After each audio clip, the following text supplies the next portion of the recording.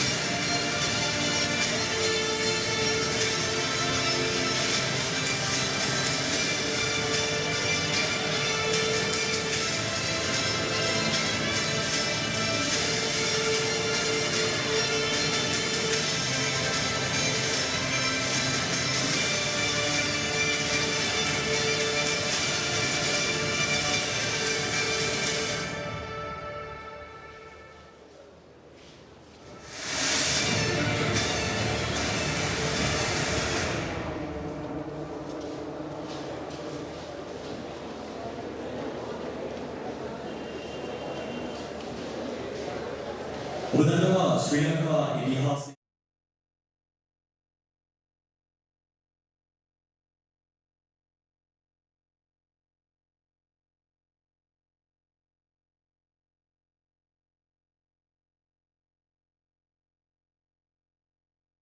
Experzio 2022 අපි සංවිධානය කරන්නේ අරමුණු සහ අභිප්‍රාය දැවැන්ත ප්‍රමාණය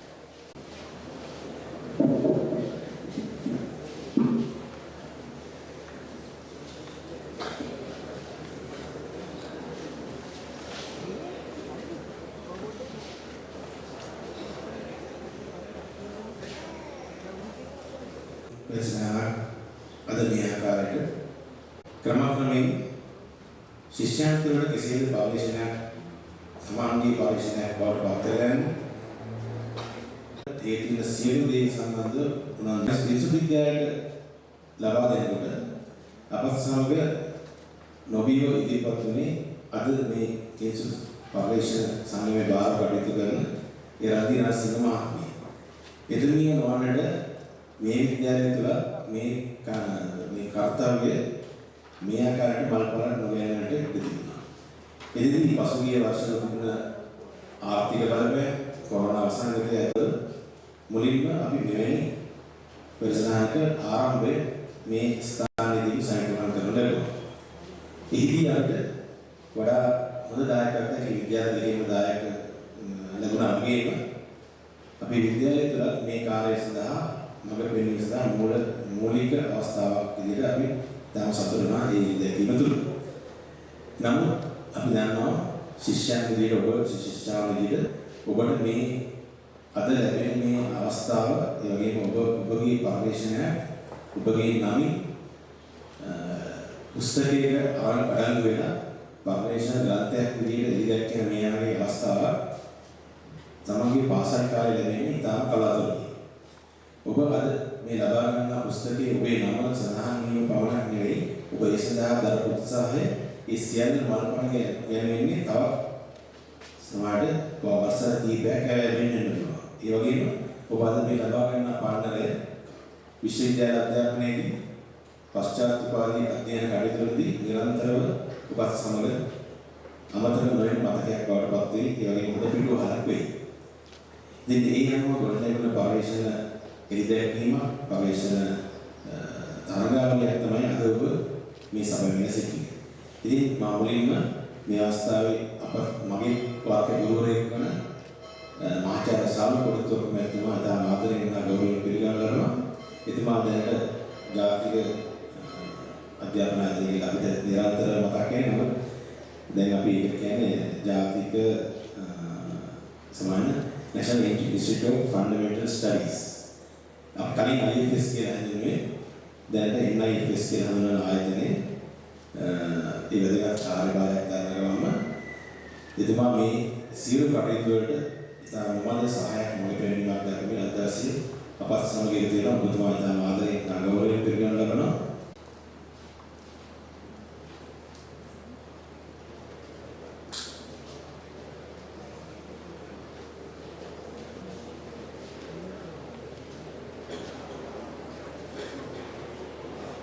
සමාන විද්‍යාලයේ කීර්තිමත් ආදි ශිෂ්‍ය මෙවැනි රචනා රාශියක් සඳහා අපත් සමග අනුග්‍රහය දක්වමින් ඉදිරිපත් වෙන ප්‍රමුදිත මහත්මයා එවැනිම කලාපත්‍යපන කාර්යාලයේ චිත්තා රත්නායක මහත්මිය එතුමිය නිරන්තර සහයෝගය ලබා දෙන අපේ මෙවැනි කටයුතුවලදී ඔබතුමිය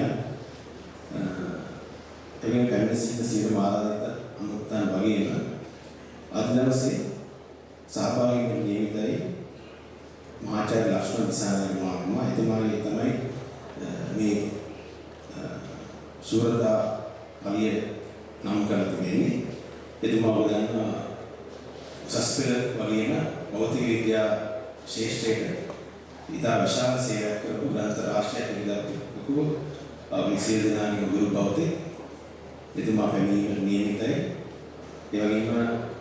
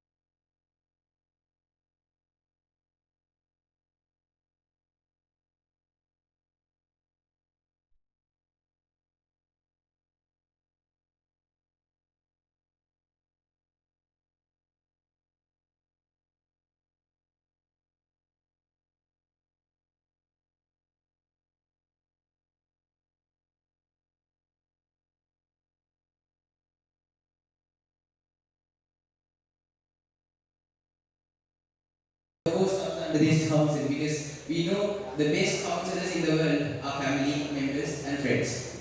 So taking part in campaigns, reading articles, notes, interacting more with community. Talk to someone when you are sick, when you are sad or feel helpless. And at last, let children enjoy their lives. So children are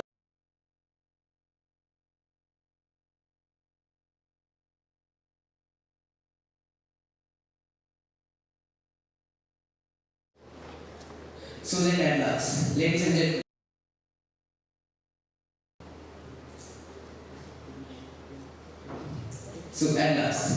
and gentlemen, you matter. You are important. Your presence on this earth makes a difference. Whether you see it or not, that's the truth. So by that, ladies and gentlemen, I would like to end these two sentences. Let's make a future without regression, and of course, make it a better place for students. Thank you.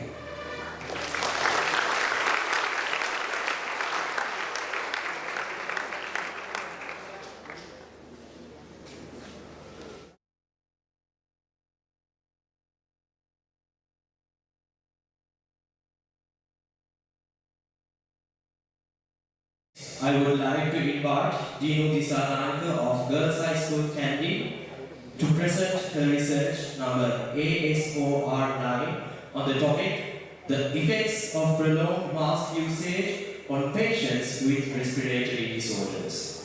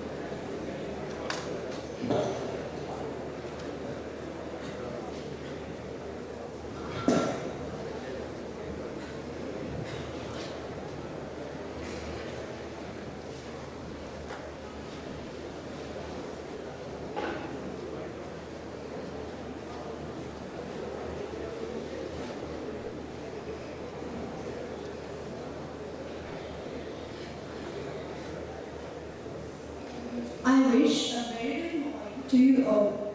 I'm Dinodisa from Girls High School Kandy. Today I'm here to present the research which I conducted on the topic how the prolonged usage of the emergency mask can affect the patients with respiratory disorders. So here's the table of contents on which I tried to proceed. The introduction.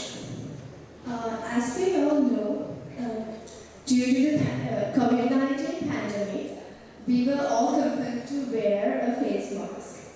And there, the face mask played a significant role in our lives, as it could minimize the risk of having affected by external influences such as the polluted air irritants and the infected droplets. But the importance is that a face mask can protect our respiratory system from getting infected by any external influences. But the fact is that a mask cannot give us any cure but prevention. So let me direct to the respiratory disorders. Some of the respiratory disorders which are commonly seen in Sri Lanka are wheezing, asthma, and the chronic impulsive respiratory disorder. So when we consider about these disorders, we can see that through the using of face mask, we can minimize, we can't get any cure for them, but we can minimize the level and make it a control. So in case, we'll have a look at the respiratory patients. Due to this usage of the face mask, the respiratory patients who were not asked to wear a face mask earlier, and those who were asked to wear one but who didn't wear it, also got compelled to wear one. So as a result of it, the aim of this research is to discover how that prolonged usage of an face mask can affect the rate of the respiratory disorders, and also to analyze those effects under the demographics of the gender and their age, and to analyze the effects according to their frequencies. So the hypothesis of this research are that the prolonged usage of an emergency face mask can affect the patients with respiratory disorders in a positive way, and those effects are varied according to the patient, varied according to their demographics and their face masking frequencies. So to conduct this research, I at first selected a random sample of 60 patients from the respiratory clinic of the teaching hospital of Peragaria, and this is the methodology which I followed.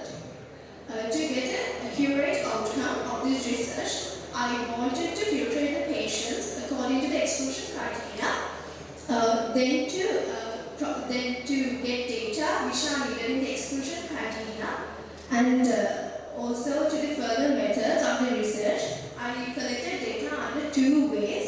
The first way that I used to collect the data is counting or recording the number of hospital administrations a particular patient has recorded during the considered period of time. That means within 1 year before the COVID-19 period and during 1 year within the COVID-19 outbreak. The second method from which I collected data was that through an interviewer-based questionnaire which I used to get the data from the patients with their valid consent.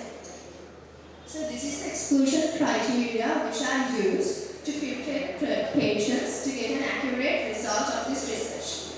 At first, I got the selected sample of patients and then separated them into two parts. The first group was with the patients who were having the respiratory disorders which are not externally influenced.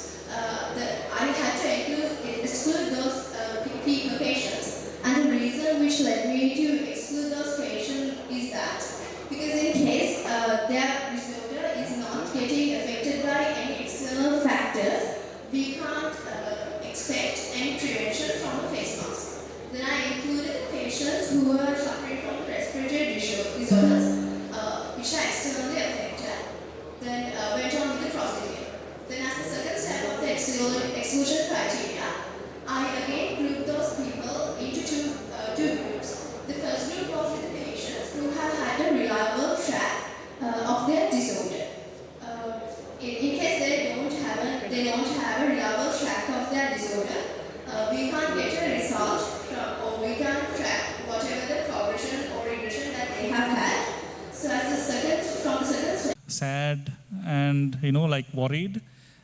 Sometimes they can appear very happy to the outsiders, but they still could be depressed. So for an example, we had a couple of cases involving some of the Bollywood actors in previous years. Like nobody knew that they are depressed. So just a comment. If you can correct on that, that will be great.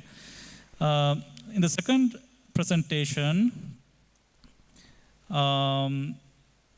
So one comment I have here is that, so she did a very good explanation about the exclusion criteria, but that slide was a little cluttered and it was a little difficult to follow what's what.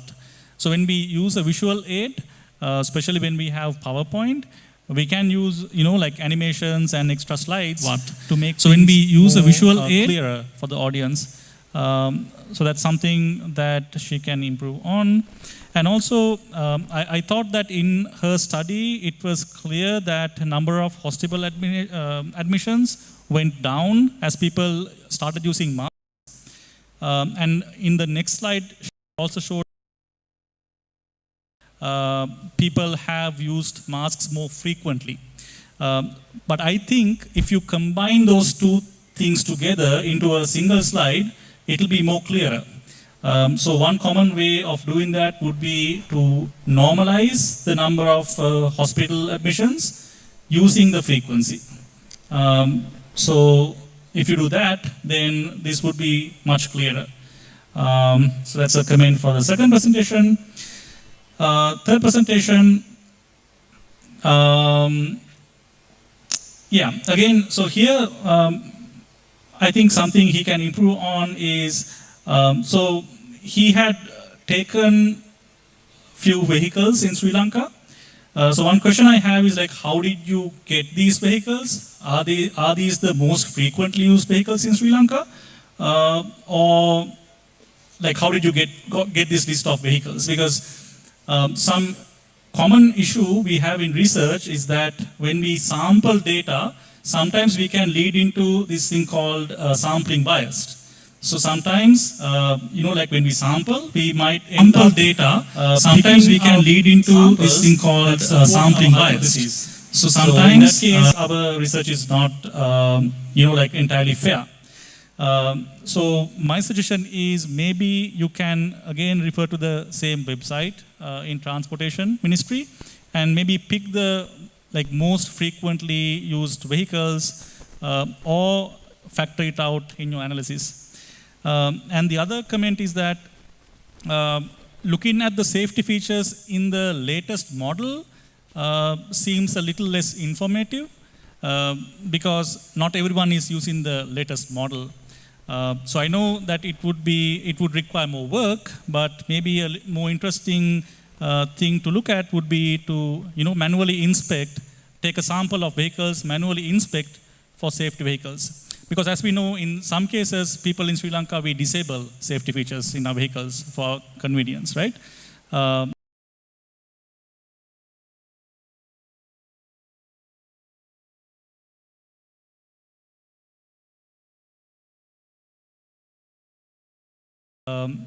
Happy about the presentations. Well done, and good luck.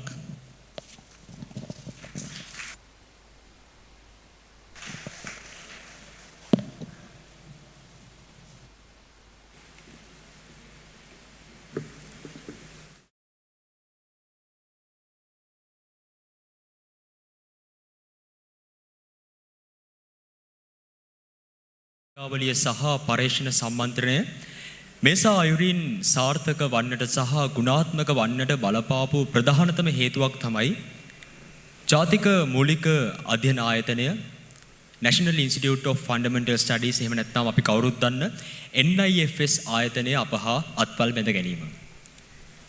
ඉතින් මාගේ මේ ආරාධනය එම ආයතනය නියෝජනය කරමින් ජාතික මූලික අධ්‍යයන ආයතනයේ අධ්‍යක්ෂක පෙරදින විශ්වවිද්‍යාලයේ හිටපු විද්‍යා පීඨාධිපති විද්‍යාවේදී සහ ගණිතය පිළිබඳ විශේෂ උපාධිධාරී ජ්‍යෙෂ්ඨ මහාචාර්ය සාලුක කොඩිතුවක්කු මහත්මයාට මේ අවස්ථාවේදී ඔබ සියලු දෙනා ආමන්ත්‍රණය කිරීමට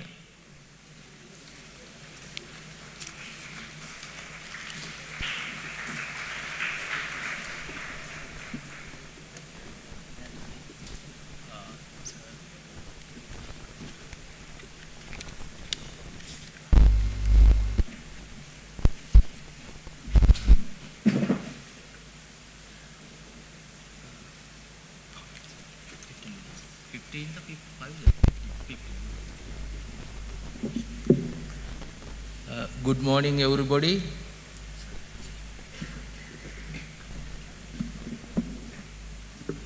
Good morning, everybody. Mr. Upale Chandrakumara, the principal of the Kingswood College, assistant principal, and the other principals participating from the other schools, and also representatives from the Provincial Education Department, and invited guests, ladies and gentlemen, and my dear students. First of all, I would like to express my gratitude to the Kingswood Research Unit for inviting the National Institute of Fundamental Studies, එහෙමත් නැත්නම් අපි කියන ජාතික මූලික අධ්‍යයන ආයතනය NIFS for contributing to this particular important event. Today I am very happy to be here and say a few words, mainly due to three reasons. Number one is I already mentioned, because even though it is in the minimum way, the NIFS is a part and parcel of this particular overall process.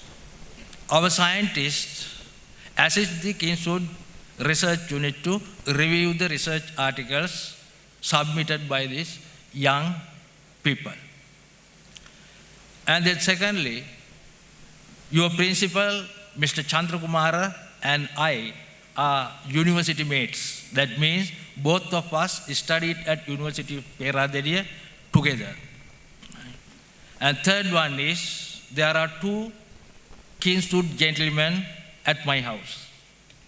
That means both of my sons, one studied here, now he is a uni student now, and my younger son is still studying here. And when these young students came to me and discussed about this overall process, that research symposium and the island-wide competition by the Kingswood gentlemen, and before that, Kandy High School girls, that is also research, I can't remember, unit to the association. And then I was very happy and impressed. Why? Usually, when we talk about the research, the people comes into our mind is very famous, partly very old, not very old people like me, right? And then if you are asked to name few scientists or well-known researchers, and then the names you mention is Newton, like names comes into your mind. But while it is the case, the interest in researching by this young generation like you, that is a very good sign. Why I am saying that is, though some people do not understand the fact that the development of the society, or generally speaking human life, as well as the development of the countries, or as a whole, the entire globe, purely depend on science and technology. We simply say that science and technology, but just having the science and technology cannot help the development of the societies, human life, countries, or the world, or no. But when the science and technology is there, we have to conduct research. In particular, scientific research. Why we conduct the scientific research? I would like to say one word regarding this. For my 30 years life at University of Peradeniya as an academic member, people hardly question me, you are conducting research, but we can't see it. We can't see it. But soon after I became the director at NIFS, then there are a lot of questions coming from the high officials, government high officials. They are not researchers. They ask me, sir, your institute conduct research, but we can't see it now. And then they also ask, how your research help the people? Good question, right? But I did not, get angry or responded with the angry thoughts or whatever. Then I simply listened to it. But even I did not answer the question on the spot. Because the reason is, the research is not purely for producing tangible things. වෙන විදියකින් කියනවා නම් අපි research කරන්නේ මේ අපිට අතින් අල්ලන්න පුළුවන් දේවල් හදන්න නැත්නම් රිසර්ච් එකක් කරාම ඒකේ අවුට්පුට් එක නැත්නම් ඒකෙන් හැදෙන දේ අපිට මේ අතින් අල්ලන්න එහෙමම විය යුතු නැහැ. Usually research are conducted mainly for two reasons. Our main objective in conducting research is, the first one is generating advanced knowledge. And obviously, knowledge cannot be touch and feel. That means intangible.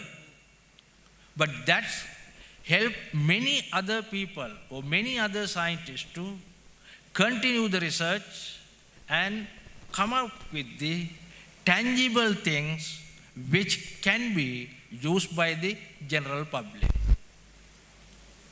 And then, for example, and now when we were at, now you are, well, I'm just telling this one, from my assessment, according to my assessment, the present generation, that means you, my dear children, you are having a luxury life.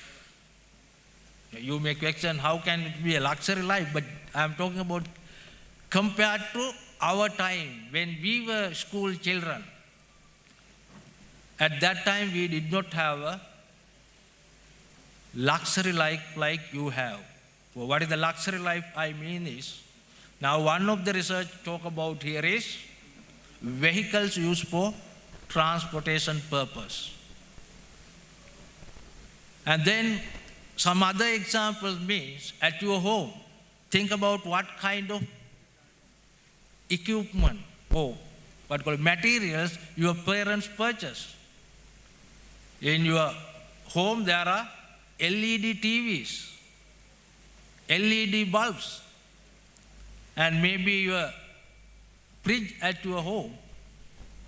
There is no problem with gathering ice within the fridge and so on. And then if you go to the kitchen, there are gas cookers or whatever it is, right? And then the automatic washing machines. And maybe at the bathroom, not every home, but heaters or the greasers, likewise that kind of life you are getting. But earlier when we were at your age, that wasn't the case. Why? That's because the reason is that you are having these facilities thanks to the scientific research and their findings. And then like the general people who do not understand what research is about, they can't understand that in order to bring something beneficial to the general public, we have to carry out the fundamental research for years. I will give you one example. At NIFS, since 1981, this institute exists. And then our scientists found very valuable research outcomes that leads to the commercialized products. You may or may not have heard, but one of that is biofertilizer, that is organic fertilizer that can replace urea usage by 50%, and the crop yield can be increased up to 20 to 30%. And then that research outcome was commercialized after about 25 or 30 years of very long research project. And there is another one, but not only that. And then as the young student, you should get to know about, then you may have heard about our scientists talk about we are living in a resource pool, natural resource. And then we call graphite. Sinhaleng api kiyenawa mineral. Sri Lankan mineral are found to be the best mineral exists in the world.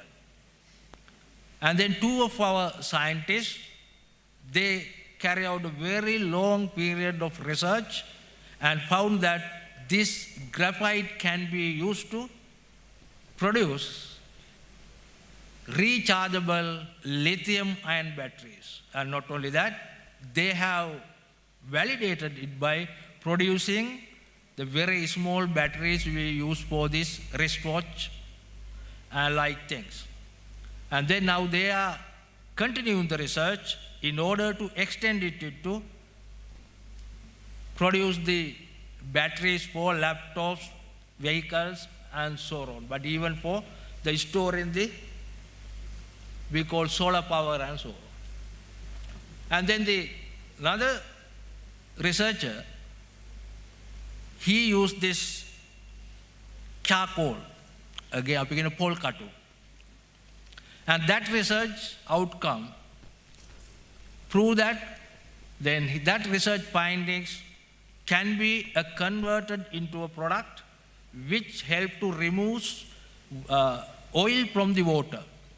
And even it can be used to remove the oil from the seawater.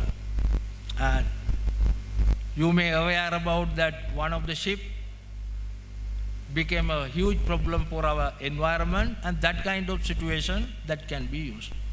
But that's not the only fact. The scientists can carry out the research and come up with the commercializable research outcome. But unfortunately, scientists cannot convert them into commercialized product. For that, we need commercialized partners that may be the government organizations or maybe the private sector organization. But that the biofilm fertilizer I mentioned, fortunately we found one of the brave private sector organization, and then we did it. And then that is about the research. And then our institute is purely for conducting fundamental research, but we have not restricted it to the fundamental research, but now we carry out the applied research as well. And then, for example, the 3 research projects I mentioned, they were started at the fundamental research, and then their outcomes, based on the outcomes, we extended them into applied research to produce tangible outcomes. That is only few. There are many more. We have many research projects, and then we have come up with the research outcomes that can be helped to sort out or solve many health issues.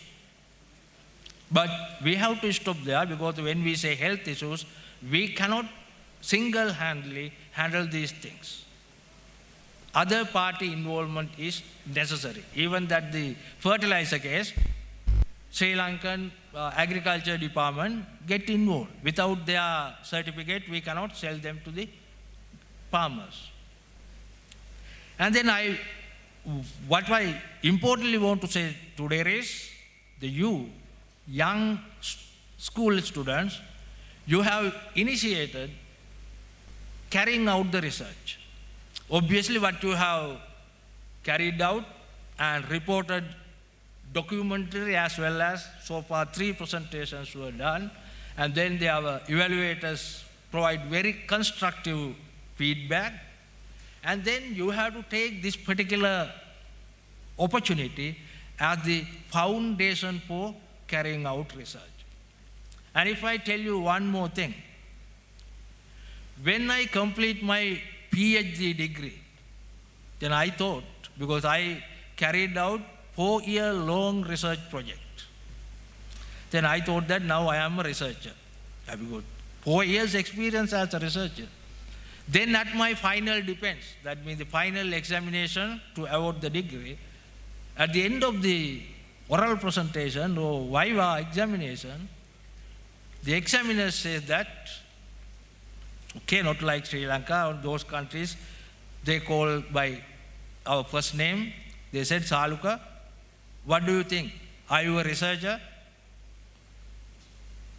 Then I said, maybe, because I am not sure either. I said, maybe. Then they said that, no, you are not a researcher yet.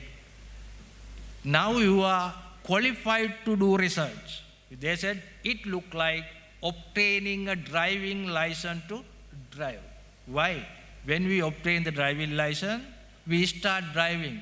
Then only we face a lot of problems. We met accidents, and then we break our gate, or sometimes the many more articles, or even we may hit the people. That is, still we are in the learning curve.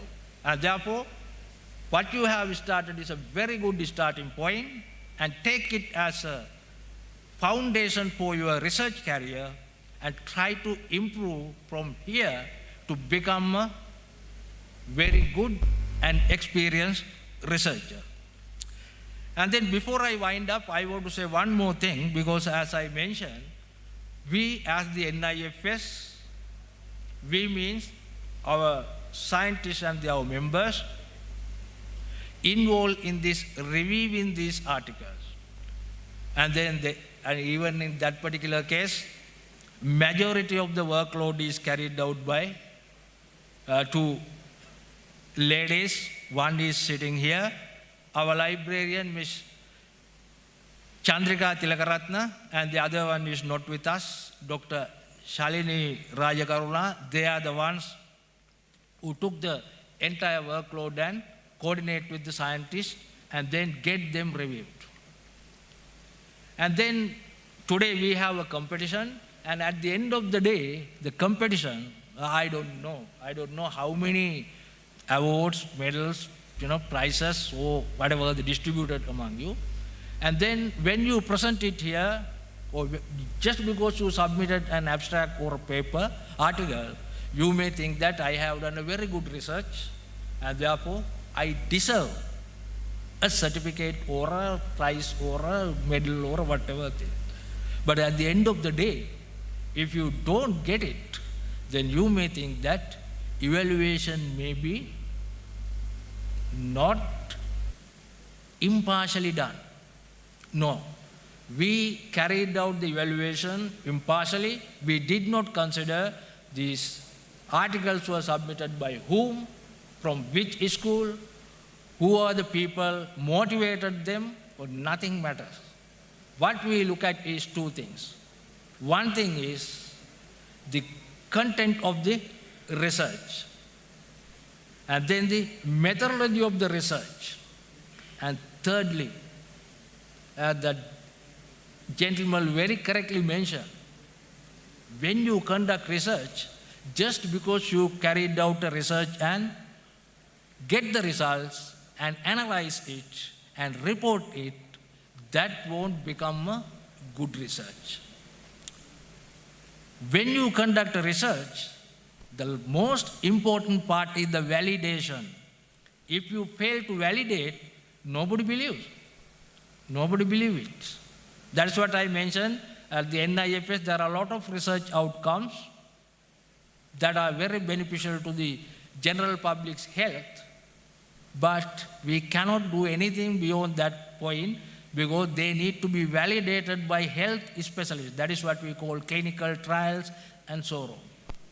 And then, as very correctly mentioned by the evaluators, just selecting a sample and then collecting the data and analyzing them and then rating them is, excellence, very good, and so on. That is a very good research and a very good starting point, but there is a validation, lacking in validation.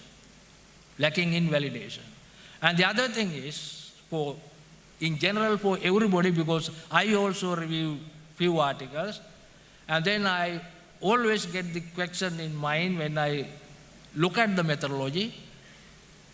And then many of the research conducted based on the sample-based research. Select a sample and then collect the data. In generally, it is the well-accepted fact that there are 3 widely used fact-finding techniques. One is the face-to-face interview. Second one is the questionnaire, because the sample size is very large. And third one is the observations. But in most of your work, understandable, acceptable, because at your age, at the starting point, as the body scientist or body researchers, you restricted it to 1, right? But now, where I mentioned, you are having even more facilities. Even the sample size is bigger. If you cannot conduct the face-to-face interview for everybody, why not the online interviews? Now Zoom is there, Meet is there, Google Meet is there, and that kind of things about those things. And then lastly, I want to say that that's also pointed by the evaluator. Whatever the research you carried out, how good it is, different facts.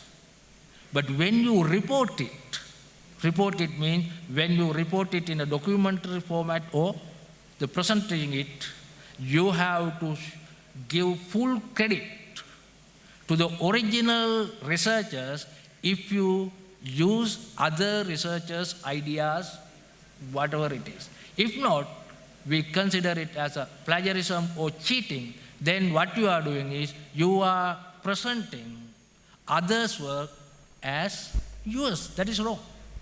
These are what we call ethics and other things. And therefore, simply what I want to say is, and then at the end of the day, I really appreciate your overall research work and your hard work as a buddy, young researchers. And then don't disappoint. Even you would not receive a medal or a prize, or you would not be a winner of this competition, but take it as a good spirit and continue to become a good scientist in the future. That means to become a scientist who can contribute to the society, your country, as well as the world as a whole. Finally, once again, I would like to thank the University Research Unit for organizing this particular event, in particular by giving the opportunity for the entire school system of Sri Lanka, and also my staff for encouraging and assisting these young, brave minds. You will be the future researchers in the country. I wish you all the best. Thank you very much.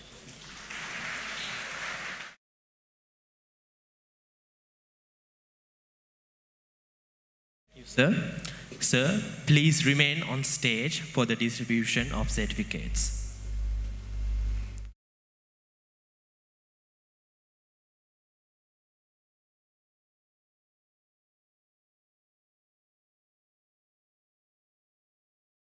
සඳහා යොමු වීමට මෙහිදී සහතිකපත් ප්‍රදානය කරනු ලබන ජ්‍යෙෂ්ඨ මහාචාර්ය සාලුක කොඩිතුවක්කු මහත්මයාට සහාය දැක්වීම සඳහා මේ ආරාධනය ජාතික මූලික අධ්‍යයන ආයතනයේ ජ්‍යෙෂ්ඨ සහකාර පුස්තකාලාධිපතිනි Chandrika Tilakaratne මහත්මියට.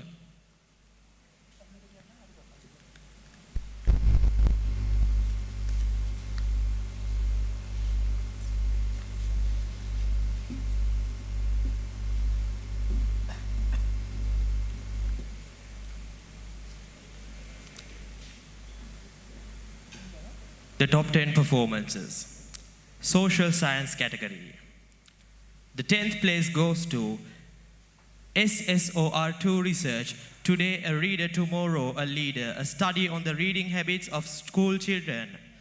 Pinidi Omatage and Disney Tilakaratna of Mahamaya Girls College, Kandy. 9th place. Research SSOR24. Investigating binge-watching addiction to Korean television dramas by young teenage students.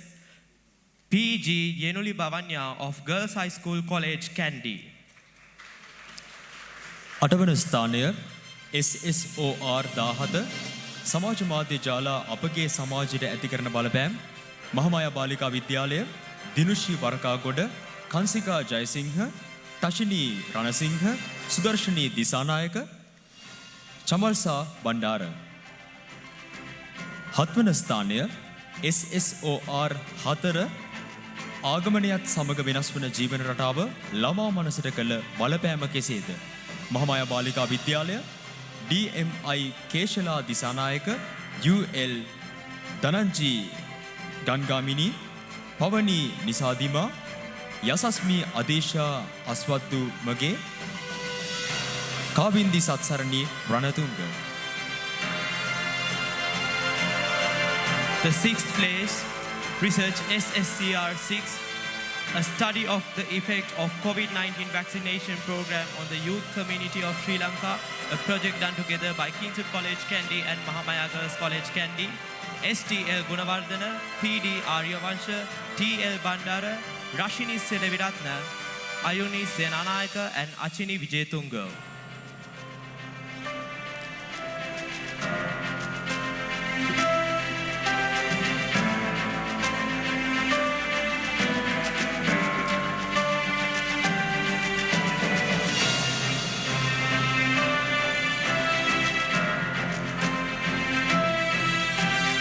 Fifth place goes to research SSCR 4, different views on students on self-study, a research by Girls High School, Kandy, Dahamsa Arambegoda, Methmini Gunasekara and Imandi Palihavadana.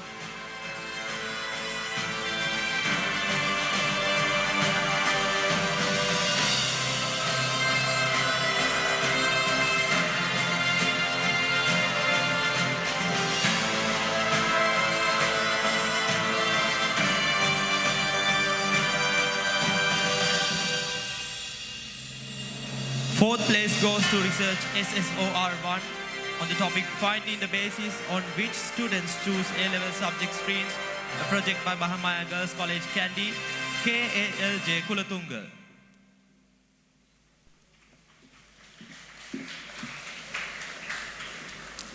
Natural science category.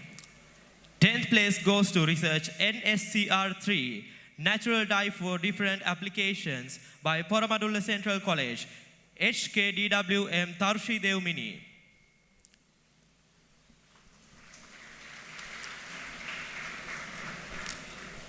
Ninth place goes to research NSOR 17, adaptations and behavioral patterns of desert animals, a project by Girls High School, Kandy, Achini Nimashi Hapuarachi. Eighth place goes to the research number NSOR 3 on caterpillars, a project done by Girls High School, Kandy, Manudi Empiris.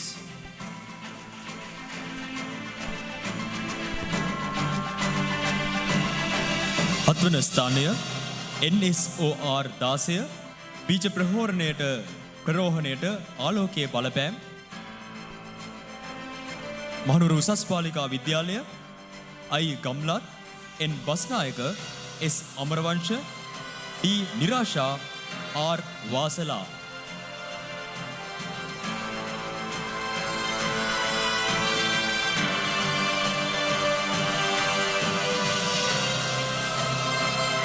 The sixth place goes to research NSOR 4 by Mahamaya Girls College, Kandy on the topic of effects of selected plant extracts on the growth of chili plants.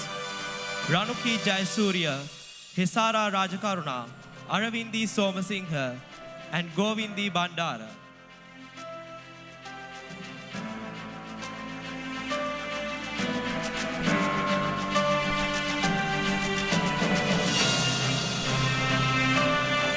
Fifth place goes to the research NSOR 14 by Dharmaraja College on the topic analyzing the effectiveness of natural disinfectants.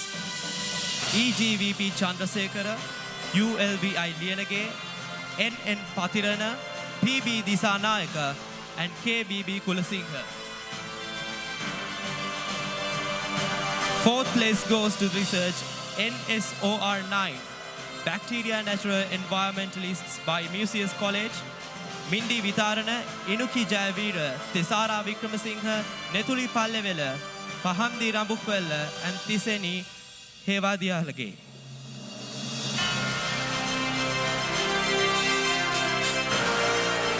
Applied Science category. Eighth place goes to the research ASOR12, Undeteriorized Fruits and Tubers of Sri Lanka, a project by Girls High School Kandy, Saimi Munasinghe, Tarushi Netmini, Dinali Dulwala, Apurva Bandara, and Nimnadi Disanayaka. The seventh place goes to research ASOR6, Energy and Future of the Universe, a project by Vidyartha College, WMEG Pavitra Bandara.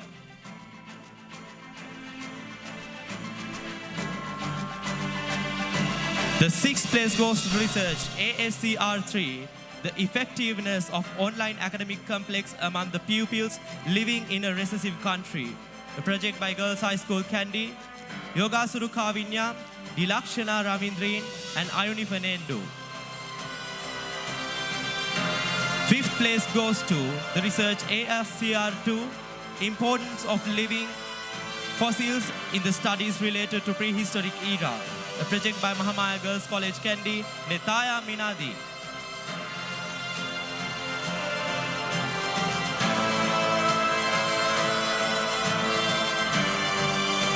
The fourth place goes to the research ASCR1, Finding Out the Cases of Oral Cancer, a project by Mahamaya Girls College Kandy, Manoli Sahanya, and Dehami Sirivardhana.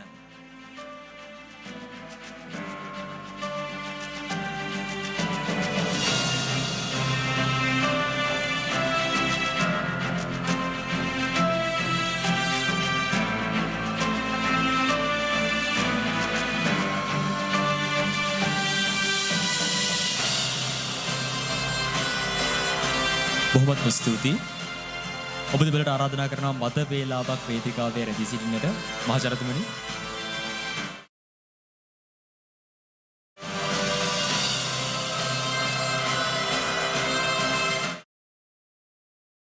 ජ්‍යෙෂ්ඨ මහාචාර්ය සාලුක කුඩිතුවක්කු මහතාට සහ ජාතික මූලික අධ්‍යයන ආයතනයේ ජ්‍යෙෂ්ඨ සහකාර පුස්තකාලාධිපතිනි චන්ද්‍රිකා තිලකරත්න මහත්මිය ඔබ දෙපළට කිංසුත් පර්යේෂණ සංගමයේ විදිහට අපි එක්ස්පර්ෂෝ 2021 මතක සටහනක් ලෙස සමරු තිලිනයක් සූදානම් කර තිබෙනවා. එම සමරු තිලින ප්‍රදානය කිරීම සඳහා මගේ මේ ආරාධනය කිංසුත් විද්‍යා සංගම් භාර ආචාර්යනි රාජිකා නවරත්න මහත්මියට.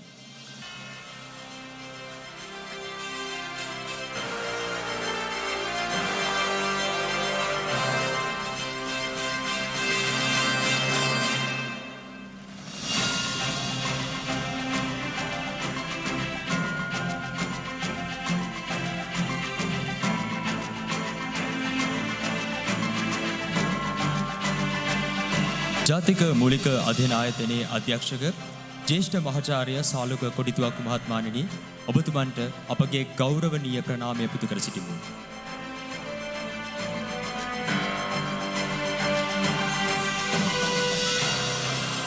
Thank you, sir. ජාතික මූලික අධ්‍යයන ආයතනයේ ජ්‍යෙෂ්ඨ සහකාර පුස්තකාලාධිපතිනි චන්ද්‍රිකා තිලකරත්න මහත්මියනි ඔබතුමියට අපගේ ගෞරවනීය ප්‍රණාමය පුද කර සිටිමු.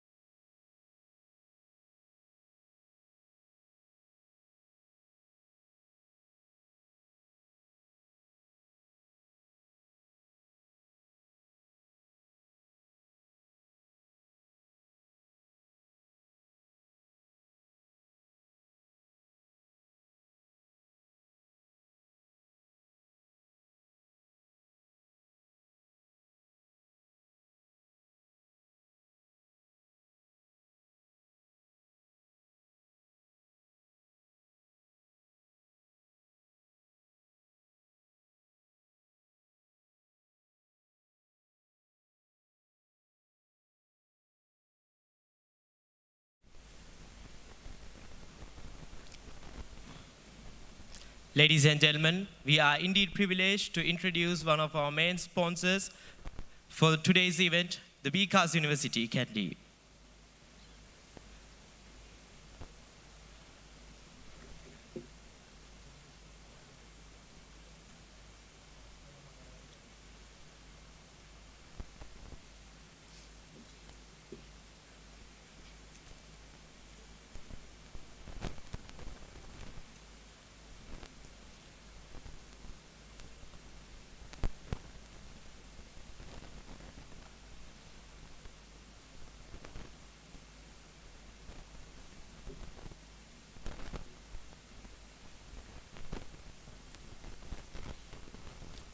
Thank you.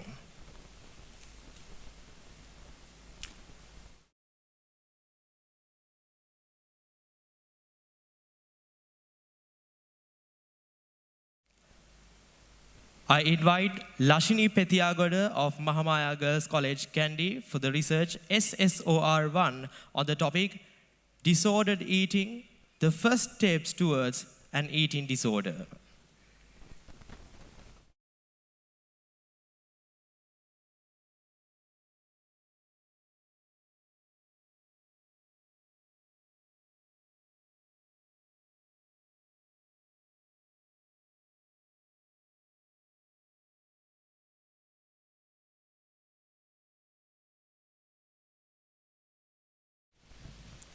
To most people, food is a fuel, a pleasure, a way to socialize.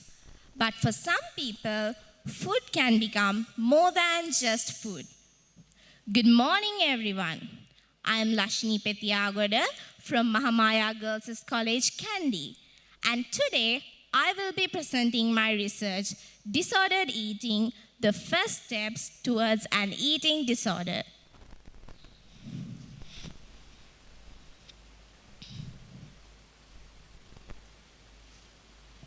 So, first of all, what is an eating disorder? An eating disorder is simply a psychological condition where the person suffering exhibits severe disordered behavior related to food and eating habits. Eating disorders are more than just food and weight, and they have complex cultural, psychological, and biological backgrounds.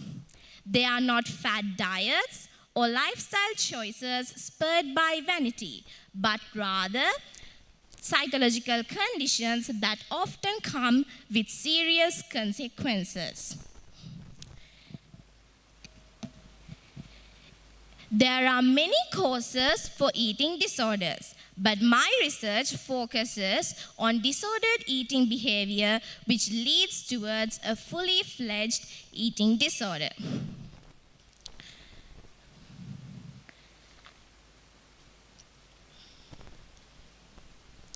When I conducted my research, I had two main aims, and the most important one was bringing awareness to eating disorders. Eating disorders are something of a taboo, especially psychological disorders in general are something of a taboo in Sri Lanka. Most people are not well educated about eating disorders and the like. So I thought, as a young adult and as one of the members of my society, it was important for me to bring awareness to a topic which was so important.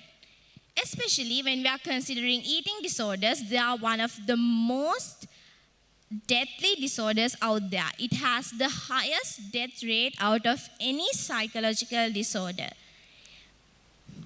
And my next objective was identifying disordered eating habits in young adults.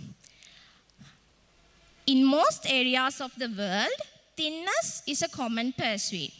Due to the ideal standards of body depicted by celebrities, most young adults are influenced by mass media into thinking that thinness is the ideal of health. And we, young adults, are quite easily influenced. And if this cultural learning and social learning could give such ill consequences, then maybe this learning can also be attributed into how we see our body and how we see others' body in a positive manner. Talking about young adults, although eating disorders do not discriminate age, gender, sexuality, or ethnicity, statistics show that most ED patients are young adults. This brings me to the hypothesis of my research. My hypothesis was that most young adults exhibit disordered eating behavior which could lead to eating disorders. My methodology for this research had three main components, namely a literature review, an online survey, and an interview. The online survey used a Google form, and I collected information from 100 participants from the ages 13 to 25, regardless of their age and ethnicity.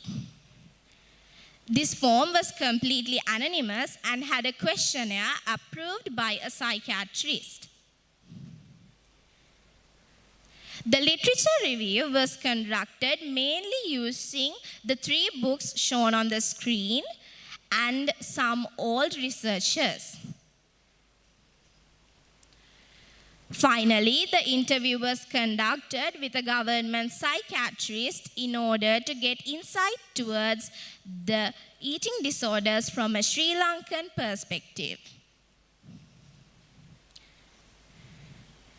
The results of my research were as follows.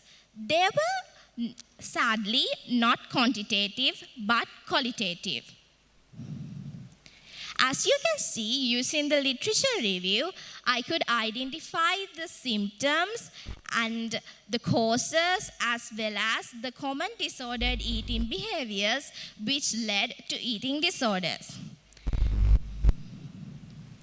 The survey results showed that 79% of the participants were female. And out of these people, most belong to the age group of 17 to 20. During the survey, it was discovered that a majority exhibited disordered eating behaviors like vomiting, fasting, using laxatives, and lying to friends and family about their eating habits. Furthermore, it was discovered that a significant number of the participants exhibited disordered eating habits and unhealthy relationships with food. Some of the major disordered eating behavior that they exhibited are as follows. You can see it on the screen. And because of this, there were many physical complications like weight loss, gain, fatigue, lethargy, insomnia, hair loss. When the results obtained from this survey was compared and contrasted with the answers from the interview, as well as the data obtained from the literature review, I could come to the conclusion that many young adults exhibit eating habits that could easily lead to eating disorders.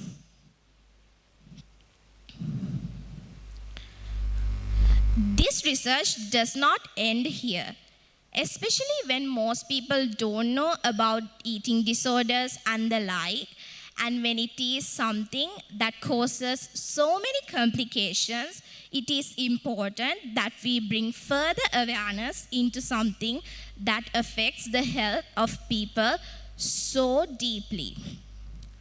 In a country like Sri Lanka, where the young adults' health translates towards the health of our future, it is important that we work towards uprooting these little causes which lead to a huge disaster. I thought that a conduction of a data analysis was really important because I could not do that for my research.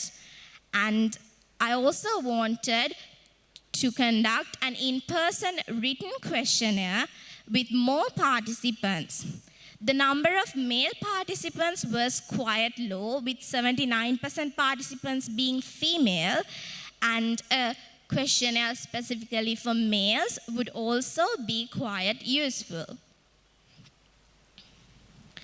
Finally, I would like to thank the research societies of Mahamaya Girls College Kandy and Kingswood College Kandy, and the teacher in charge of our research unit, and the psychiatrist who helped me through my research, as well as my family and friends for their unwavering belief. Before I end my presentation, I would like to say that eating disorders are something we all should be aware of. I hope you learned something new today, and that we can all work towards the betterment of our society together. Thank you.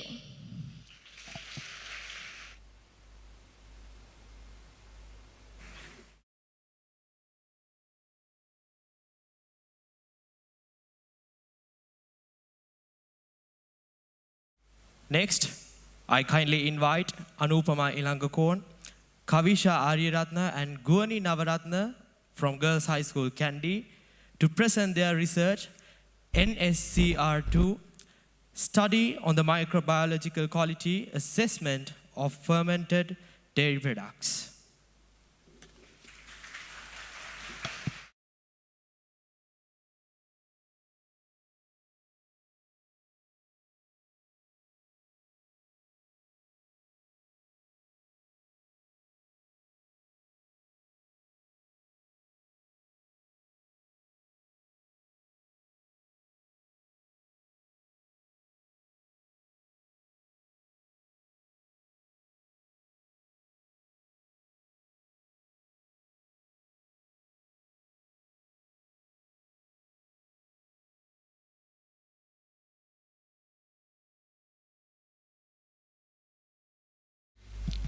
A very good morning to all of you.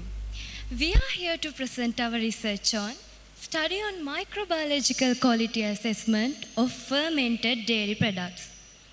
Milk is the liquid produced by the mammary glands of mammals, including humans. Varieties of milk are marketed under different brand names such as milk, cheap milk, camel's milk, and milk obtained plant sources such as almond, oat, soya, and rice milk. Different cultural origins, sources, and processing methods have diverted to such as milk, cheese, curd, and yogurt. Dairy products in general have been documented to show various health benefits. Many of these benefits relate to the fact that dairy products are a good source of several essential nutrients such as protein, calcium, and vitamin D. Among these dairy products, curd products made in rural areas are widely available in the market. Curd meal is a strain of coagulated milk. It generally consists of the milk protein, casein, and milk fat.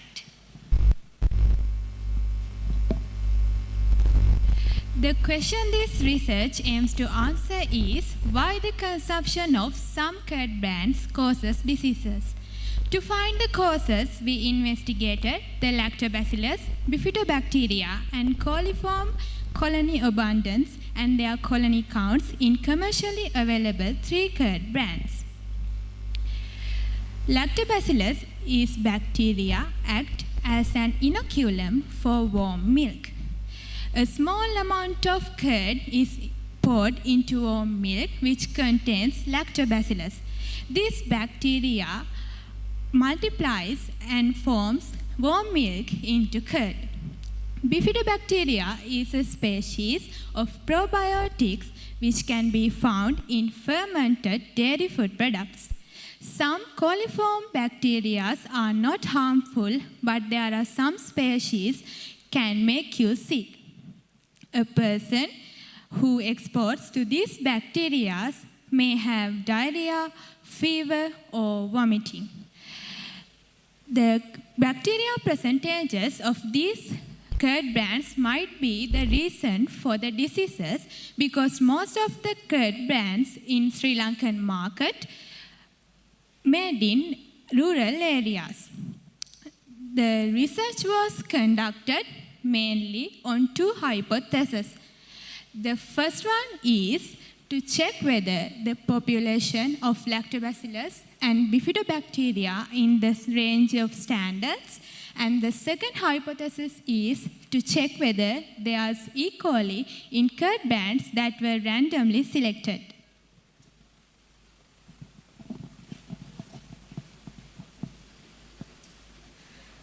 This experiment was conducted at the Nutritional Biochemistry Division of National Institute of Fundamental Studies, Kandy.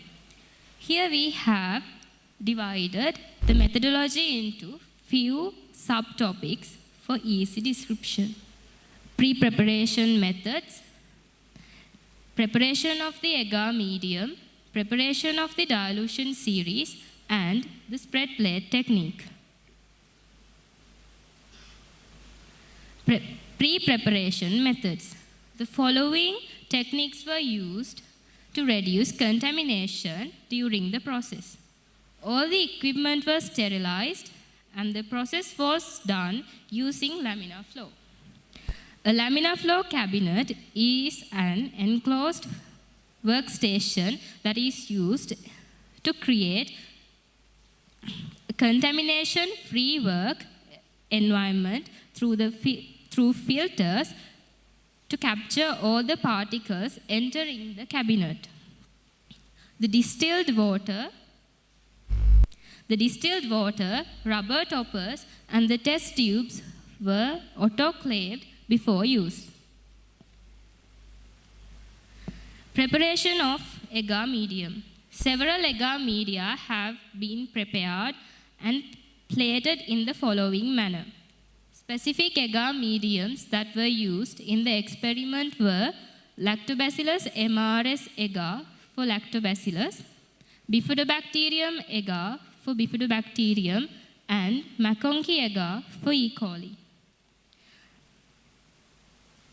The calculations made to measure the masses of the agar powders, and they were measured according to the calculations.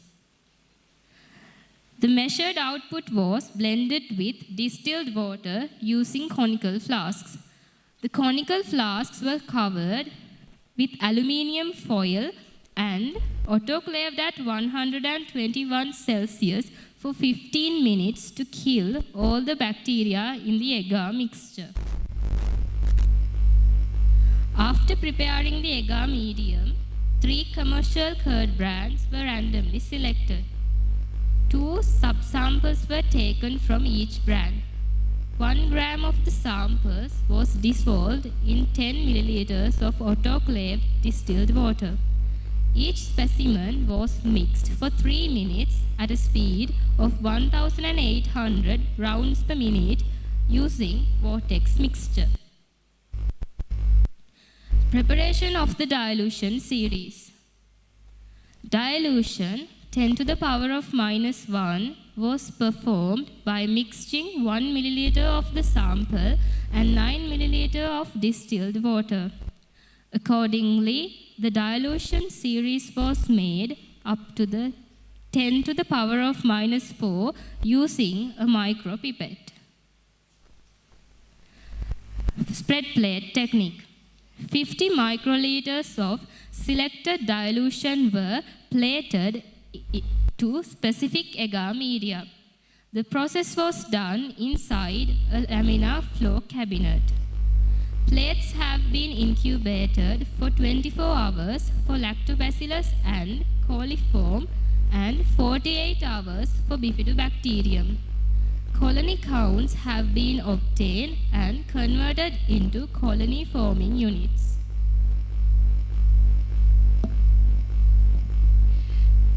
The following equation was used to convert the colony counts into the colony forming units.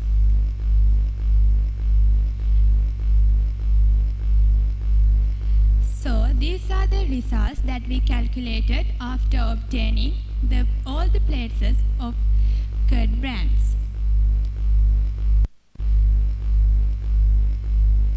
Lactobacillus count was not significantly different among the three samples. In sample A, Lactobacillus and Bifidobacteria counts were in standard range. Coliform bacteria was not found, so the brand A is within the standards. In sample B, Lactobacillus and Bifidobacteria counts were in the standard range. Coliform was not found, therefore brand B also is within the standards. Sample C contained a higher amount of Bifidobacteria and coliform population than the other two samples. That curd brand had been contaminated with E. coli also. Therefore, brand C is not within the standards. The assumption of the Bifidobacteria count might be in the standard range in the some brands was proven through the research. The assumption about the presence of E. coli in the curd was manifest through the results. Brand C does not hold any coli certificates. Therefore, the conclusion was made not to consume dairy food products without standards.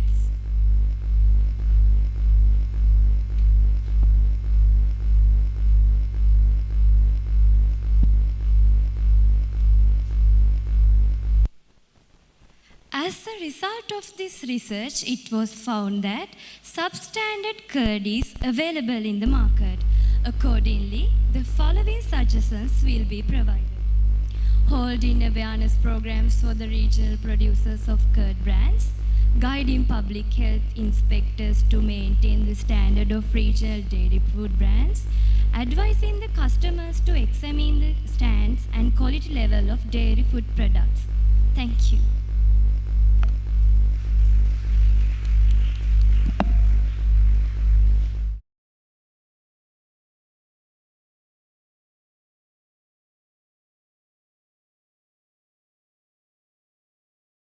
Ninawaratna and Kavisha Aryaratna for your wonderful facts on this topic.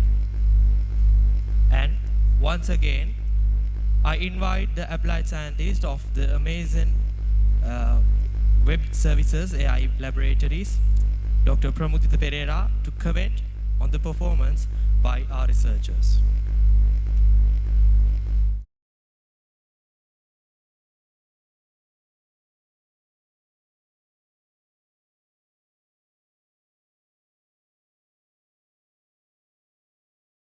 This survey, she had data, and for some reason she did not presented the observations on the slide, but she just said she went ahead and gave her conclusion. So I think it'll be even better if you can qualitatively present, right? Although most of the participants were females, if you can show why you came to those conclusions, that would be more convincing. That was absent in the presentation. In the final presentation, I thought the students had done a great work there. They've actually tested things in a laboratory setting, which is very impressive. Yeah, but again, couple of minor comments there. One thing I noticed was when you state the hypothesis, it should be a statement. The way you have phrased it was as a problem statement. So for an example, the hypothesis could be E. coli is present in curd. That would be a hypothesis. So that's a very minor comment. And congratulations for the good work. Thank you.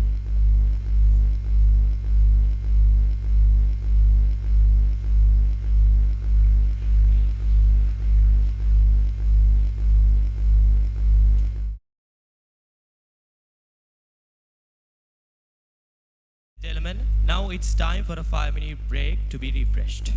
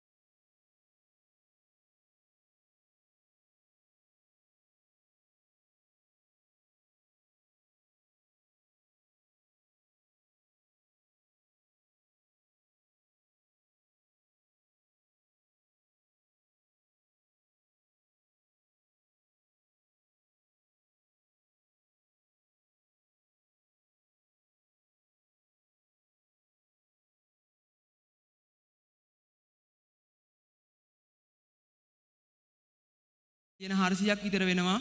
මිනිසුන් ඒ සතුන් ආදර්ශයට අරගෙන විවිධ යාන නිර්මාණය කරමින් විවිධ පිළියැවීම සාර්ථක කරගෙන තියෙනවා.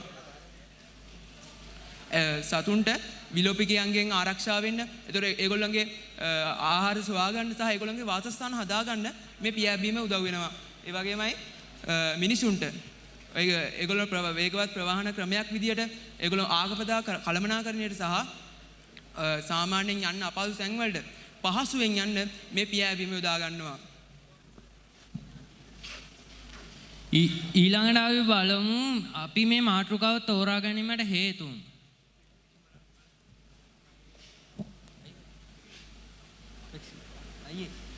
අයියේ කොණ්ඩේ හරියට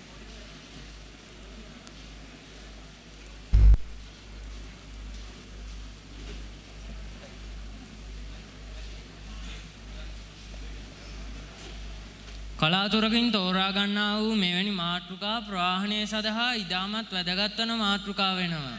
ඒ වගේම අනාගතයේදී පියාසරිය සම්බන්ධව කරන ව්‍යාපෘතීන් සඳහා මෙය සවිමත් අත්තිමාරමක් වෙනවා යයි අපි අපේක්ෂා කරනවා. ඒ වගේම දැනට වර්තමානයේ තියෙන හොඳම පියාසරි ක්‍රම අතරින් හොඳම පියාසරි ක්‍රමය තෝරා ගැනීම අපගේ එක් අපේක්ෂාවක් වෙනවා. ඒ සඳහා අපි වේගය ප්‍රමාණය හා බර යන සාධකයන් යොදාගෙන තිබෙනවා. ඊළඟට අපි කතා කරමු පියාසරියේ ඉතිහාසය ගැන. අවුරුදු මිලියන 400කට පෙර කෘමිසතුන්ගෙන් ලැබුණු මේ පියාසරිය සඳහා ආවේනික ලක්ෂණ සහිතව මනා පරිණාමය වූ සත්වයන් ලෙස ආවේස් හෙවත් පක්ෂීන් හැඳින්විය හැකිය. පක්ෂීන් අධ්‍යයනය කරමින් මිනිසුන් 20 වන සියවසේදී රයිට් සහෝදරයන්ගේ ෆ්ලයර් නැමැති ගුවන් යානය ප්‍රථම වරට සාර්ථක පියාසරියකට ලක් කරන ලදී. Aviation of Human මේ සාර්ථක පියාවීම සඳහා ආධාර වන මූලධර්මයන් තියෙනවා. එම මූලධර්මයන් අතරින් බර්නෝලි මූලධර්මය, සර් අයිසැක් නිව්ටන්ගේ තුන්වන මූලධර්මය හා ආකිමිඩිස්ගේ උඩුකුම් තෙරපුම් මූලධර්මය ඉතාමත් වැදගත් වෙනවා.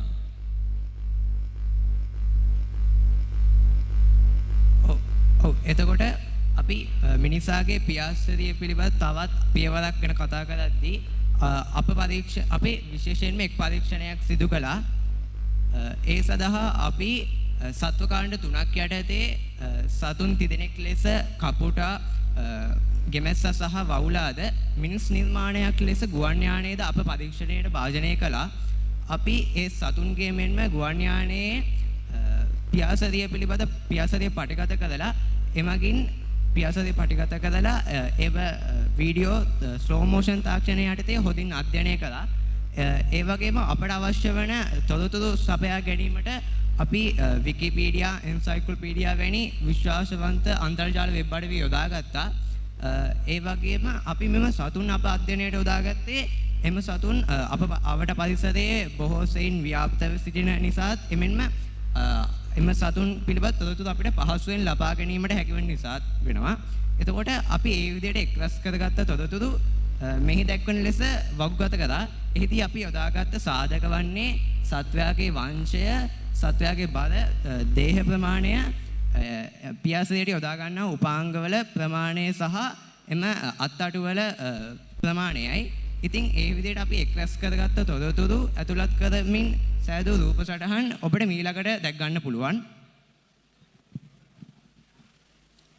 එලෙස අප ලබාගත් තොරතුරු වලින් මුලින්ම අපි ගෙමැස්සා පිළිබඳව බලමු. ගෙමැස්සා ආත්‍රපෝඩික වංශයකු වන අතර ගෙමැස්සා සාර්ථක පියාසරියක් ලබා ගැනීම සඳහා ඔහුගේ පටලමේ පියාපත් සමග පවතින හෝල්ටර්ස් නැමැති උපවාංගය භාවිතා කරනවා.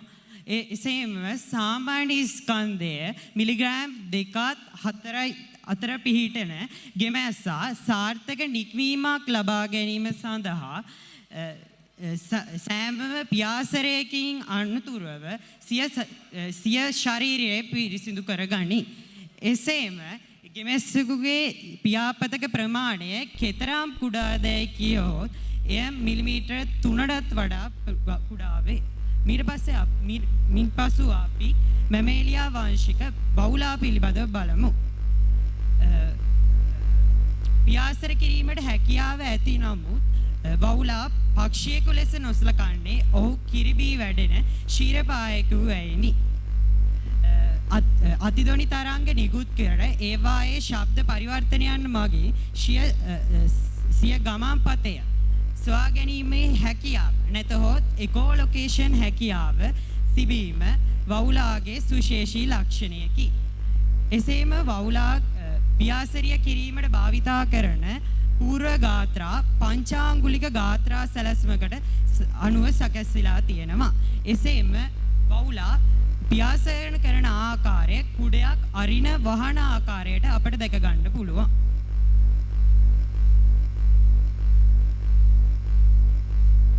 පියාසරිය ගැන කතා කරද්දී අපිට ආවේශ එහෙම නැත්නම් පක්ෂීන් අමතක කරන්න බෑ. මොකද පියාසරිය කියාව වැඩිපුරම තියෙන සත්ත්ව කොටසේ තමයි ආවේශවරු. අපි මෙතනදී සියලුම පක්ෂීන් වෙනුවෙන් කපුටාව තෝරගත්තා. මේ කපුටාගේ පියාපත් සමාන්තරව චලනය වෙනවා. මේ පියාපත් දිගු ඝනකම් නාරටියක් සහිත පිහාඩු වලින් තැනිලා තියෙනවා. එසේම කපුටාගේ අස්ථි සැකිල්ල කපුටාට පියාසරි සඳහා ගොඩක් ප්‍රයෝජනවත් වෙනවා. ඒ වගේම කපුටාගේ අනාකූල හැඩයත් කපුටාගේ පියාසරි සඳහා වැදගත් වෙනවා. අපි ඊළඟට බලමු පියාසරි සම්බන්ධ මිනිසාගේ නිර්මාණය වන ගුවන් යානය පිළිබඳව. ගුවන් යානය අපි කලින් සඳහන් කරපු සත්ත්ව වර්ග 30ටම වඩා විශාලත්වයෙන් වේවින් විශාල වෙනවා. මේ ගුවන් යානයේ පියාසරි තාක්ෂණය අනිත් සත්තුන්ට වඩා ගොඩක් වෙනස්. අනිත් සත්තුන්ගේ පියාසරි සිදු කරේ ඒ පියාපත්වල උඩු පහළට චලනය කිරීමකින්. නමුත් ගුවන් යානයේ සිද්ධ වෙන්නේ ජෙට් එන්ජින්ස් මගින් සිදු කරන බලයකින් ගුවන් යානයේ පියාසරින් සිද්ධ වෙනවා. මේ අපි කලින් සඳහන් කරපු මූල ධර්මයන් මේ ගුවන් යානයේ පියාසරි සඳහා යොදාගෙන තියෙනවා. අපි ඊළඟට බලමු අපි මේ සතුන් කෘත්‍ය හා ගුවන් යානය පිළිබඳව ලබාගත් නිරීක්ෂණය. අපි මේ නිරීක්ෂණයන් කාණ්ඩ තුනකට ලබා ගත්තා. ඔවුන්ගේ පියාසරිය ඉපිලීම පියාසරිය සහ ගොඩබෑම යන අවස්ථා තුනෙන් අපි ලබා ගත්තා. අපි මේ දිස් වෙන්නේ ගෙමැස්සාගේ සහ වවුලාගේ අපි ලබාගත් නිරීක්ෂණයන්.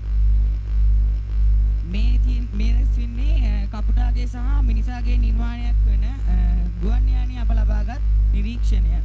අපි මේ නිරීක්ෂණයන් එකිනෙක සංසන්දනය කරා සංසන්දනයෙන් ලබාගත් විශ්ලේෂණයන් ඔබ වෙත දැන් ඉදිරිපත් කරනවා.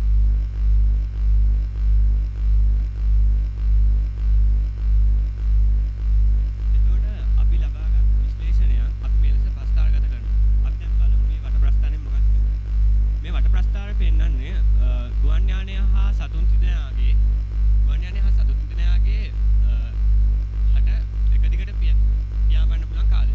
ඒතර ගුවන් යානයට පැය 16ක් අතර කාලයක් පියාඹීමට හැකි අතර කපුටාට පැය 5ක්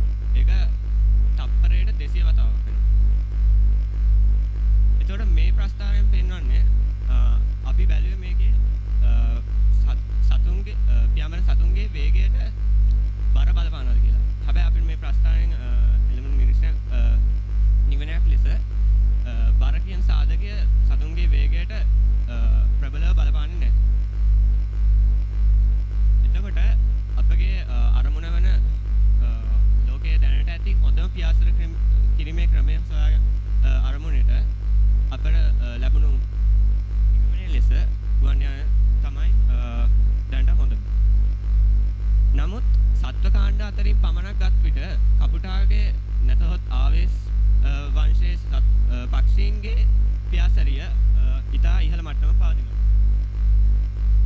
එතකොට අපේ සජෙෂන්ස් අපි සජෙස්ට් කරනවා වියදම අඩු ශක්ති ප්‍රමාණයක් යොදාගෙන පියාඹීමට හැකි ක්‍රමයක් සොයා ගැනීමට යෝජනා කරනවා. ඒ වගේම පරිණාමික දියුණු පක්ෂීන්ගේ මෙන් ඕනෙම තැනකදී ඕනෙම වෙලාවකදී පියාඹීමට හැකි ක්‍රමයක් සොයා ගැනීමට අපි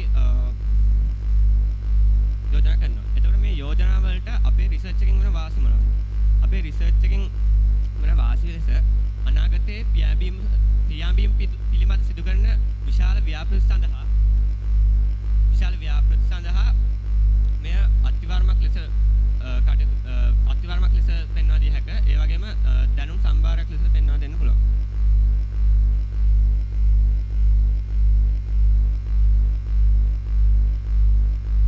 එතකොට අපගේ මෙම රිසර්ච් එක සඳහා දත්ත ලබා ගැනීමට භාවිත කරන වෙබ් අඩවි කිහිපයක් සහ අප විසින් ඔබ්සර්වේෂන් සඳහා පටිගත කරන ලද සතුන්ගේ සහ ගුවන් යානයේ වීඩියෝ පට කිහිපයක ලින්ක් මෙතන දැක්වෙනවා.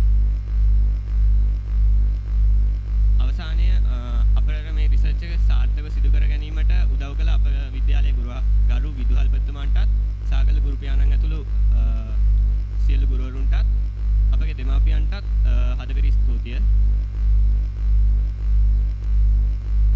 එතකොට අපිට අනාගතයේ යම් දවසක වර්තමානයට වඩා දියුණු පියාඹීමේ ක්‍රමයක් අත්විඳීමට හැකි වේවා යන ප්‍රාර්ථනාව ඇතුව the movement of aerial animals and machines යන මාතෘකාව යටතේ අපගේ රිසර්ච් එක අපි මෙතනින් අවසන් කරනවා.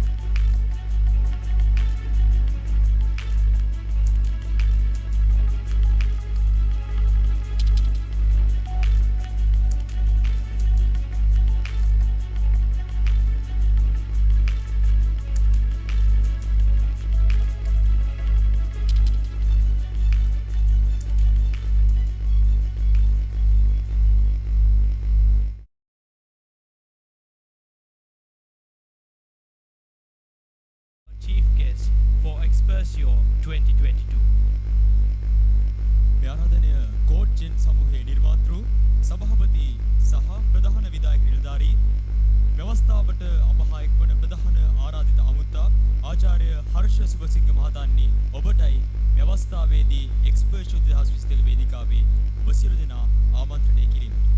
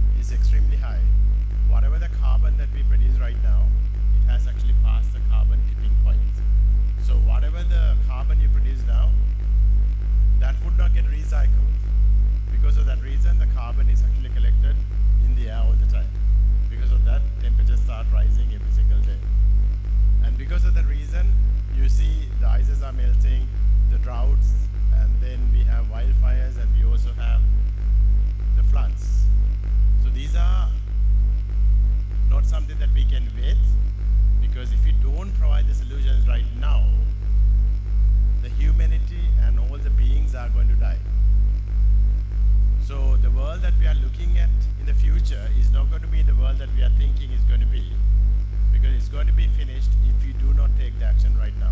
So as Cogen concerned, we started developing those solutions to stop the global warming. Sustainable solutions. So through that, we have in different verticals, we work on automobile, we work on charging, we work on AI grow, which is agriculture, and then also in the power, and also we have a designing studio as well on Vega. So back in 8 years ago, we decided to build a supercar. So everybody asked why supercar? Because we as a nation, people thought that we don't know how to build anything. We are very famous only for tea, rubber and coconut. So because of that reason, we want to showcase the world that we can build a supercar better than anybody else. So we started our journey in 2014, and 2019 we finished it, and 2020 we went to the Geneva first show, and we are the first ever car to showcase in Geneva. So this car was started every single thing from scratch. So we did not have engineers who had the knowledge of building supercars. So we had to learn every single thing from scratch. And whenever you make a supercar, you should understand that it runs 0 to 100 kilometers in 3.1 seconds. And then the production version will go 0 to 110 in 2.4 seconds. 2.4 seconds is like you do 1, 2, and it's reached 100. So in order to do that, there are so much of engineering goes there, because it has to have the ability of braking, ability of acceleration, ability of aerodynamic, and there are so much of engineering design goes into build a car like that. That's the very reason that only very few people build supercars in this world. But in this case, we develop every single thing by ourselves. So this particular car is completely built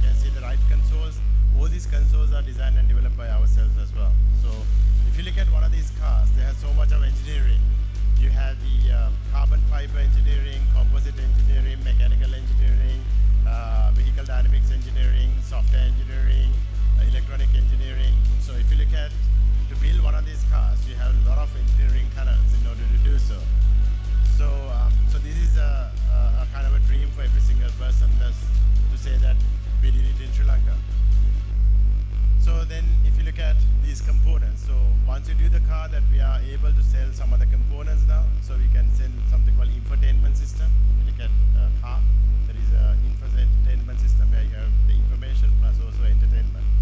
So that's a different area of business. And you have motor controllers. So these motor controllers are driving something called 450 kilowatts motors. So the production vehicle have 1.4 megawatt of power. So for that, you need to have very, very high power controllers, which drives 700 volts, 600 amps. So when you drive 600 amps through a cable, in 1 minute it can get melted out. So it's that kind of power that goes through this particular car. So we design our own batteries, we design our own chassis, we design our own infotainment system, internal, external, our controllers, everything. So today we sell those parts to other people as well. So we do something called industrial designing, mechanical designing, and prototyping, electronic and firmware, and simulation analysis, testing and validation.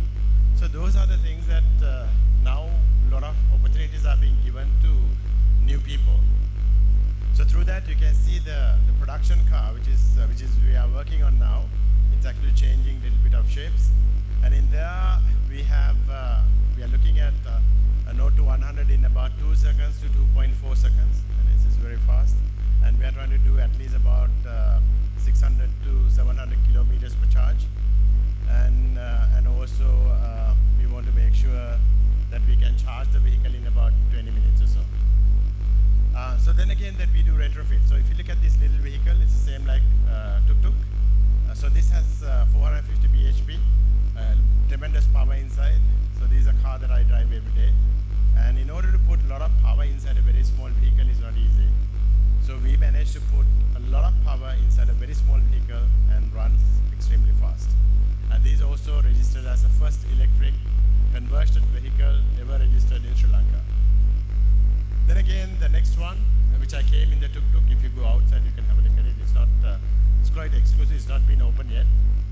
But I came last night in the tuk-tuk to Kandy, and then I just came to your event as well. See, this tuk-tuk market is about $30 billion market. If you look at the tuk-tuk over there are a lot of functionalities and features that where we can capture about 30% of the market. So year on year, $30 billion market, taking 20% is about $6 billion market. So our annual export revenue is about $12 billion. So we as a company, we probably be able to make about 50% of the foreign revenue to this country in about a year or two or so. So this is a tuk-tuk that going into the market in June and July.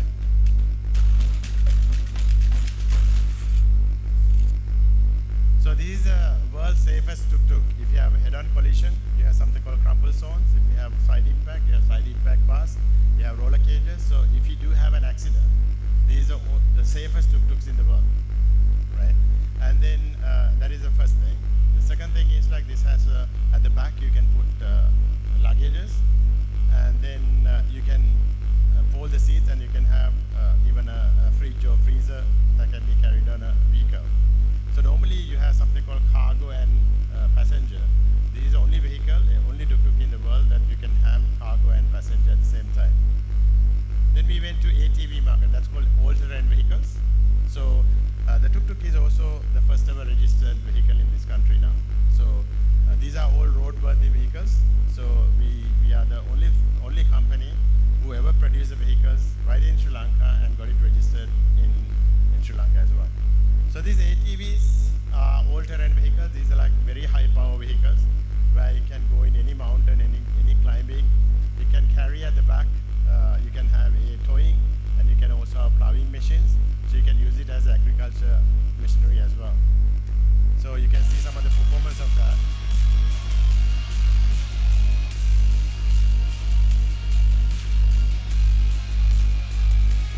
So to get this performance on a vehicle that is manufactured in Sri Lanka, they are not easy work, but you can see how much of talent those guys have to build super cool vehicles like this.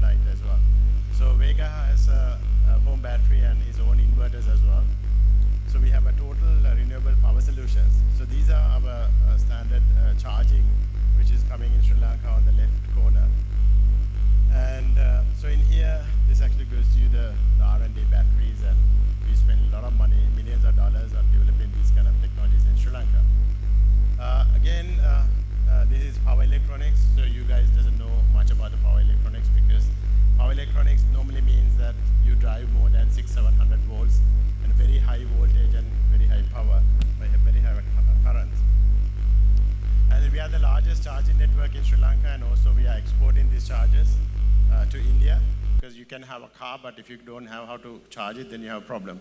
So we have our own charging network. We have superchargers, we have fast chargers, we have level 2 chargers and apartment chargers and car park chargers and all that.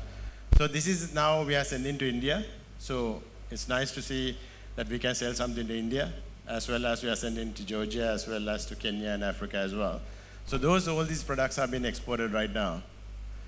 So whenever you want to go somewhere, you have our app and it will tell you where the charging network is and how much of mileage left. You can go there, you can charge for about half an hour, 45 minutes, and you can back again. So pretty much you can go around in Kandy and also Colombo, and you can go around in the country just charging the vehicle. So this is the first charge ever set up in India, and then now India is growing extremely fast. So for me to come from Kandy to Colombo to Kandy, it cost me about 420 rupees of power.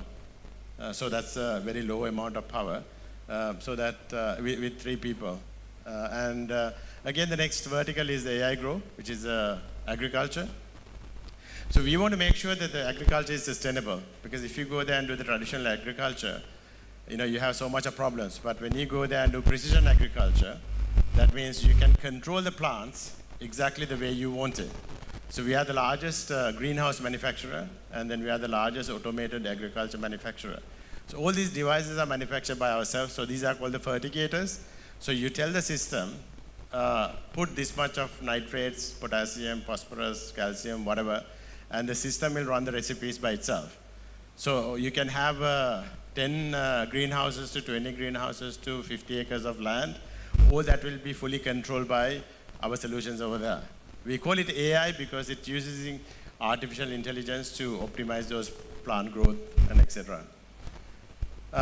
So in here, we can see all these different products. So now we export them to Thailand and a few other countries as well. So these are all electronics and software and firmware designed and developed by ourselves. So these are the large farms that has been completely controlled by our solutions. And then we take a serious amount of data about the plants and the weather and the humidity and all that kind of stuff. And we optimize them and we make sure that we get the maximum yield out of a very small area. So what you can do now is like you can have a greenhouse where you can manufacture 5 times more crops than in outside. And also you can save 90% of the water because you are injecting only precision amount of water and also the nutrients. And you can save about 80% of the fertilizer as well, because the computers are controlled that it only provides the amount of fertilizer that requires. So these are the production greenhouses. So those are all fully automated. Then also we work on the plastic. So the plastic side, we want to make sure that you don't use the plastic bottles, that you can go there and fill it up. So I also see in here a lot of people are using plastic bottles, and then that's a big pollution to the entire environment. So normally it's better to have a glass bottles and just fill it up and give it to the people, so rather than just wasting the plastic. So our whole vision is to help the nature, so that mobility will be electric, charging stations to go with that, solar energy to give the power, and battery to storage, and agriculture so that you don't use a lot of land, and you are not wasting any land, so the land can be cultivated and the rest of the can be forests, and also plastic reduction. Then we have something called very high-end qubits labs in every single university. Every university we have a space called qubits labs, and these are the labs, and we offer PhDs. So every year we get about 5-6 PhDs coming out, and those are industrial sponsored first ever PhDs. So those are very high-end technology that we design. So one part in Moroto University is only about the artificial intelligence core algorithms. And in there, we have intelligent agents, negotiation agents, personalization, recommendation engines, information extraction and semantic analysis, plant health growing. So there are so many different AI technologies that we use and then we develop. And in those areas. So AI ecosystem is pretty large for you guys, but it's a big, so now you guys know that how ChatGPT is working. So we were developing this this kind of machine since 2008 or so. So we are actually getting all the schools to have a single integrated solutions so that the children can study very effectively and efficiently. We also work on our own solar cell, which we are going to produce very soon. And that will be the solar cell that has been embedded into car body and houses. And so we are trying to make low-cost housing materials. And again, the biggest one is actually the drones. So right now, I have about half an hour to get there because we have big drone research going there for the last 7 years. So we are building the first ever drone to carry a human. So at the moment, our drones can carry about 20 kilograms. You tell A to B and it'll go A to B. You don't have to do anything. You just press the button and it'll go. So now we are actually making a human to carry. And so that we can go A to B very quickly. So for me to go from here to Colombo will take me about 45 minutes on our drones. And that will cost me only about 60 kilowatts of power. So 60 kilowatts at commercial rate is about 2,400 rupees. To come back, another 2,400 rupees. That will be 4,800 rupees to go and come back. And then 4,800 rupees as opposed to helicopter will take you 300,000 rupees. So you can cut the whole price down. Anybody can fly in the very near future. So I don't believe that you need the vehicles in the future because you can go A to B on the drones. So you have a set defined drone paths. You jump into the drone, it'll take you A to B. So whether your traffic is there or your roads are not good, you can still use the drone paths so that you can go very quickly and effectively around the country. So we're trying to build this one and we are going to run this one in Maldives first. And one is working that we will slowly move to Sri Lanka as well. Then again that we develop our own battery cells. That is in, again, Peradeniya University. So to develop the whole battery is a big challenge because the lithium is running out right now.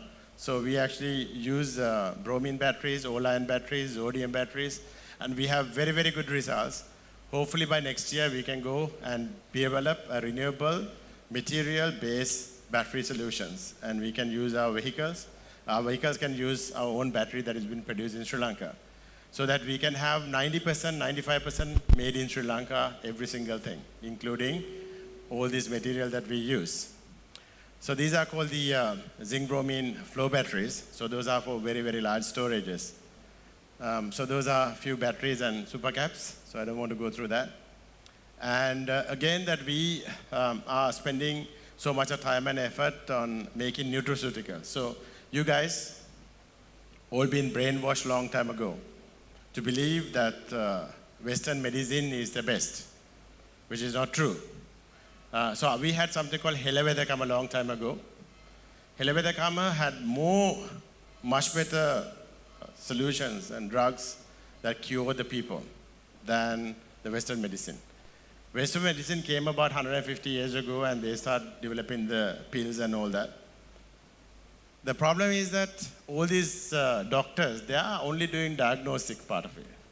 But the medicine part of it is done by the pharmaceutical company.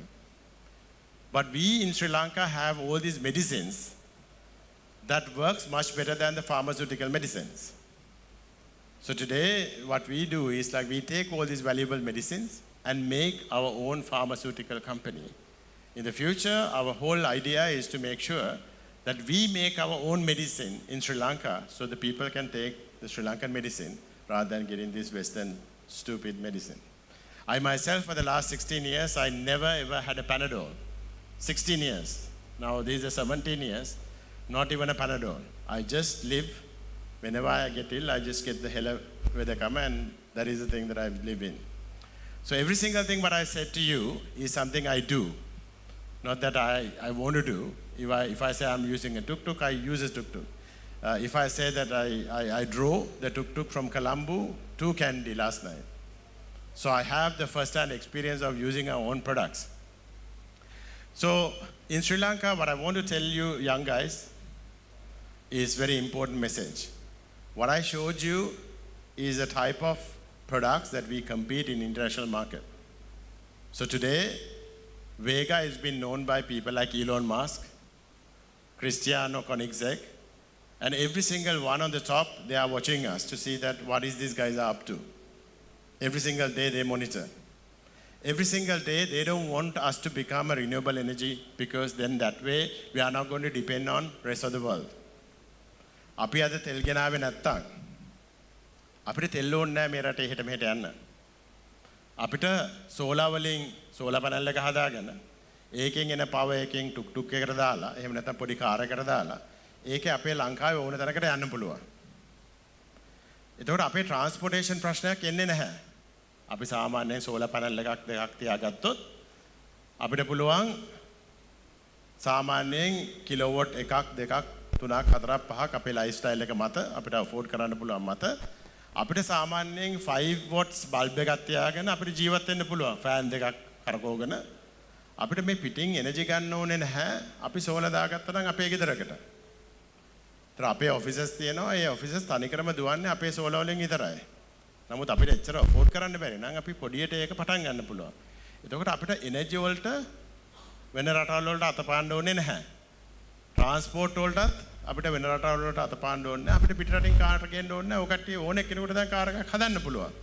හදන්න පුළුවන් ඉදී කියලා දීලා තියෙනවා, register කරලා දීලා තියෙනවා. ඕන shape එකක් අරගෙන දැන් හදන එකයි තියෙන්නේ. ඒ හදන එක ගොඩක් ලේසි. මොකද ඕවට කියන්නේ කොම්පොසිට් මැටීරියල්ස් කියලා මේ ඔක්කොම අපි ඩිසයින් කරන්නේ මෙහි ලංකාවේ. දැන් මේ දවස්වල ලොකු ෆයිට් එකක් යනවා මමයි ගවර්න්මන්ට් එකයි. මොකද හෙම් කියන එක මම කියනවා මේ කට්ටියට ලීගලයිස් කරන්න කියලා. මොකද හෙම් වලින් තමයි අපිට මේ ස්ට්‍රෝංම මැටීරියල් එක හදන්න පුළුවන්. හෙම් කියන්නේ කැනබිස් වල THC එක අඩුම තියෙන ප්ලාන්ට් එක. ඒ ප්ලාන්ට් එකේ තියෙනවා ලොකු ස්ට්‍රෙන්ත් එකක්. ඒකෙන් අපිට සජ්ජයක් හදාගෙන අපිට පුළුවන් මේ ගෙවල් වල බිත්ති හදන්න. ඒතර මට පුළුවන් ගෙදරක් හදන්න. දැන් රුපියල් 10000ක් යනවා නම් ස්ක්වයර් ෆුට් එකකට මට පුළුවන් රුපියල් 4000ට හදන්න. ඊටත් වඩා අඩුවට හදන්න පුළුවන්. හැබැයි ඊට වඩා ලස්සනට හදන්න පුළුවන්. ඒ හදන්න පුළුවන් ක්‍රමවේද අපි ගාව තියෙනවා. අපිට සබදාහමෙන්ම අපිට මේ සොලියුෂන් එක හොයාගන්න පුළුවන්. අනේ ඒකින්ද අපිට ගෙදරකුත් අඩුවට ගන්න පුළුවන් නම් එනර්ජි ෆ්‍රී හම්බ වෙනවා නම් යන්න එන්නත් වාහන ලංකාවෙම තියෙනවා නම් ඊට පස්සේ අපි අමතක නොකරන්න ඕනේ එක දෙයක් තමයි අපේ ලංකාවේ මිනිස්සුන්ට කණ්ඩ බොණ්ඩ කිසි ප්‍රශ්නයක් තියෙන්න විදියක් නැහැ. මොකද අපි මෑටයක් දැම්මොත් අඹ ඇටයක් දැම්මොත් ඒක පැලවෙනවා.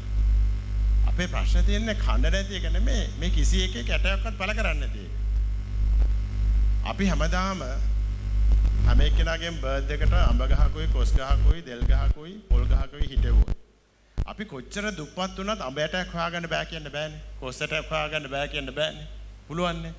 ඕක වල දාලා වැළලුවා නම් අද වෙනකොට අවුරුදු 3ක් විතර යනකොට අපිට කොස් ගස් මිලියන 22යි අඹ ගස් මිලියන 22යි දෙල් ගස් මිලියන 22යි පොල් ගස් මිලියන 22යි තිබ්බට පස්සේ කොහොමද එක මිනිහෙක් කන්න නැතුව මැරෙන්නේ? අපේ රටේ විතරයි වතුර තියෙන ගංගා ඇලදොලවල් තියෙනවා 72ක්. ඕකට කවුරක්වත් දන්නේ නැතුව ඇති. හැබැයි අපි ඩුබායි ගියොත් එහෙම කිසිම එකක් නැහැ. අපි ඉන්දියාවට ගියොත් ඉන්දියාවේ තියෙන්නේ 12ක්ද කොහෙද? අපි ඕස්ට්‍රේලියාවට ගියොත් ඕස්ට්‍රේලියාවේ තියෙන වෝටර් සෝසස් 3යි. ඕනනම් ගිහලා හරියට හොයලා බලන්න. ඒ 3 නැති වුණොත් ඒ කට්ටියට ෆ්‍රෙෂ් වෝටර් නැහැ. අපිට ඕන තරම් ෆ්‍රෙෂ් වෝටර් තියෙනවා. නමුත් අපි කරන්නේ වතුර වැටුණ ගමන් වැස්ස ආපු ගමන් ඒ වතුර ටික පුළුවන් තරම් කාණු දාලා ගඟට දාලා මුහුදට දානවා. හරිනම් අපි මේ වතුර ටික මෙහෙ සේව් කරගන්න ඕනේ. මෙහෙ තියාගන්න ඕනේ. මෙහෙ තියාගන්න නැතුව අපි කරන්නේ වතුර ටුක් ගාලා අරිනවා. වතුර ඇරියට පස්සේ තමයි ඒ අපේ සබදාහමෙන් තියෙන අපිට දීලා තියෙන දායාදේ අපිට නැති කරගන්නවා. අපිට 365 days අපිට තියෙනවා sunlight. ඒකට ඒකෙන් අපි කිසිම ප්‍රයෝජනයක් ගන්නෙ නැහැ. මේ මිනිස්සුන්ට වගා කරන්න පුළුවන් සීසන්ස් වලට විතරයි. නමුත් අපිට සීසනල් වගා ඕනේ නැහැ. හෙට ඔය කට්ටිය මෑටයක් දැම්මොත් සුමාන 4ක් යනකොට මෑ ගහේ මෑ කරල් එනවා. දැන් මම ඔය කට්ටිය ඔක්කොගෙම ඇහුවොත් කී දෙනෙක් ලොකු ගස් 10ට වඩා හදලා තියෙන කට්ටිය අත උස්සන්න බලන්න. ඒ කියන්නේ කොස් ගස් 10ක් හදපු කට්ටිය අත උස්සන්න. අඹ ගස් 10ක් හිටපු කට්ටිය අත උස්සන්න. අඹ ගස් 10ක් හදලා තියෙනවා. එක්කෙනා ඉන්නේ. එතකොට පොල් ගස් 10ට වඩා හදපු කට්ටිය තමන්ගේ අතේ එක්කෙනෙක් දෙන්නෙක් ඉන්නවා. දෙන්නෙක් ඉන්නවා. එතකොට මේ අඹ ගහකුයි දෙල් ගහකුයි පොස් ගහකුයි හැදුවේ නැත්තම් ඕ කට්ටියගෙන් දැන් වයස අවුරුදු 12 13 14 15 වෙනකොට ඕ කට්ටිය ඕ දේවල් කරලා තියෙන්න ඕනේ. හරි. එතකොට දැන් මේ වගේ තැනකදී මට කියන්න ඕනෙලා තිබ්බේ මේ හැම දෙයකම ඉනෝවේෂන් එක තමයි කී. කියන්නේ අපිට මාකට් එකක් නැහැ කියලා අනන්න යන්න ඕනේ. අපේ ප්‍රොඩක්ට් එකේ ඉනෝවේෂන් එකක් තියෙනවා නම් ඒ ප්‍රොඩක්ට් එක ඔටෝමැටිකලි ලීඩ් කරනවා. ඒ වගේම මේ ලෝකේ ඕන දෙයක් කරන්න යනවා නම් you need to have a passion. If you don't have a passion, don't do it at all. මොකද අම්මලා කියන හින්දා හරි තාත්තලා කියන හින්දා හරි කවුරුහරි කියන හින්දා මොනවාක්වත් කරන්න යන්න එපා. මොකද අපි කවදාකවත් සන්තෝෂ වෙන්නේ නැහැ අපි පැෂන් එකක් කරන දෙයක් කරන්නේ නැත්තම්. මේකට හේතුව දැන් ඕක කට්ටිය ලොකු වෙනකොට තියෙන ප්‍රශ්නේ මම හැමදාම අමෙදිතුමාත් එක්කත් කතා කරගෙන ඉන්නවා NIA ගේ කට්ටියත් එක්කත් කතා කරගෙන ඉන්නවා මම හැමදාම බැන ඉන්නවා මේ এডুকেෂන් සිස්ටම් එක වෙනස් කරන්න කියලා. මොකද ඔයාට උගන්වන ඕන දෙයක් වා ChatGPT එකෙන් ඇහුවොත් එයා ඔක්කොම ටික උගන්වලා දෙනවා. ChatGPT එකෙන් ඉගෙන ගන්න බැරි කිසිම දෙයක් නැහැ. රිසර්ච් වල තිබ්බේවත් ඉගෙන ගන්න පුළුවන්, මෙඩිසින් උත් ඉගෙන ගන්න පුළුවන්, අරවත් ඉගෙන ගන්න පුළුවන්, මෙව්වත් ඉගෙන ගන්න පුළුවන්. ඒතර අපි තව අවුරුදු 5ක් 6ක් යනකොට අපි අහන්න ඕනේ ප්‍රශ්නේ තමයි අවුරුදු 5කට පස්සේ අපිට මොකද වෙන්නේ කියලා.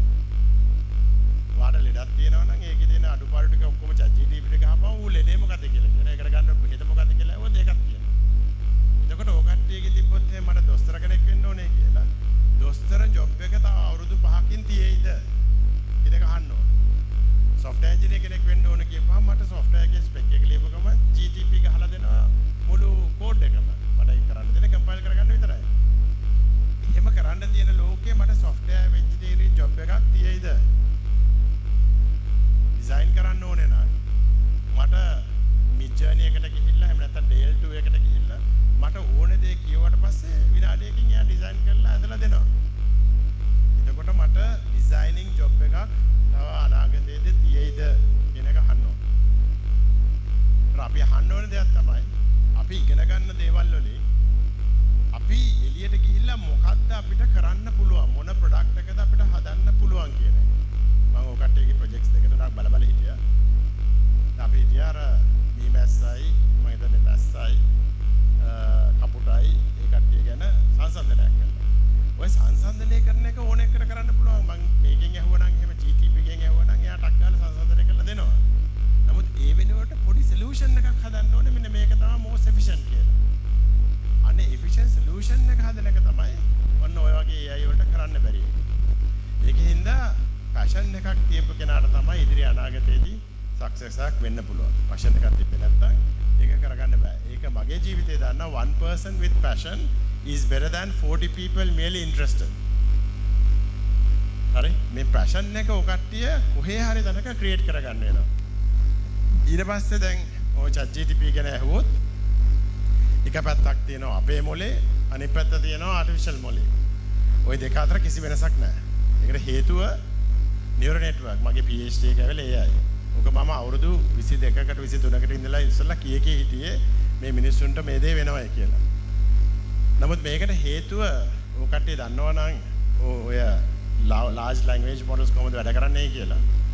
ඒ large language model එකේදී කරන්නේ සාමාන්‍යයෙන් පොඩි ළමෙක් හදුනට පස්සේ මේ ළමයාට මේ ලෝකේ පේනවා. මේ ලෝකේ හැම දෙයක්ම මේ ළමයාට පේනවා. මේ ළමයාට මේ ලෝක පෙන්වන්නට වැඩක් නැහැ. මේ ළමයා දන්නේ නැහැ මොකක්ද කියලා. ඊට පස්සේ කවුරු හරි කියනවා මේක නිල් පාට කියලා 51 පාරක් කියපුවාම එයාගේ වය වෙනවා මේක නිල් කියලා. කොළ පාට කියපුවාම මෙන්න මේ බ්‍රේන් එකේ නියුරෝන්ස් ටික ට්‍රිගර් වෙනවා මේක කොළ කියලා. ඊට පස්සේ මේ අම්මා, මේ තාත්තා, මේ අයියා, මේ ගහ, මේ පුතා අරවයි මේවයි කියලා. ඊට පස්සේ අම්මා ළමයට ආදරේ අරවයි මේවයි කියලා මෙන්න මේ පැත්ත ට්‍රේන් කරනවා. ඒතර මේක ට්‍රේන් කරන්න අවුරුද්දක් 2ක් 3ක් 4ක් 5ක් 6ක් යනවා. නමුත් අර පැත්තට ඔක ට්‍රේන් කරන්න යන්නේ විනාඩි 2යි 3යි. මේක නිල් මේක අහ කියලා ක්ලාසිෆිකේෂන් නෙට්වර්ක් එකකට දාන්න විනාඩි 2 3යි යන්නේ මේ පැත්තට. හැබැයි මිනිහෙකුට ඕක කරන්න සෑහෙන කාලයක් යනවා. නමුත් අපි ඉපදුනාට පස්සේ අපි දකින්නේ නැහැ නිල් පාට, අපි දකින්නේ නැහැ රතු පාට, අපි දකින්නේ නැහැ කොළ පාට, අපි දකින්නේ නැහැ අම්මලා, අපි දකින්නේ හැබැයි අපි දකිනවා. අපි මොකද්ද දකින්නේ? අපි දකින ලෝකේ මේ හදලා දීලා තියෙන්නේ මේ ලෝකේ මේක නිල් පාට, මේක රතු පාට, මේක කොළ පාට, මේක කහ පාට කියලා අපි ඇතුලෙන් කියෝලා තමයි එළිය දකින්නේ. අපි දකිනවා මිසක් අපිට ඒවා පේන්නේ නැහැ. අපිට පේන දේවල් ඔය අඹ ගහක් කොල් ගහක් කෙස් ගහක් කියලා මොනවාක්වත් නැහැ. අපිට හදලා දුන්න ලෝකය ඇතුලේ තමයි ඔන්න ඔය රතු පාට නිල් පාට අම්මලා තාත්තලා ඔක්කොමලා ඉන්නේ. නමුත් හදන්න ඉස්සරින් තිබ්බ ලෝකෙ ඔය කිසිම දෙයක් තිබ්බේ නැහැ. ඕනනම් ඕ කට්ටිය පිටිපස්සට ගිහිල්ලා බලන්න. ඕ කට්ටිය ඉපදෙන කාලේ ඉපදුන දීලා මාසෙකට දෙකක් ගියාට පස්සේ මොකද්ද දැක්කේ කියලා. එදා හිටියේ නැති අම්මා කොහමද අද ඉන්නේ? මොකද ඒවට කියනවා අපිව ප්‍රෝග්‍රෑම් කරනවා කියලා. එතකොට මේ හිත කියන එක හදන්නේ මෙන්න අවුරුද්දක් මාස 6ක් විතර ගියාට පස්සේ ළමයාගේ ඇතුලේ අපි තමයි සොසයිටි එක තමයි හිත හදන්නේ. ඒ වගේම තමයි බොඩ්ගේ අනිත් පැත්ත හදන්නේ අපේ ට්‍රේඩින් මොඩල්ස් වලින්. එතකොට මේ බොට්ට කරන්න පුළුවන් එකයි අපිට කරන්න පුළුවන් අතර කිසි වෙනසක් නැහැ. නමුත් අපි හිතුවොත් එහෙම අපේ නියුරෝන් මොඩල් එකේ අපේ නියුරෝන්ස් ෆයර් වෙන්නේ අපි හිතමු කුරුල්ලෙක් දැක්කා කියලා. කුරුල්ලෙක් දැක්කොත් අපි ආමේ ලස්සන කුරුල්ලා මේ ගේ කුරුල්ලා මූට පිහාටු තියනවා කියලා අපි ෆොටෝ එකක් ගන්නවා. ඊට පස්සේ අපි මොන හරි සෝෂල් මීඩියා එකකට ගිහිල්ලා ඕක දාලා ඉවරලා ගොන් චූන් එකක් ගන්නවා. හැබැයි අයින්ස්ටයින් වගේ කෙනෙක් දැක්කොත් එයා හිතනවා අයි මේකට හේතුව එහෙම එහෙම කියලා ඒ කට්ටියගේ නියුරෝන්ස් ෆයර් වෙන ඩෙප්ත් එක වැඩි. ඒ වගේ තමයි මේ අපි හදලා තියෙන chat GTP එහෙම නැත්නම් ට්‍රාන්ස්ෆෝර්ම් මොඩල් එකේ මේ නියුරෝන්ස් ෆයර් වෙන ඩෙප්ත් එක වැඩි. ඒකට ඒ කට්ටියට පුළුවන් හිතන්න පුළුවන් ඒ කට්ටියට පුළුවන් රීසනින් කරන්න පුළුවන් ලෙවල් එක සාමාන්‍ය මිනිස් මනසකට වඩා වැඩි. ඒකින්ද ඒක අමතක කරන්න එපා. එතකොට එහෙමනම් අපිට මේවා බීට් කරන්න විදියක් අපි හොයාගන්න ඕනේ. මේවා බීට් කරන්න නම් අපි හැම වෙලාවෙම බලන්න ඕනේ අපේ මයින්ඩ් සෙට් එක අපි හිතන විදිය වෙනස් කරන්න ඕනේ කියලා. දැන් අපි ගිහිල්ලා ඉවරලා ඔය කට්ටිය දැන් A level කරන කට්ටිය නැත්නම් O level කරන කට්ටිය ටියුෂන් ක්ලාස් ගිහිල්ලා අර පරණ ප්‍රශ්න පත්‍ර කියවලා ටියුෂන් මාස්ටර් දෙනවා ඔක්කොම ප්‍රශ්න පත්‍ර ටික. දුන්නාට පස්සේ ඔය පරණ ප්‍රශ්න පත්‍ර වලට උත්තර දුන්නාට පස්සේ ඒකෙන් A level එකට යනවා. A level එකෙන් යුනිවර්සිටි එකට යනවා. යුනිවර්සිටි එකේත් ඔහොම ගිහිල්ලා ඔන්න අවුරුදු 4-5ක් ගියාට පස්සේ මගේ ගාවට එනවා. මගේ ගාවට ආවට පස්සේ මේ ඔක්කොම උන් ටික බැනුම් අහනවා. මොකද මට ඕන දේවල් මේ කිසි එක්කෙකුට කරන්න බෑ. මට ඕන කිසි දෙයක් කිසිම එක්කෙනෙකුට කරන්න බෑ. ඊට පස්සේ මම මාස 6ක් 8ක් අවුරුද්දක් විතර උගන්වන්න ඕනේ මුංගෙන් වැඩක් ගන්න. ඒතර අපි අවුරුදු 24ක් ඉගෙන ගත්ත දේෙන් අපිට කෙලින්ම වැඩක් ගන්න බැරි නම් අපිට ලොකු ප්‍රශ්නයක් තියෙනවා. එවනම් අපි හිතන විදිය කරන විදිය ඉගෙන ගන්න විදිය වෙනස් කරන්න ඕනේ. එහෙම වෙනස් කරන්න නම් අපි අර හිතපු A level විදිය, O level විදිය, යුනිවර්සිටි විදිය, ඩිග්‍රී විදිය, මාස්ටර්ස් විදිය, PhD විදිය ඔක්කොම වෙනස් කරන්න වෙනවා. ඒකෙන් තමයි මම කියන්නේ මේ මයින්ඩ්සෙට් එක අපි වෙනස් කරොත් අපේ actions වෙනස් වෙනවා. අපේ results වෙනස් වෙනවා. අපේ beliefs වෙනස් වෙනවා. අපේ thoughts වෙනස් වෙනවා. ඒක කරන්න නම් අපි හැම එක්කෙනාම මෙතන ඉස්කෝලවල වල නිකමර නෙමෙයිනේ. අපි මේවා එන්නේ අපි කවදා හරි දවසක successful human being කෙනෙක් වෙන්න. එහෙම වෙන්න නම් අපිට කැලි දෙකක් තියෙනවා. එකක් තියෙනවා අපේ passion එක. කවුරු හරි කෙනෙකුට දොස්තර කෙනෙක් වෙන්න ඕනේ. මොන හරි එකක් හදන කෙනෙක් වෙන්න ඕනේ. ලොකු බිස්නස් කාරයෙක් වෙන්න ඕනේ. එහෙම වුණාට මේ දේවල් කරන්න නම් අපිට අපිව බැක් කරන්න ඕන කර්ම ටිකකුත් තියෙනවා. අනේ එයා පිටිපස්සෙන් ඉන්නවා හැමදාම. ඉස්සරහින් කොච්චර try කරත් පිටිපස්ස අවුල් නම් ඒ වැඩ කරන්නේ නැහැ. So because of that reason you need to have balance between passion and also your good deeds. If you do that, knowledge is learning something every day. If you start doing that one, you start developing the wisdom. So as I showed you before, on the left hand side you have the brain that is being trained by the society. Once you shut down the brain, once you shut down the mind, that is the only time that you can get the wisdom out. Once you have the wisdom is the knowledge of millions and millions of years of experience that you have right inside you. But if you do not access that, you will only work from the mind. If you work from the mind, mind will be beaten by the AI within no time. It's already been beaten. So because of that reason, you have to try your best to shift your mind to the wisdom. You know, do that in Cogen, we have allocated spaces, we allocated scenic beauties, so that up in the hills, you can go there and you can work. We have working spaces, you can lodging places, we have mindfulness and all that, and we have agriculture. And then our whole core objective is to put every single person to become mindful and start meditating. So if you do not have that particular thing, that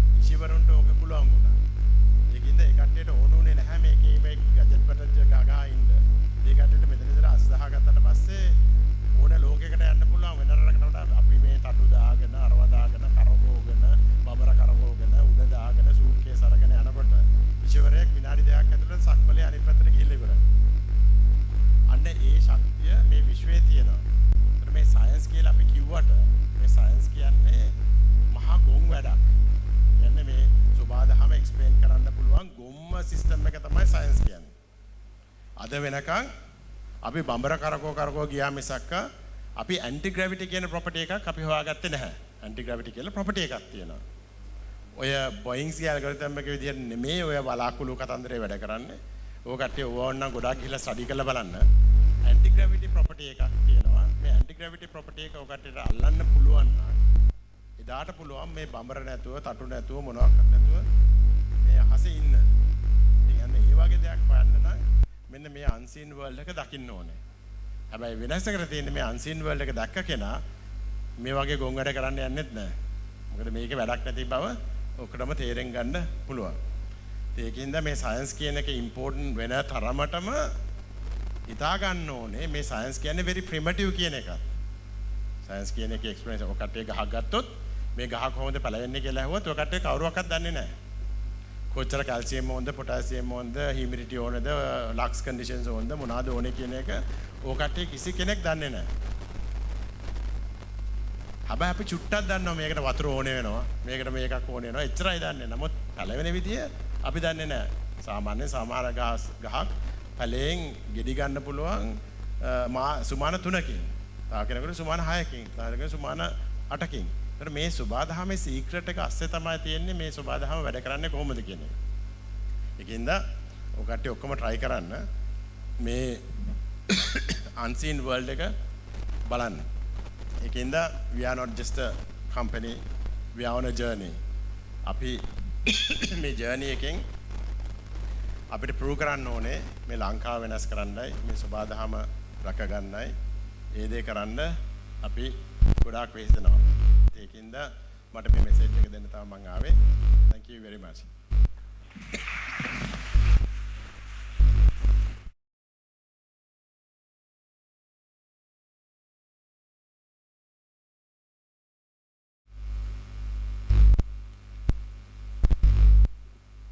මේ සූදානම අදිනේ සහතිකපත් ප්‍රදානය කිරීමේ දෙවන අධීර සඳහා යොමු වීමට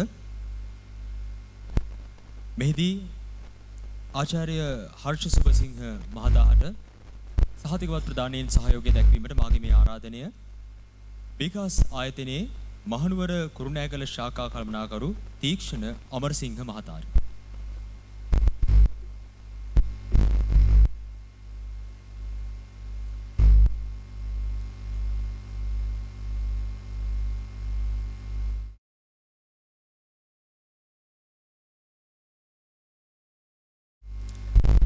Natural Science. Bronze medal for the research NSOR 13 Movement of Aerial Animals and Machines by Mahanama College. Hirosh Nivindu, Amisha Indura, Tatmira Bandara, Satsara Dinet and Pramod Salgadu, including Viruja Netsuka.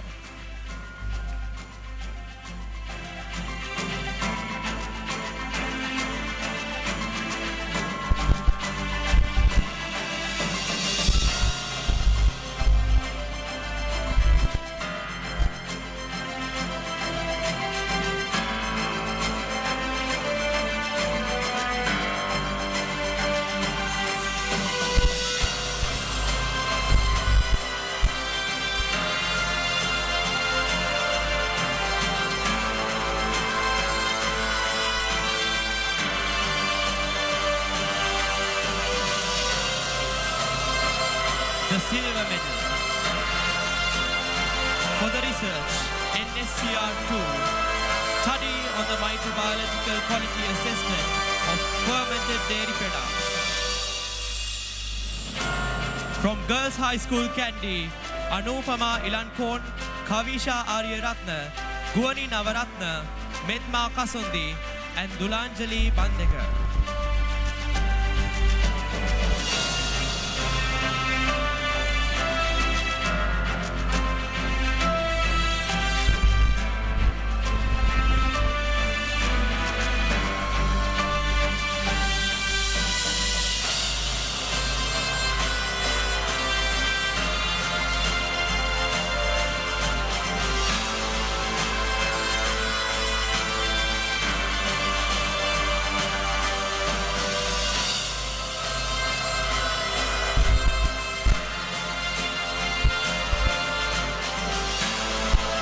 The gold medal for natural science For the research, NSCR1. Astounding impacts of growing plants under different colors of light, a project by Candy Girls High School, Manindri Epakanda.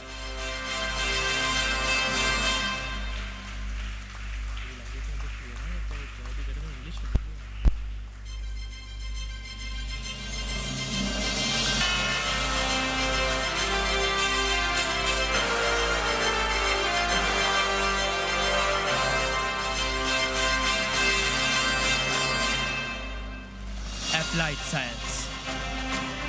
The bronze medal goes to the research ASOR1. How does proximity affect stellar scintillation? A project by Mahamaya Girls College, Kandy, Ruvindi Vegadapola.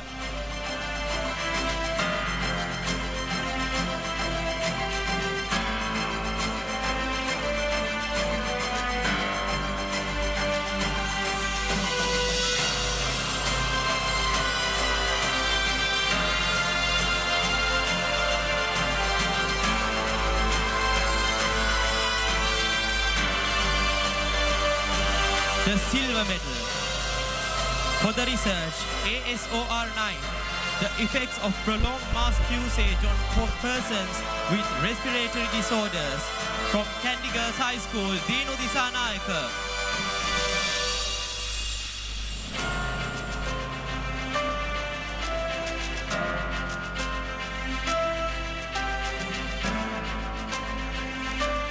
And the gold medal. For the research, ASCR4 on the topic, development of a novel processing method to improve the sensory quality of green tea and comparison of green tea processed by different methods in Sri Lanka. From Girls High School, Kandy, Havisha Rajapaksha.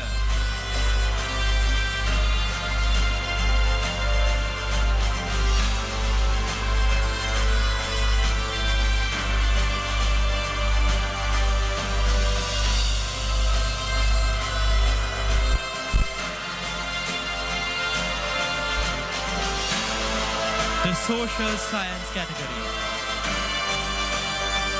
Bronze medal goes to the research SSOR 22, the online learning certification among the students. From Girls High School, Kandy, Himalaya Gunasekara.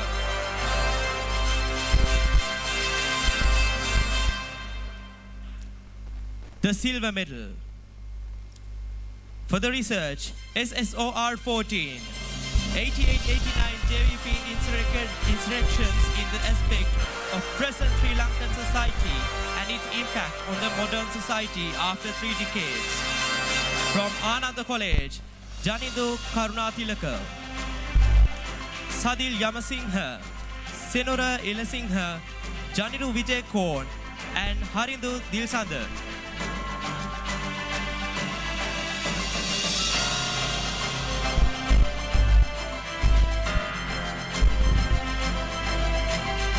Gold medal. For the research, SSCR1 on the topic, disordered eating, the first steps towards an eating disorders. From Mahamaya Girls College, Kandy, Lashini Petiagoda.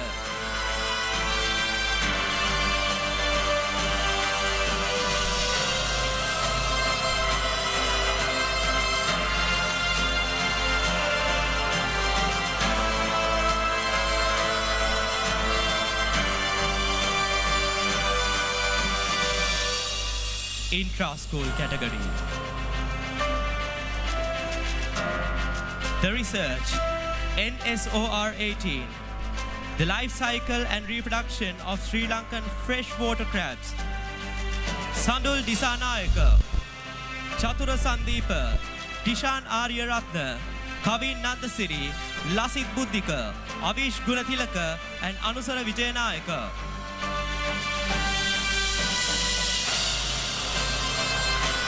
The research SSOR 6 on the topic effects of internet-based education in Sri Lanka. V. Disanayaka, A. Samarasingha, and P. Bandaragoda.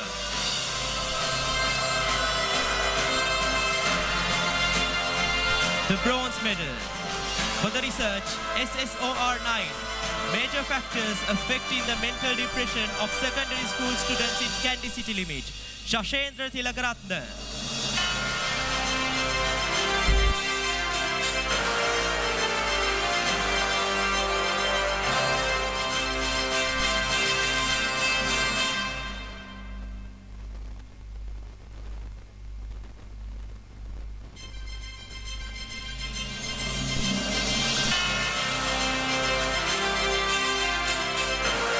The silver medal. For the research, ASCR5, study on effects of pet therapy on human blood pressure levels and human mental health. Anupama Mallika Ratna, Laknath Bandara, Kushen Dulanga, Sadmika Gunawardana, Dinsara Aryawansha and Yasasvi Vijay Kode.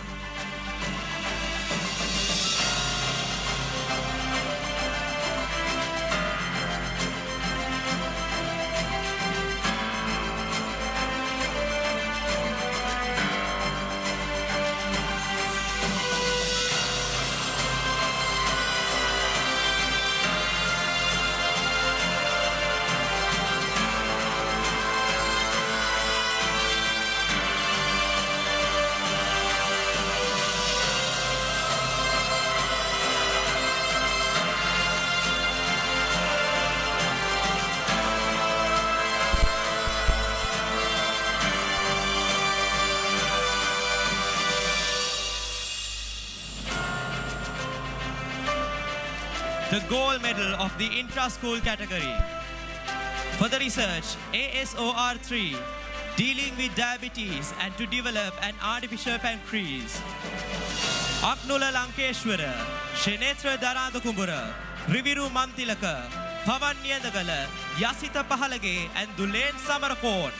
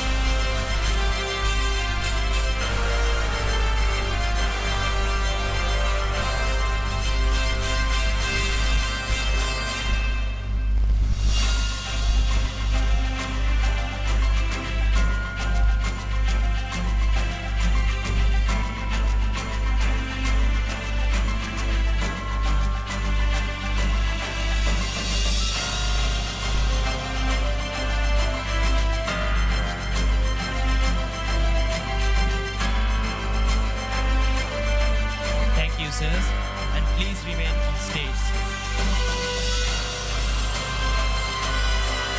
විද්‍යාලීය පරීක්ෂණ සංගම්බාර ආචාර්යනි එරන්දි රණසිංහ මහත්මයාගේ මේ ආරාධනය සම්භාවනීය අමුත්තන් සඳහා සමරු පළක පිරිනැමීම සඳහා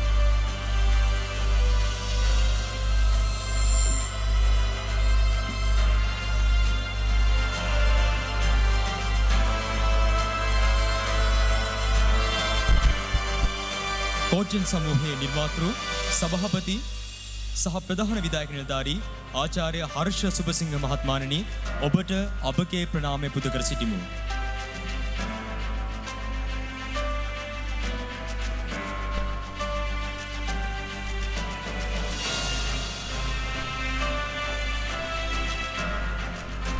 විගස් ආයතනයේ මහනුවර කුරුණෑගල ශාඛා කළමනාකාරු තීක්ෂණ අමරසිංහ මහතාණනි මේ අවස්ථාවේදී ඔබතුමන් හරත් අපගේ ප්‍රණාමය පුද කර සිටිමු.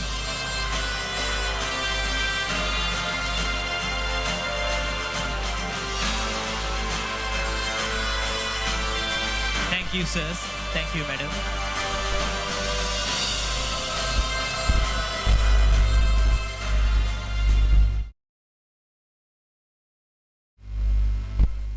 දන්නවා කිංස්වුඩ් විද්‍යාලය කියලා කියන්නේ සෑම අවස්ථාවකදීම වෙනස් දෙයක් අලුත් දෙයක් කරන්න උත්සාහ කරපු විද්‍යාලයක්.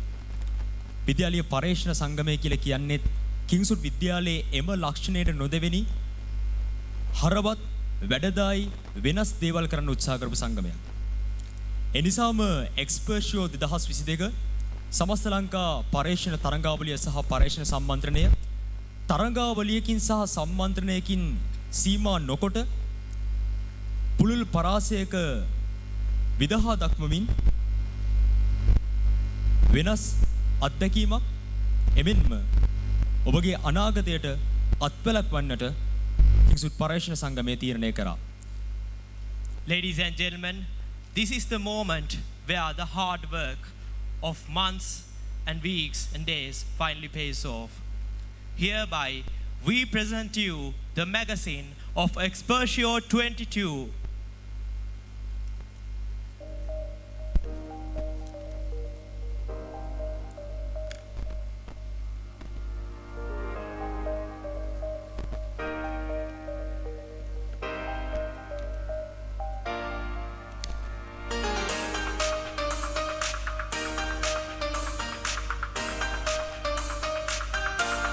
දිවයින පුරා නන්දෙසින් ලැබුණු පර්යේෂණයන් 160කට අධික සංඛ්‍යාවකින් හොඳම පර්යේෂණයන් 50 හොඳම පර්යේෂණ වාර්තා 50 එකතු කොට කැටි කොට නිර්මාණය කරන මෙම සංගරාව ඉතිහාසයේ ප්‍රථම වතාවට පාසලක් විසින් මෙසේ එළි දක්වනවා.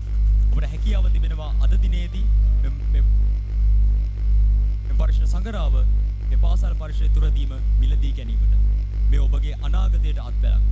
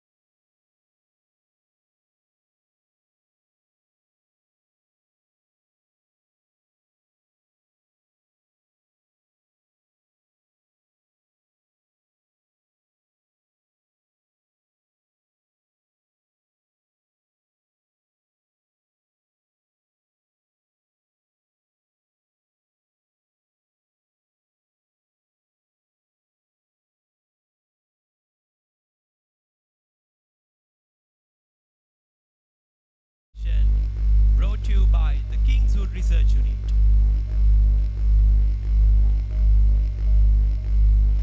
ඔබ උණුසුම් අත්පොළ සන්නාදය ලබා දෙන්න මෙසේ එළි දැක්වෙන්නේ එක්ස්පර්ෂියෝ 2022 පර්යේෂණ සංගරාවයි.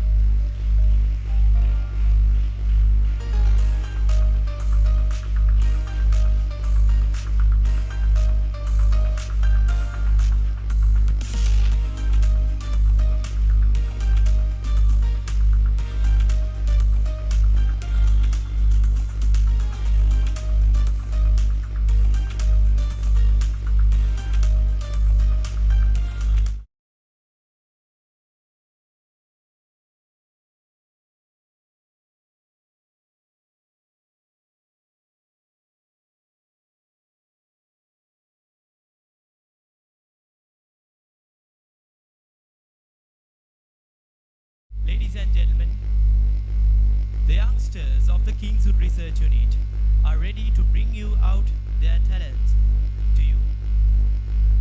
I invite the researchers of grade 5 to present their research on paleontology.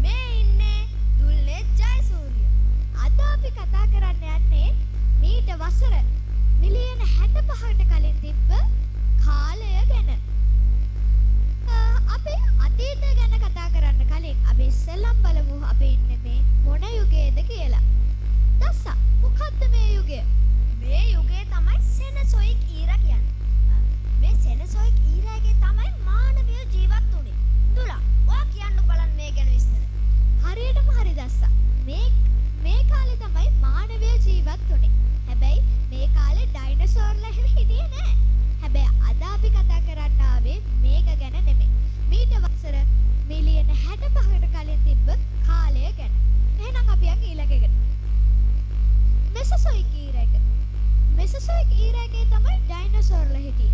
දස්ස ඔයාට පුළුවන් මේක ගැන පොඩ්ඩක් විස්තර කරන්න. පුළුවන් දුලා. මෙසොසොයික් ඊරාක යුග 3කට බෙදෙනවා. ඒකෙන් පළවෙනි යුගය තමයි ට්‍රයිසික් යුගය.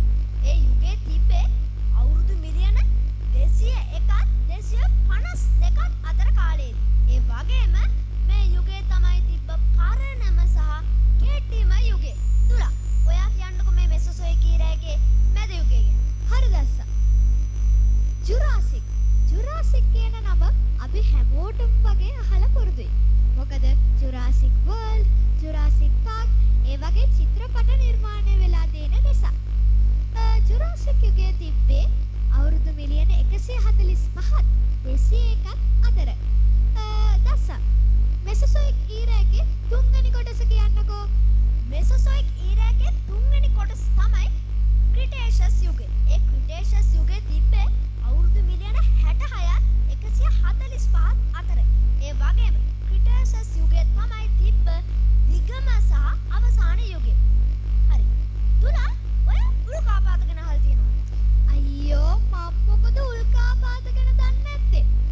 උල්කාපාත ඉතින් හැම වෙලාවෙම වැටෙනවනේ. අයියෝ, ඒ උල්කාපාත නෙවෙයි.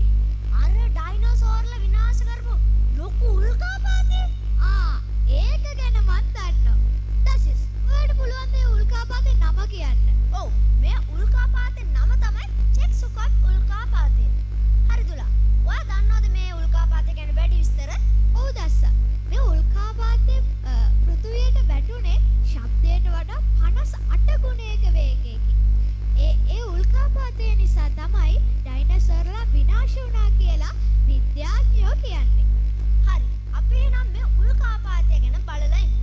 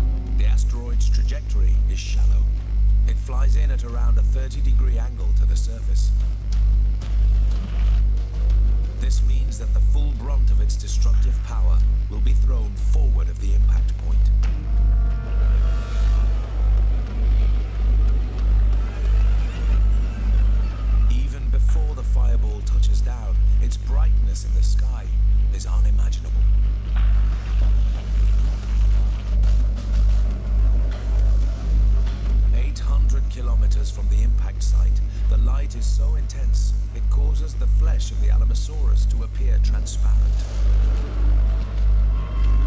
and burns images of their shadows onto the ground. The scorching light sears their eyeballs. They now can't see what's headed their way, but they can feel it.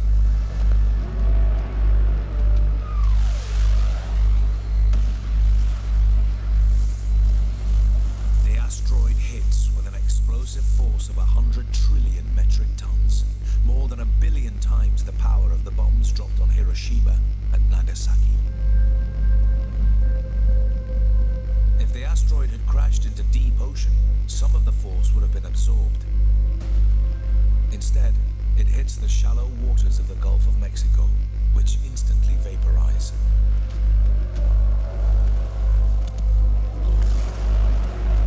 In a fraction of a second, the entire asteroid disintegrates into the planet.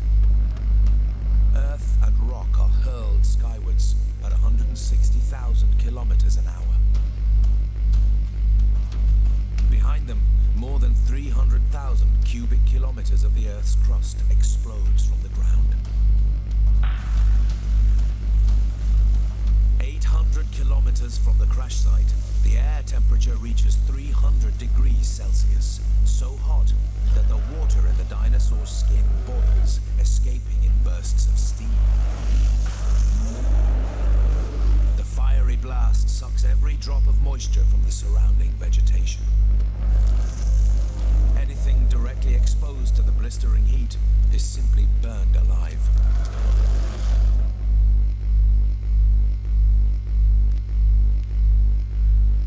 හරි. ඔයාලා දැක්කනේ මහා ලොකු විනාශය. ඒ විනාශයෙන් පස්සේ අපිට කවදාවත් ඩයිනෝසෝර්ලා දැක ගන්න හම්බුන්නේ නැහැ. ඊට පස්සේ අපිට ඩයිනෝසෝර්ලා ගැන දැනගන්න හම්බුනේ පොසිල වලින්. මේ තියෙන්නේ දැන්ට හම්බෙලා තියෙන විශාලතම පොසිලය. මේක හම්බෙලා තියෙන්නේ මීට අවුරුදු 100කට පෙර ආජන්ටිනා පැටගෝනියාවේ. දසිස් මේ සතාගේ නම ටිටනසොරස් නේද? ඔව් දුලා. මේ සතාගේ නම ටිටනසොරස්. හරි. අපි දැන් මේ බැලුවේ දැන්ට හම්බෙලා තියෙන විශාලතම පොසිලයනේ. දුලා, ඔයා ගාව තියනා කිව්ව නේද? දැන්ට හම්බෙලා තියෙන පැරණිතම පොසිලය. ඔව් දස්සා. මේ තියෙන්නේ දැනට හම්බෙලා තියෙන පැරණිතම පොසිලය. මේක හම්බෙලා තියෙන්නේ අපි අර කලින් කතා කරපු ට්‍රයසික් යුගයේ. මේ සතා ජීවත් වෙලා තියෙන්නේ දැනට වසර මිලියන 230කට කලින්. 230? දුලා, ඔයා කොහොමද හරියටම කියන්නේ මේ සතා ජීවත් වෙලා තින්නේ වසර මිලියන 230කට කලින් කියලා? අයියෝ, ඒකවත් දන්නේ නැද්ද? හරි, අපි ඒක බලමුකෝ. පොසිල කාල නිර්ණ. පොසිල කාල නිර්ණ දෙකක් තියෙනවා. පළවෙනි එක තමයි කාබන් 14 කාල නිර්ණය. දෙවැනි එක තමයි විකිරණවාදී කාල නිර්ණය. මේවා බලන්නේ මාස් ස්පෙක්ට්‍රමීටර් කියන උපකරණය. දුලා, ඔයාට හිතෙනවද ඩයිනෝසෝරය ආයෙත් ගෙන්නන්න පුළුවන් කියලා? ඔව් දස්සා. අපිට ආයෙත් ඩයිනෝසෝර්ලව ගෙන්නන්න පුළුවන්. ඒකට අපිට ඕනේ ඩයිනෝසෝර්ලගේ DNA. හැබැයි ඒවා තාම හොයාගෙන නැහැ. ඒක තාම ඩයිනෝසෝර්ලගේ අස්තිවල තිබිලා හොයාගෙන නැහැ. ඒත් තාම පරීක්ෂණ මට්ටමේ තියෙනවා. හැබැයි ඔයාලා විමසිල්ලෙන් ඉන්න ඕනේ. ඩයිනෝසර් කෙනෙක් කියලා නෙවෙයි. අර වගේ විශාල උල්කාපාතයක් ඇවිල්ලා අපි විනාශ කළා දායි කියලා. අපේ විනාශ වුණත් ඔයාලා කවදාවත් රිසර්ච් කරන එක නම් නවත්තන්න එපා. එහෙනම් අපේ වැඩේ ඉවරයි. අපි ගිහින් එන්න. ස්තුතියි.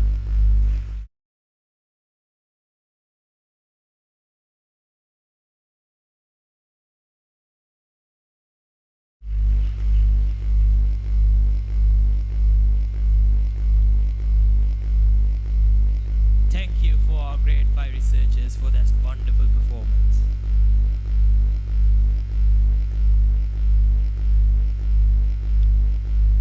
Now I invite Kavisha Rajpaksha of Girls High School Kandy to present the research ASCR4 on the topic Development of a Novel Proceeding Method to Improve the Sensory Quality of Green Tea and Comparison of Green Tea Processed by Different Methods in Sri Lanka.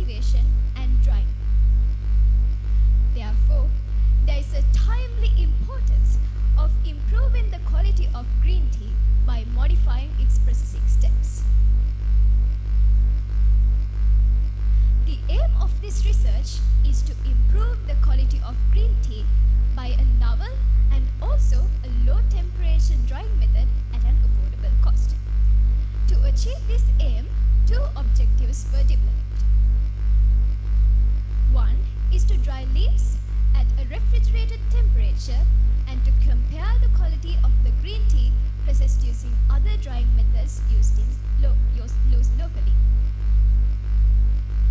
2 is to use different methods of enzyme inactivation before drying and to compare the quality of green tea processed by refrigerated drying with the other drying methods used locally. Plan, it was hypothesized that slow drying under refrigerated conditions can improve the sensory qualities of green tea. Prior inactivation of browning enzymes can improve the quality of green tea processed under refrigerated drying conditions. This research was categorized under 3 main categories. 1 is industrial methods. This can be also known as large-scale methods. 2 is cottage methods. This method can be also known as home-scale methods. 3 novel refrigerator methods that we are going to propose in this study. Under industrial methods, 2 methods were used. 1 is steam blanching followed by oven drying, and the second one is hot pan blanching followed by oven drying. And under cottage methods as well, 2 methods were used. Hot water blanching followed by sun drying, and hot water blanching followed by shade drying. And under the methods that we proposed in this study, 4 methods were developed. They are steam blanching followed by refrigerated drying, hot pan blanching followed by refrigerated drying, freezing followed by refrigerated drying, and lastly the control, which does not have any pre-treatment but is only dried in the refrigerator. Let us take a look of the process of green tea making.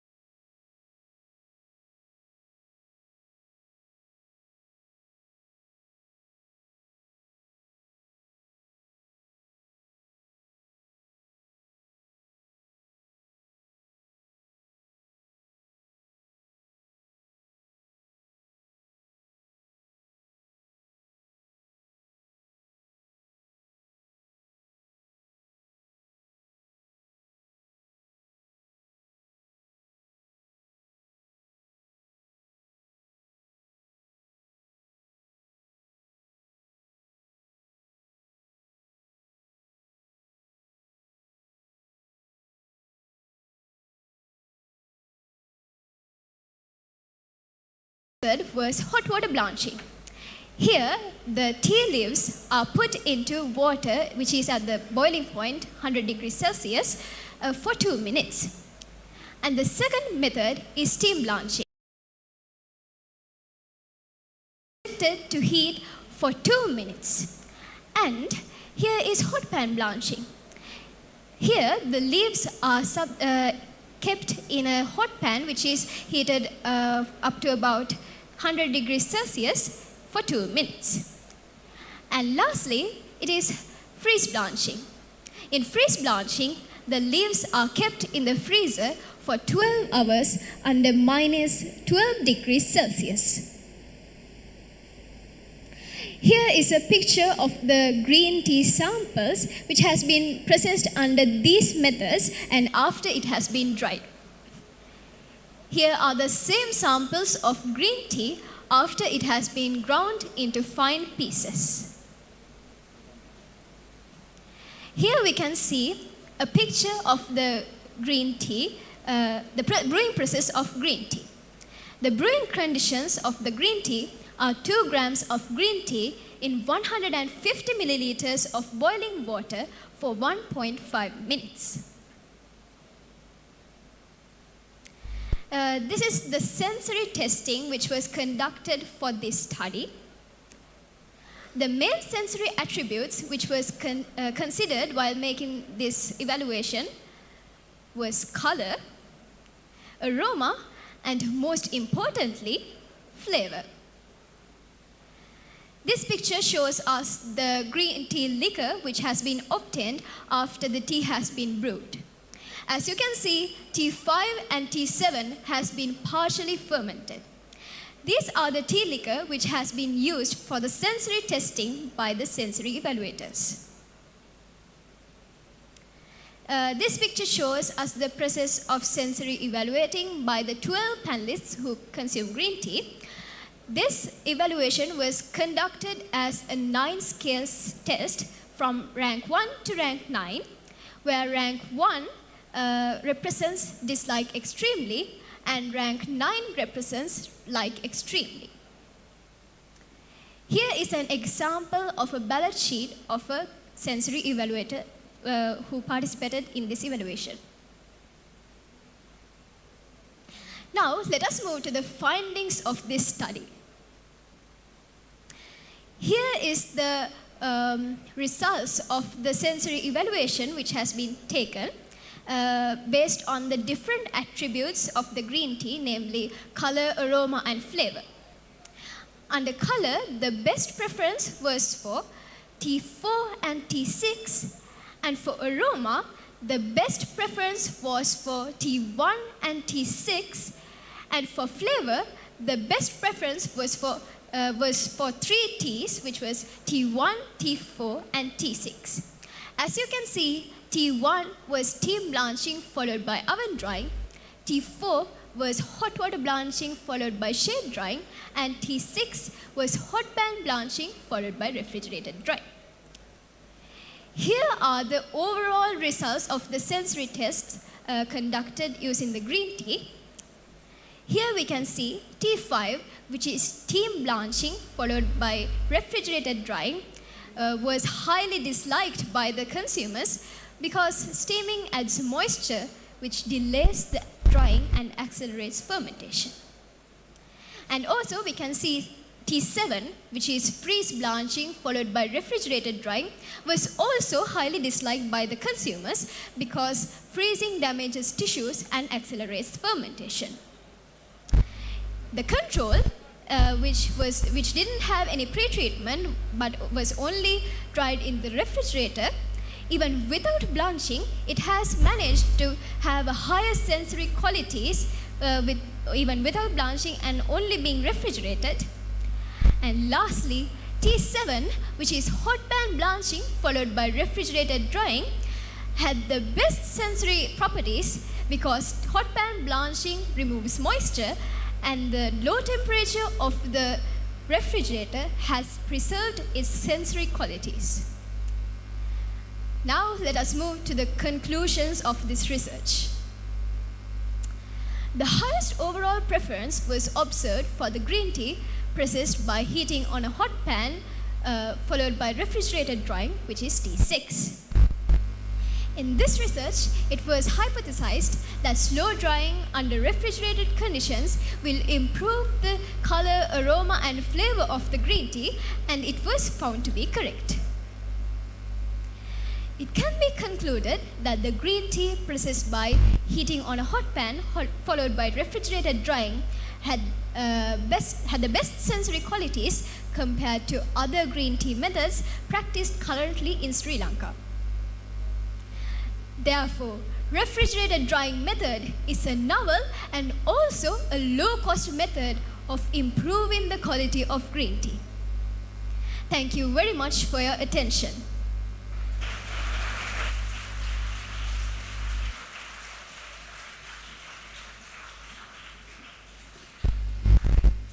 Thank you, Kavisha, for your interesting research.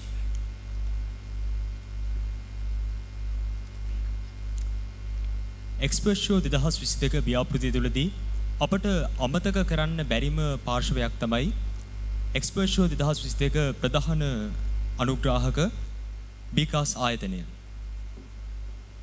මේ අවස්ථාවේදී මගේ මේ ආරාධනය බීකාස් ආයතනයේහි විධායක අධ්‍යක්ෂක කළමනාකාර උපදේශක ආචාර්ය සුසිල් කුමාර සිල්වා මහත්මයාට මේ අවස්ථාවේදී ඔබ සියලු දෙනා ආමන්ත්‍රණය කිරීම සඳහා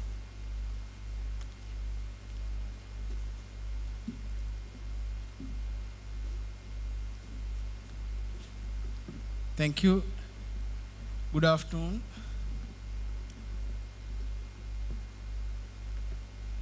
First of all, let me thank for the organizers. You have done a wonderful event, successful event, and I'm happy to be here and share a few thoughts. Principal of the school, academic staff, distinguished invitees, young researchers, students, ladies and gentlemen. So basically for me, research is part of my career. So I'm interested in this field. Actually, after listening to morning speech by professor and also after Vega Innovation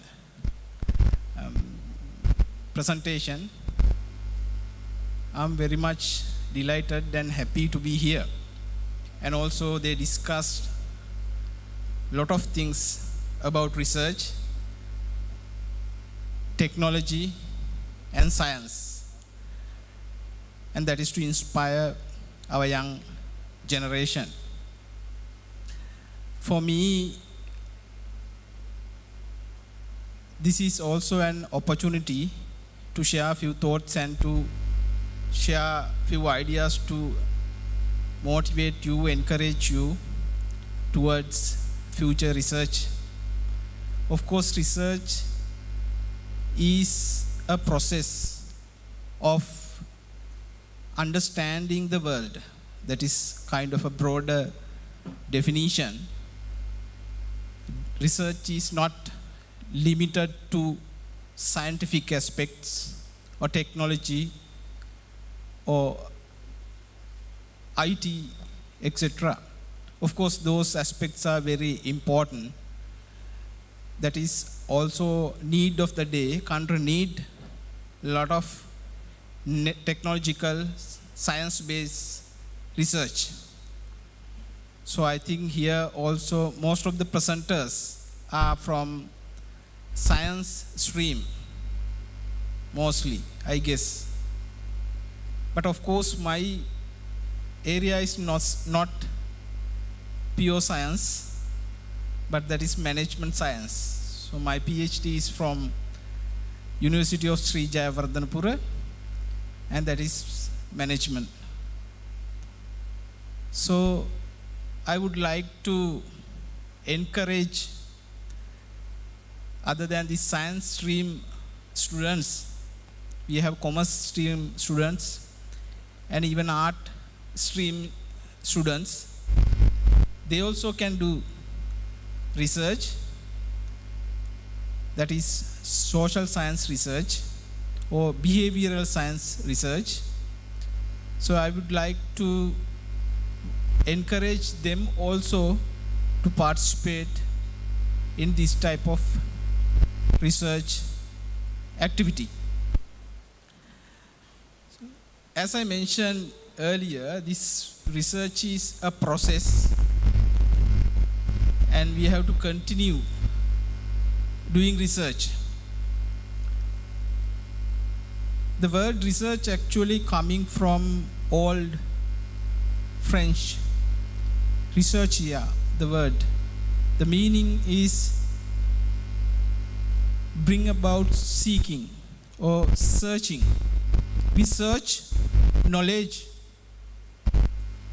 We want to understand things.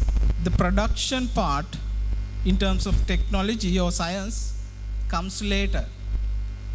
As Professor Morning mentioned, the production or the commercialization is a different step or different level.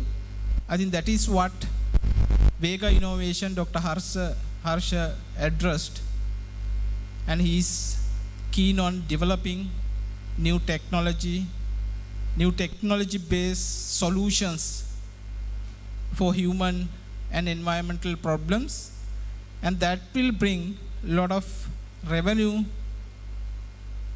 to the country, and that will bring the development. If we compare developed nation and underdeveloped nations, there's a big difference in terms of education and research. If you look at their budget, annual budget, national budget, the developed nation allocate a huge amount of considerable amount of money, a percentage from their national income for research and development. But countries like us, for whatever reason, lack in this area. Our budget, national budget, does not allocate or does not give enough priority to this subject. Maybe sometime they might think spending money on research is kind of a cost. So they may not interested in. But in developed nation, they look at it in a different perspective. They take it as an investment. Research is an investment. So they allocate a lot of money for research and development. They have big pool of scientists or other researchers working day and night for years, and they have been well looked after by their institutions and governments. The governments have given enough resources for them to conduct research.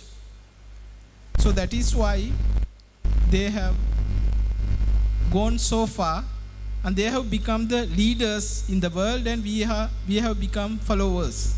And the Vega Innovation is trying to revise this and trying to bring new technologies. In other words, developing entrepreneurship. Rather than being a follower, they are trying to be a leader, a company that trying to give solution to the environment and human problems. So I would like to encourage you all, so go beyond this traditional learning system. Of course, up to O level, according to my understanding, the objective of education, especially in Sri Lanka, is to give you life skills. When you come to A levels, of course, the purpose of dividing into different streams is to help you to develop specialized knowledge in this particular segment that you want to follow. But beyond that, after A levels, is your next level of development. Of course, research is part of the syllabus, whatever the field that you choose after A level, at degree level, that is normally at the final stage. Students were encouraged to do a research project, research work. But I'm happy to see that culture is improving, and you have taken the initiative to bring that culture to school level, which is a good thing. Whatever you presented here, for me, it is positive. It gives me a positive feeling, whether it is academically acceptable or not, your work. For me, I see the positive aspects. This is the culture that we want to develop at school level rather than memorizing and going for exam and vomiting or like parrots repeating the same thing. This is an opportunity for you to think about applying knowledge into practical context, and also this is an opportunity for you to analyze the facts rather than memorizing, which I have been doing for years and years. This is what I think Dr. Harsha mentioned, as our brain has been in a way molded, so we can't think beyond it. So in psychology we call it conditioning. Our mind has been conditioned to be followers. So we have to break it. So sometimes learning is easy, unlearning is difficult. So you have to go beyond this traditional mindset in order to find new things, think in a different way. Of course, according to, I can remember one of the quote of Albert Einstein. He says, the purpose of education, that was he made this statement in 1940s.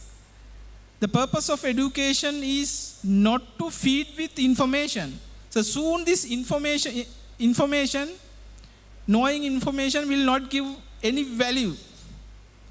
So the purpose of education is to train your brain to think, come out with new conclusion, come out with new interpretation. So that is the purpose of education. I think Albert Einstein, the visionary scientist, understood this long time ago, and he told that soon this information era will change the landscape of learning, industries and everything.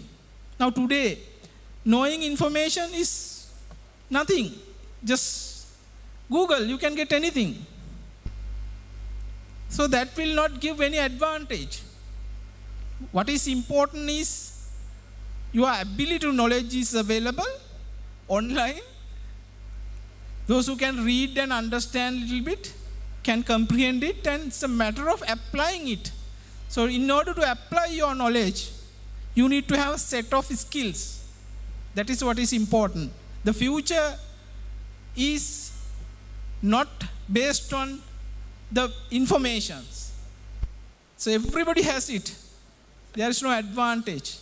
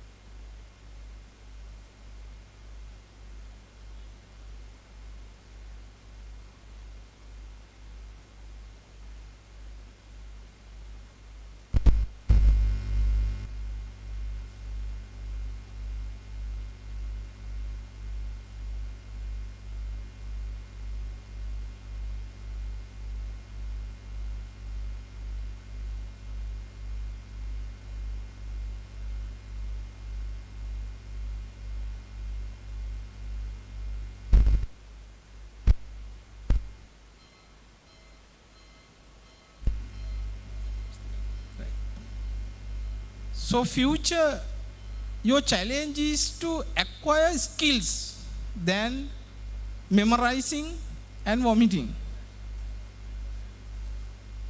So that is why I think Dr. Harsha mentioned, even after a degree, he has to train people because they can't do anything what the industry required. But they know information. They have memorized and went for exams, and they can write, so they get the qualification. There is a big difference between knowledge that you gathered through traditional formal education and the wisdom that he is talking about. BCAS, as Higher Education Institute, we are a research-based institute affiliated with foreign 2 universities. delivering their programs here. Of course, some of the programs, we don't have exams at all. Traditional exam, no, because they don't believe in that. There is no traditional exam, but assignment basis. The students will be given some task or assignments. They have to do it independently. And they have to prove that they have obtained the required skills. And there's an evaluation method. And based on that, their degree, final degree will be awarded. So completely different approach. I think we also now need to move or shift from our traditional system. The country needs thinkers who can find solution for problems. Sometimes our educated people, they become the part of the problem. But you need to be a part of the solution, not the problem. But look at the problems today Sri Lanka is facing. Those are the problems that are created by them. We want them to resolve the problem, but they become the part of the problem and they make it further trouble. So I think we as a higher education institute, we are happy to support and improve this culture at the school level. And in case if you want to take your research to next level, we also have a international research symposium every year. So we invite you to submit your research paper, improved version, with some experienced researchers with their comments, take their comments seriously and improve and submit so we can publish your selected acceptable research work and we can take your message across the world. And also I want to thank those who tried but failed. Never mind. I assume that there are a lot of people who tried and submitted their research work, maybe only selected researchers, young researchers were given a chance to come and present here. Never mind, what is important is trying. Through that process, you learn. So that is what is important.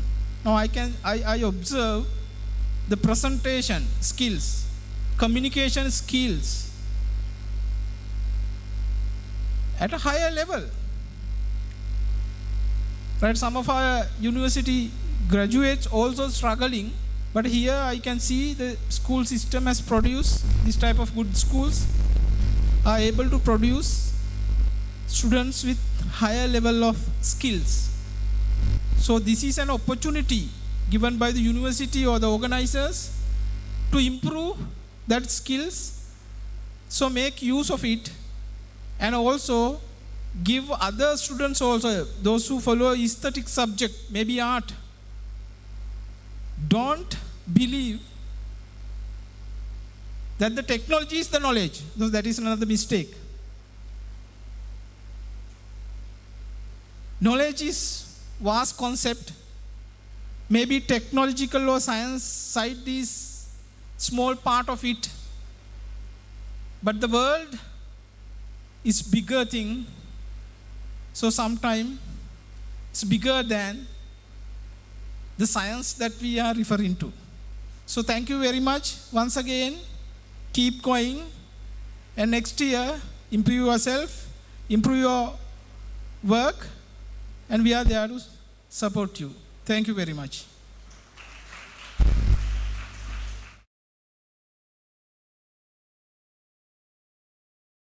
Sir, please remain on stage for the distribution of certificates.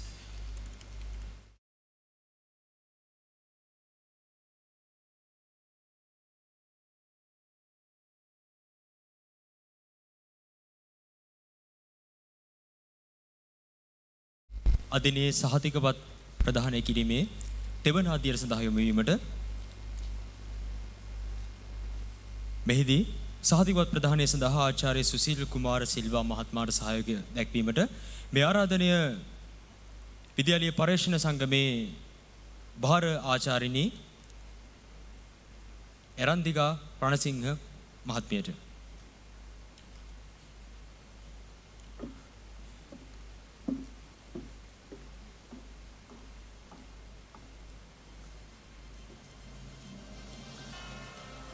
The research SSCR2 on the topic monkey manners by Mahamaya Girls College Kandy, Akishi Badrulige, Omandi Disanayaka and Himanya Pereira.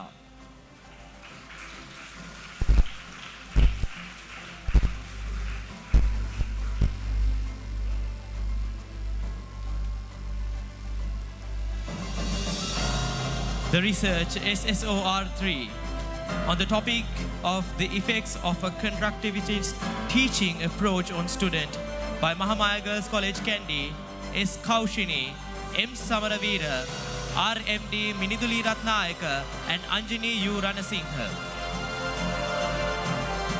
The research SSOR7 influence of K-dramas and K-pop in Sri Lanka by Mahamaya Girls College Kandy, M.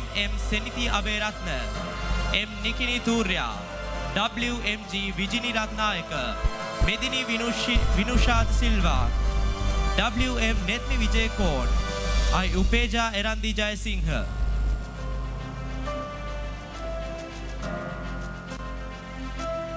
The research SSOR8 on the topic online education and students from Mahamaya Girls College Kandy, Pratibha Senadira, Saubhagya Alahakon, Sadamini Ilangasekara, Nivartana Kotuegedara, Natasha Vitarnage, and Ruani Jayasinghe.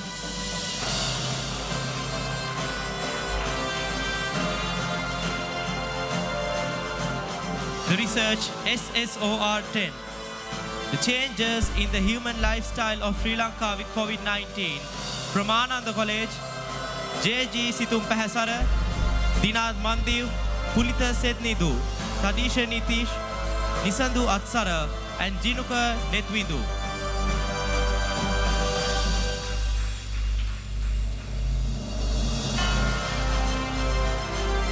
ප්‍රශ්න අංක SSOR 11 ප්‍රශ්න මාතෘකාව පිළිකා මහාමායා බාලිකා විද්‍යාලය MTAK Jayasundara මහිෂා Premaratne ධනුෂිකා Navaratne සෙනායා Ratnayake නිම්තරා වෙල්ලපිල්ලි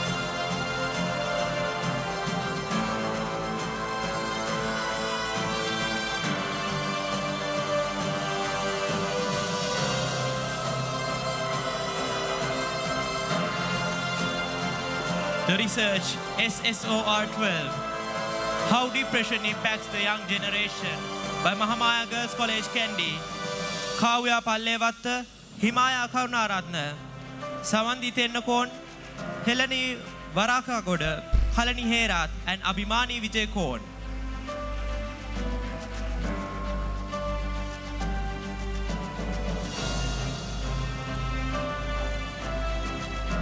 For the research SSOR19 under the topic safety features of commonly used passenger transport vehicles in Sri Lanka from Trinity College, Chenuka Tilakaratna.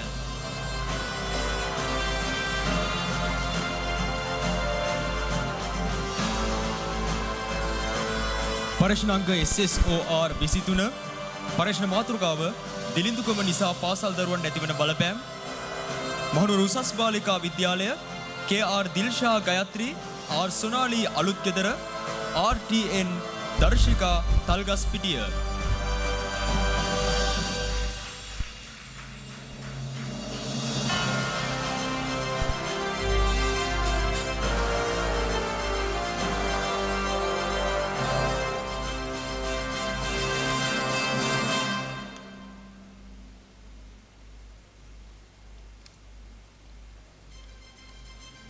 The research SSOR 26, the topic acceptance of e-learning among school students during COVID-19 and economic crisis, a case of Kandy Education Zone.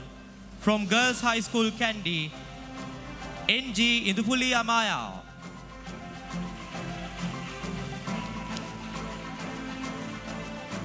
The research SSCR 5 on the topic Tourists' perception of post-pandemic tourism in Sri Lanka.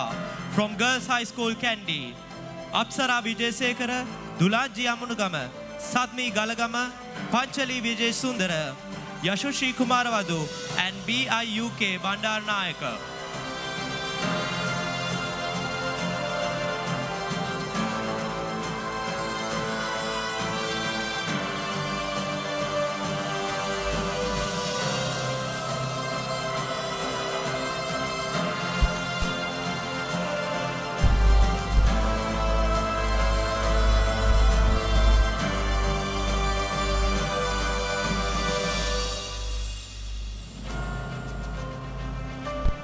බොහොමත්ම ස්තුතියි. ඔබ දෙපළටම ආරාධනා කරනවා මතවේලාවක් වේදිකාවේ රැඳී සිටින්නට.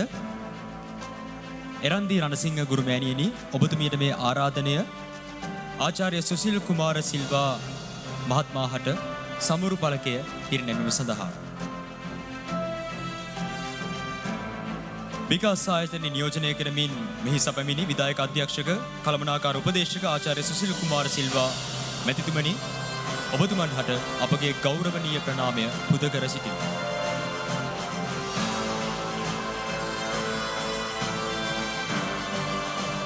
Thank you, madam. Thank you, sir.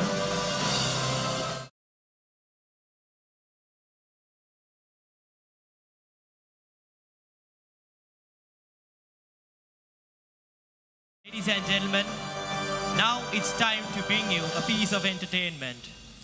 Please welcome a renowned Paskin student, Rashmika Ukwatta.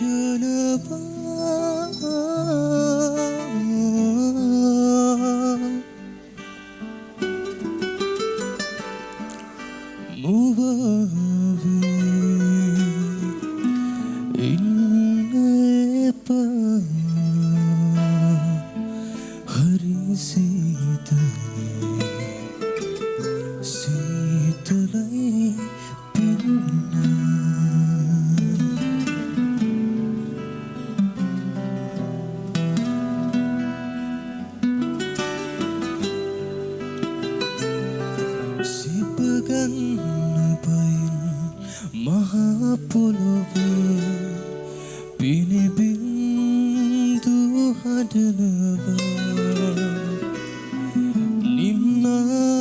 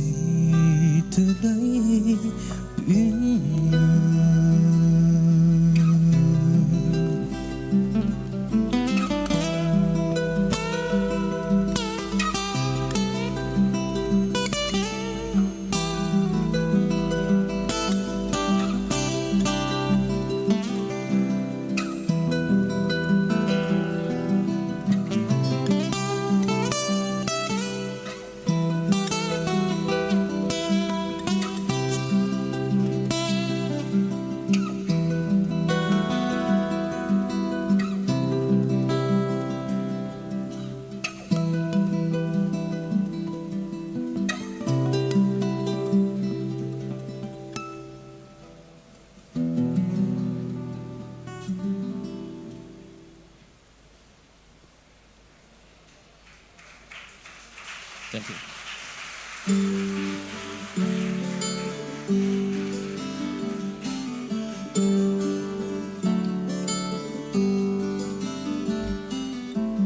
නිති නැති රැය පුරාවට කිසි නිමක් නැති සිතුවිලි සයුරටත් වැඩි මිස අඩුත් නැති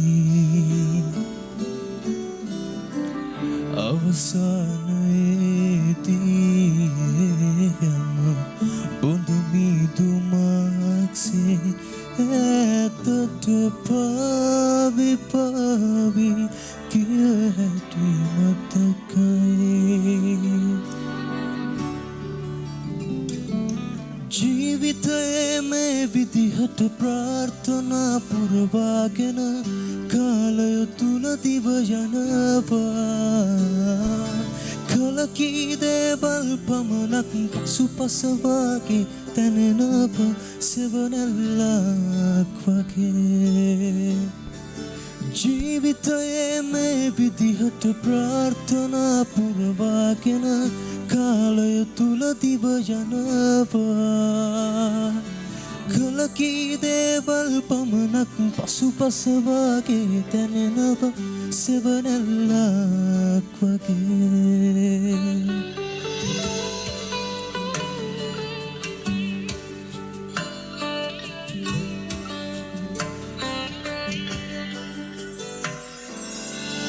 විටකදී නොසිතූ දේ විටකදී ළඟා වෙති එලෙසම සමහර දේවල් ඈත් වෙති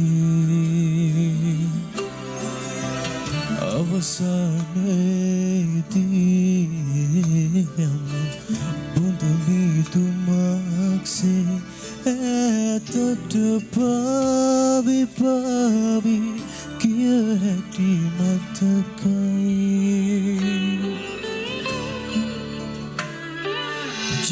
ජීවිතයේ මේ විදිහට ප්‍රාර්ථනා පුරවාගෙන කාලය තුල දිව යනවා කලකී දේවල් පමණ පසුපස වගේ දැනෙනවා සිවනැල්ලක් වගේ ජීවිතයේ මේ විදිහට ප්‍රාර්ථනා පුරවාගෙන කාලය තුල දිව යනවා කලකී දේවල් පමණ පසුපස වගේ දැනෙනවා සිවනැල්ලක් වගේ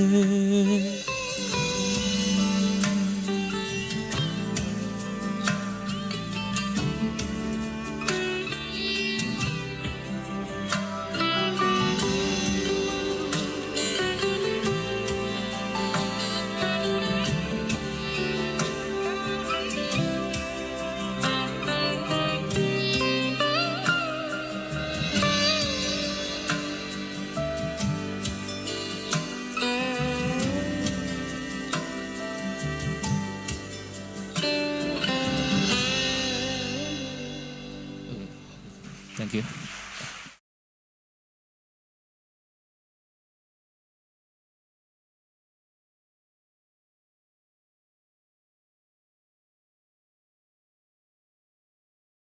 Ladies and gentlemen, once again, put your hands together for the wonderful performance by our renowned past gentleman, Rashmika Ugrapatta.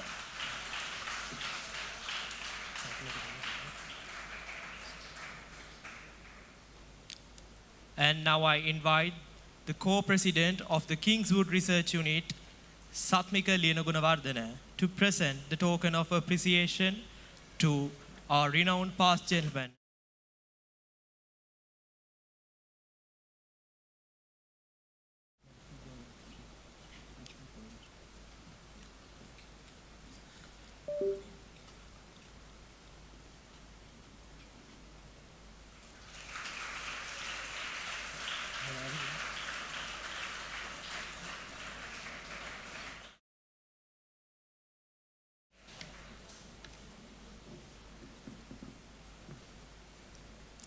Ladies and gentlemen, now it's time for the lunch break of the day.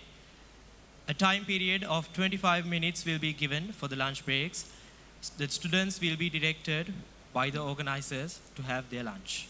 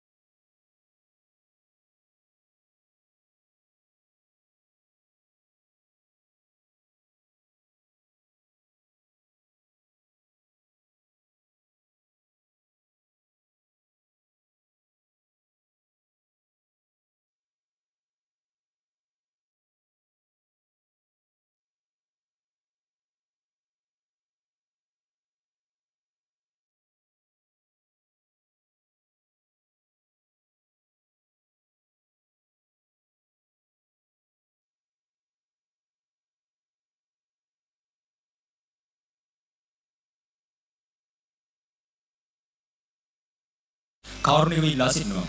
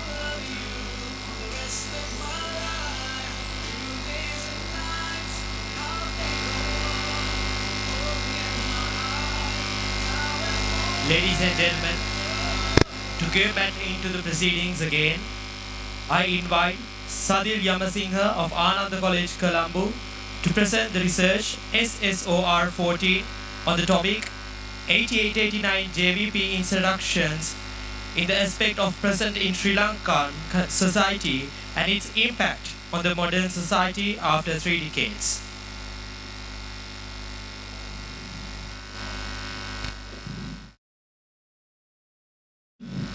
Most recently, we experienced an uprising of Sri Lankan society against the government. When we check the last few decades in Sri Lankan society, we can find two major insurrections against the government. So we here dig into one of these, and we did a research on the topic 8889 JP insurrection in the aspect of present society and its impact on the modern society after 3 decades. So I am Sadil Yamasinghe from Ananda College Research and Exploration Association, here presenting for team number SSOR 14. So, 9 JP insurrection?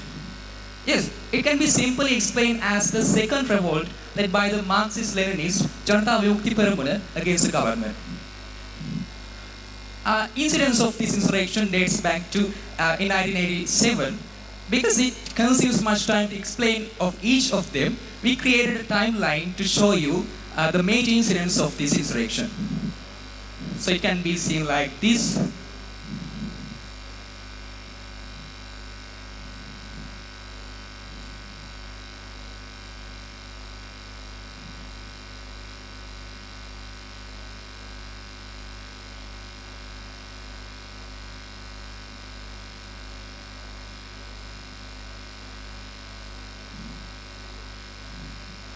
Now we are moving for the aims and objectives of our research.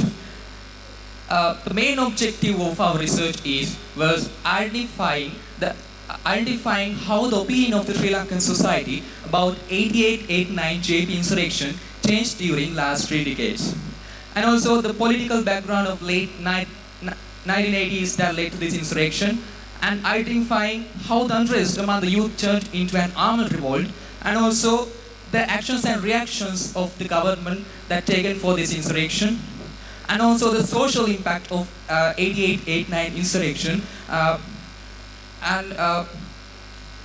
Here's our problem statement of our research.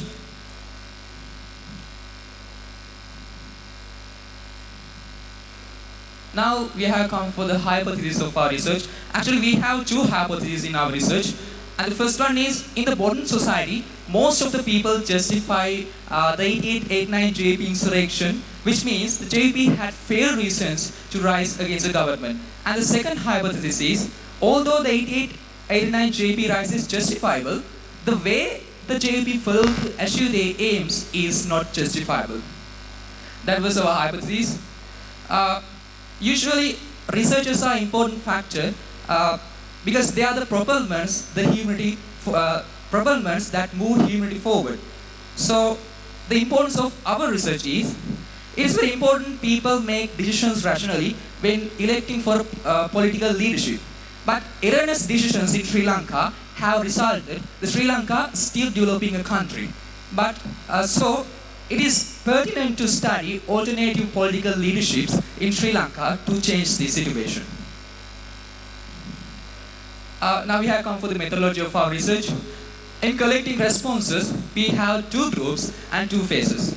And the groups were the society and the cadres. We divided our society group into two again.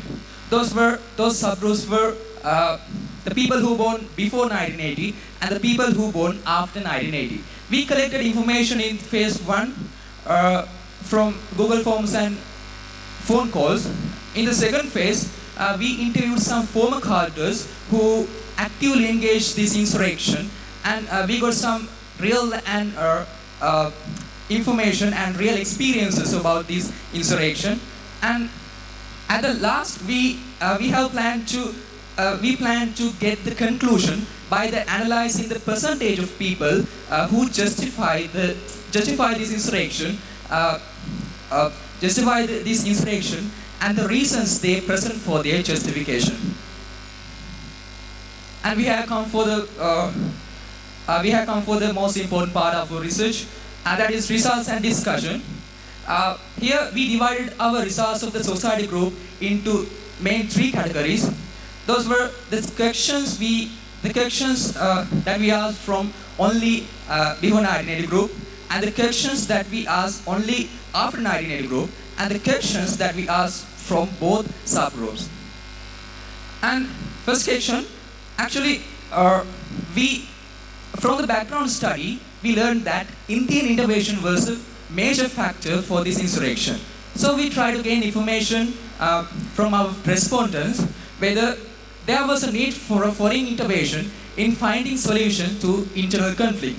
As you can see the screen, most of the people who in both groups believe that there wasn't a need for a foreign intervention in finding solutions. After that, we asked from both groups whether they approve of India's intervention as a foreign country. As you can see, all the people in before 1980 group and the 80% of people after 1980 group don't approve India's intervention as a country. After that discussion, we asked from only after 1980 group whether Indo-Sri Lanka peace accords were fair as far as they know. But as you can see in the chart, most of the people who born after 1980 haven't a clear understanding about this Indo-Sri Lanka peace accord. So with this chart, we can conclude that people who after 1980 haven't a clear understanding about this Indo-Sri Lanka peace accord. And after that, actually, we asked from before 1980 group whether they think that JP had the space to work democratically.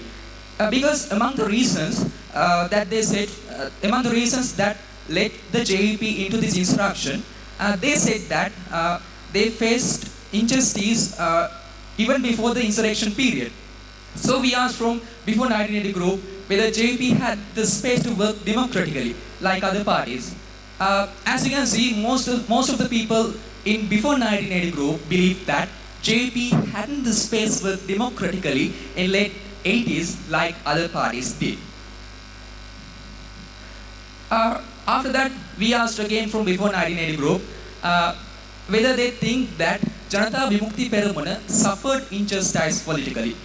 As you can see, most of the people believe that they suffered injustice politically. Actually, from the cadres group, they also confirmed this by saying, then President J.R. Javardhana ruled the country with minimum regards to the constitution. And now we have come for the reasons for this insurrection. Actually, we detected some major reasons for this insurrection by the background researchers. And we gave them for our respondents and asked them and told them to rank them. As you can see, educated unemployment was the major reason for this insurrection, while in the Sri Lanka peace accords were the second major reason for this insurrection. And also we asked from before 1980 group whether it was fair to lead to a revolution upon those reasons. As you can see, most of the people who born after 1980 think that it was fair to lead a revolution upon those reasons. And after that we again asked from before 1980 group whether they think that the way the struggle was launched by JP was fair. Proving our hypothesis, most of the people in before 1980 group think that the way the struggle was launched by the JVP was unfair. Actually, from the Carter's group, they also said that they had nothing to do without uprising against the government at that time under those situations. After that, we asked from before 1980 group about the government's response.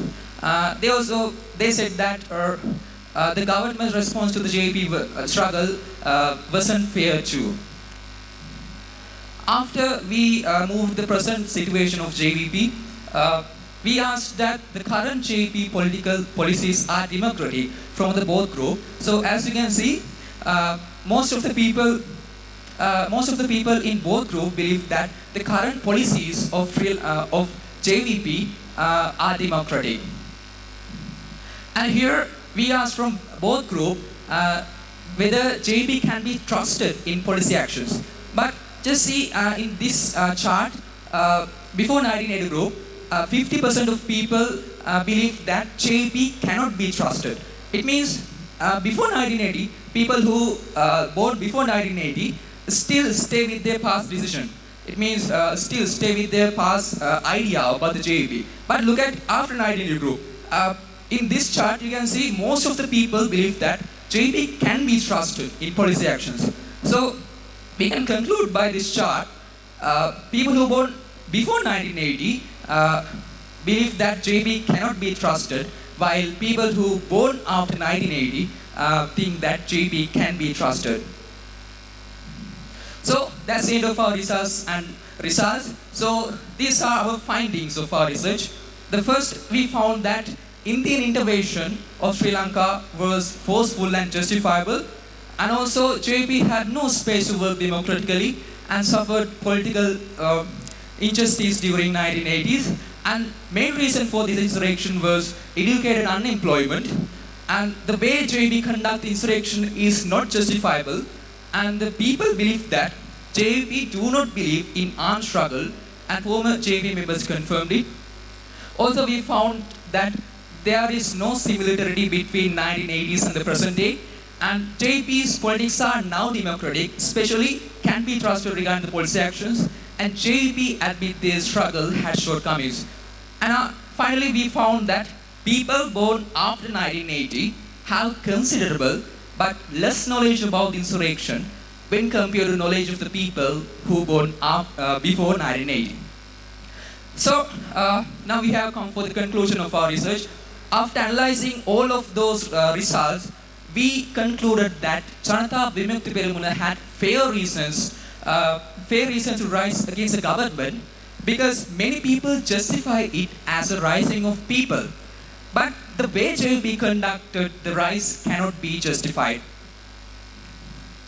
As an acknowledgement, we would like to thank for our parents and the former board of officials and the board of officials and the teacher in charge of our Research and Exploration Association, and especially Mr. Sagar and Mr. Vindana, and especially all the respondents who shared their valuable and real experiences with us.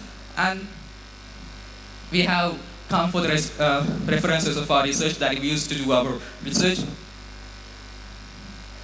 So that's the end of our research. Thank you very much for spending your valuable time with our presentation, and may the Noble Tribal Gem bless you all. Thank you.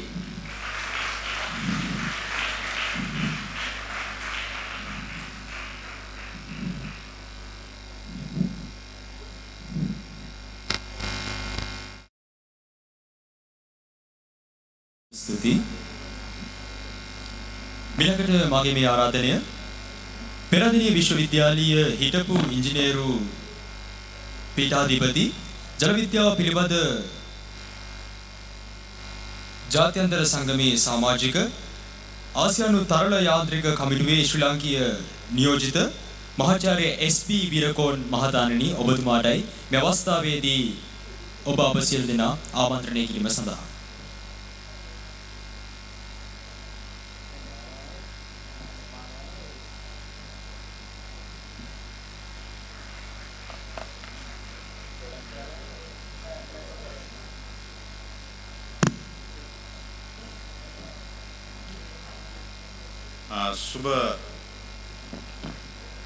Good afternoon to all of you. मैं इतना मामा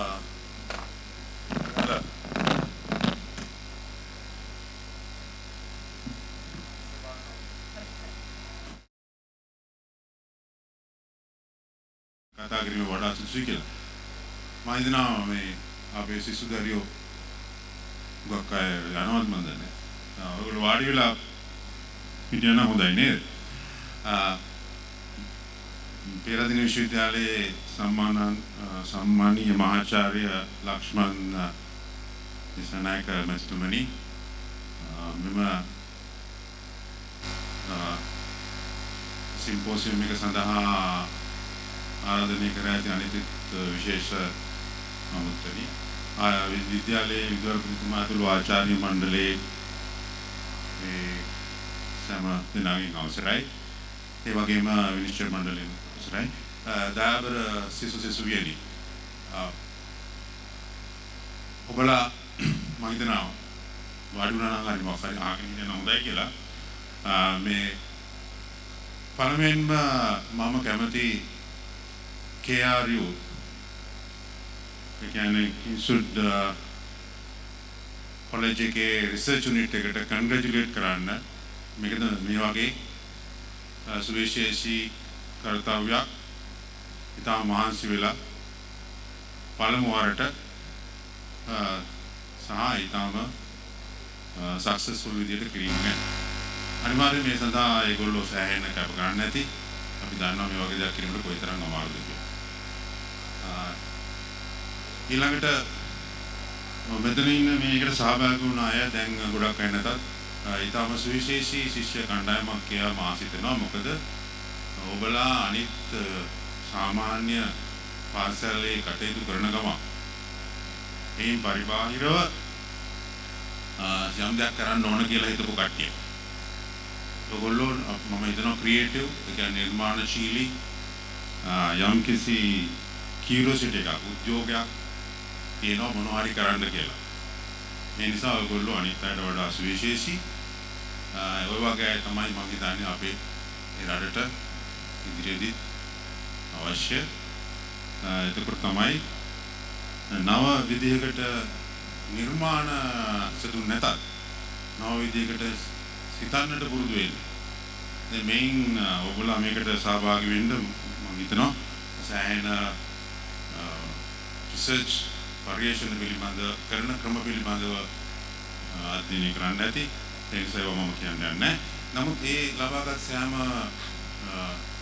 skills වලින්ම ඔයගොල්ලන්ගේ ජීවිතය ඔයගොල්ලෝ මොන profession එකක් මොන රැකියාවක් කරන්න ගියත් අනිවාර්යයෙන්ම ඒ ලබාගත් පන්නරේ ඊටම ඔයගොල්ලන්ට වැදගත් වෙයි. පර්සනලි ඊළඟට ඒ වගේම රටට සහ මිනිස්ටර් රට සහ පරිසරයට පරිසරයටත් වැදගත් වෙයි. එතකොට මම කියන්නේ නැහැ මේ පොලිස් ගොඩ මට බාර දුන්නේ මේ පොඩි ඩෙමොන්ස්ට්‍රේෂන් එකක් කරන්න කියලා. මේ මම හිතනවා පොඩි කාලේ දීලා තියෙන පොඩි කාලය ඇතුලේ ඔයගොල්ලන්ට යම්කිසි කුතුහලයක් ඇති කරන්න මේ ටිකක් මම අර විද්‍යාත්මක නිර්මාණ නිසා ඒවා භෞතික විද්‍යාවට නැත්නම් ගණිතයට බරයි. නමුත් සාමාන්‍ය ඕගොල්ලන්ටත් ඒ ගැන යම්කිසි කුතුහලයක් ඇති වෙන්න වෙතියි කියලා මා හිතනවා. ඔයගොල්ලෝ පොඩ්ඩක් ඉස්සරහට එනවා මම පෙන්නන්න යනවා පේන්නේ නැත්තම්. ඔය දරුවෝ ටික එන්නකෝ ඉස්සරහට. එන්නේ මේ බොක්ස් එක ගන්න මට. ඔතන මේ ශිෂ්‍ය දරුවෝ දෙන්නෙක් ඉන්නවා පොඩි උදව් කරන්න. කවුරු හරි. දෙන්නෙක් විතර. එන්නෝ. ඔව්. මේ බොක්ස් එකත් පොඩක් ගන්නකො. වෙලාව ඉතුරු කරගන්න. මම මගේ මේ විද්‍යාකාරී මහත්මයෙකුත් එකගෙන ආව හදිසියක් වුණොත් මේ මට උදව් කරගන්න. නමුත් අවශ්‍ය වෙන්නේ නැති වෙයි. මේ දැන් මෙතනදී මම පොඩි ඩෙමොන්ස්ට්‍රේෂන් එක සමහර අය මේවා දැකලත් ඇති. එහෙම වුණොත් ගන්න දෙයක් නැහැ. සමහර ඒවා මේ මම හිතන්නේ මම එකක්වත් අඩු ගන්න මම හිතන්නේ මගේම නිර්මාණයක් කියලා මම හිතාන ඉන්නවා. මේ දැන් අපි එකක් කරලා පෙන්නනවා ඉස්සරහ. කවුරුත් දන්න සමහරවිට දන්න දෙයක්ද දන්නේ නැහැ. කමක් නැහැ. දන්නවනම් ඊළඟ එක බලමු. ඉස්සරහලා මේක සරලයි ඉස්සරහලම ගමු. මේක තමයි ඔබ දන්නවා. නමුත් මෙතන මේ කී දෙනෙක් මේ වගේ දේවල් දැකලා තියෙනවද? නැද්ද? අදොස්ස මේ කරන්න යන දේ දන්නවද? නැද්ද? එහෙනම් සමහර අය දන්නවා. හරි. මේක ඊටාම සරල දෙයක්.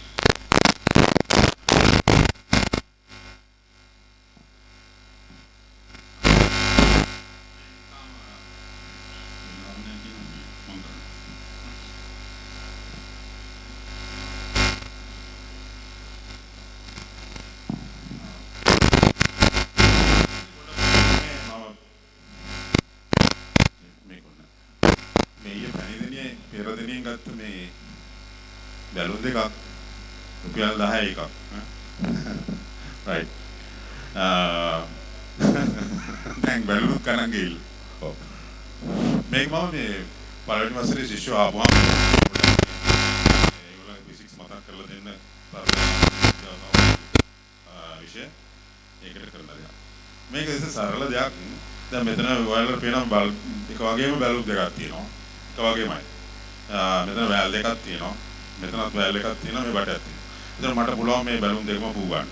හරි. මොන බලන්න. ඉතින්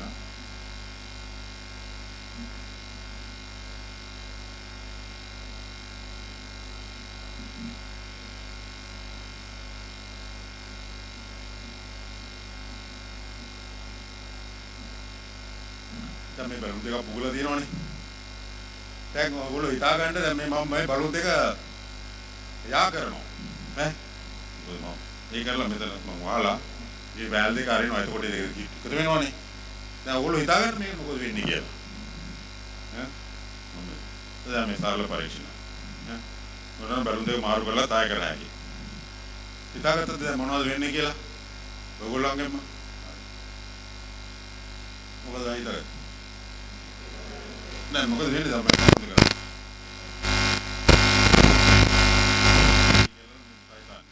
බලමු.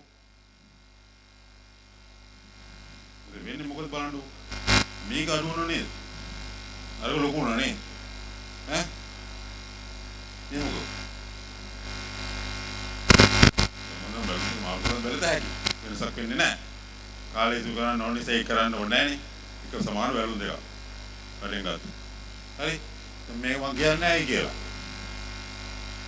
මොකද පුදුහලයක් තියෙන ශිෂ්‍යෝනේ ශිෂ්‍යාවනේ ඇවිල්ලා ඉන්නේ. ඉතින් මේක ඔයගොල්ලෝම හිතන්නේ. හරි? හිතන්න. එතකොට දැන් පේනවනේ මේ මෙතන වහලා තියෙන්නේ මේකේ පුලන් ටික ඔක්කොම අරකට ගිහලා මේ මොහා වැඩේ නේ. හරි. ඒක දැන් ඔයගොල්ලන්ට මතකයිනේ ඈ. දැන් විතර බලන්න ගෙදර ගිහිල්ලා. තව එකක් කරන්න. නෑ මේක මේ ඕක සෙට් කරගන්නකො පොඩ්ඩක්. එතකම මේ තව එකක් තියෙනවා ඈ. මැජික් වගේ තමයි පොඩ්ඩක් සමහර වෙලාවට. මේක දැන් ඔයගොල්ලෝ දන්නවනේ දැන් රින් එකක් දැන් මේ පටියක් තියෙනවා. දැන් මේ පටියක් තියෙනවා මගල කතුරක් තියෙනවා. මේක සපෝට් එකක් දෙන්න. අකට ඉන්නවා. මේක නිකන් දැන් මේ පටියක් නේ පටියක් කඩදාසියක්. දැන් මේක මට දෙකට කැපුවොත් කැලි දෙකට වෙන් වෙනවා නේ. මේ මෙහෙම කැපුවොත් මේ අතර කැපුවොත් දිග පටි දෙකක් හම්බ වෙනවා නේ. මෙහෙම කැපුවොත් මේක කරොත් එතන මම දැන් මේක මේ දැන් අපි මේ දෙක මෙහෙම යම් ආකාරයකට සම්බන්ධ කරලා මම දිග කැපුවොත් මොකද හම්බෙන්නේ? හරි. ඔයාම අහුවෙන්නේ නැහැ. හරි. දැන් මේව මම මේ දැන් මේ සම්බන්ධ කරන එකට ඈ ඒකල මේ කපනවා විදියට මොකද මට හම්බ වෙන්නේ ප්‍රතිඵලෙ මොකද්ද පටි එකක් නෙමෙයි දැන් සම්බන්ධ කර රවුන්ඩ් එකක් යන්නේ බලමු. එතකොට ඔයා මේ ස්ටෙප්ලර් එක ගන්න මම එකට කරන්න යන්නේ. දැන් මේක එකට කරන්න දෙන්නකො මේක අතුරු තියාගන්නකො මම එකට කරන්න. දැන් මම මේක එකට කරනවා. මේ අලවනවා වගේ තමයි මේ වෙලා යනවා අලවන්න. ස්පේන්නෙත් නෑ. හරි. එලියත් නේද? දැන් ඔයාලට පුළුවන් නේ මේ කපන්න මම කපන්න කිව්වොත් දැන් හරි මේ රින් එකක් නේ දැන් මේක ඔයා බලන්නකො මේක දෙකට මැදි මේ විලක් හදලා ඒක කපන්න මේක දෙකට බලන්න යන්න කපන්න හරි ඒ වෙන කොට කපන්න යන්න දැන් ඔයා කියන රවුන්ඩ් එකක් හම්බෙනවා කියන්නේ මැදි කපන්න නැත්නම් කැපිලා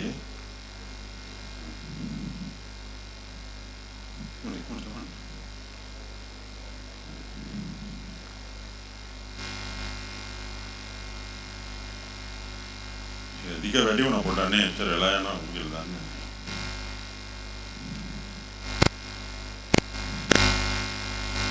ඔව්. නගයි වල නිවි ගවන්න ඕන.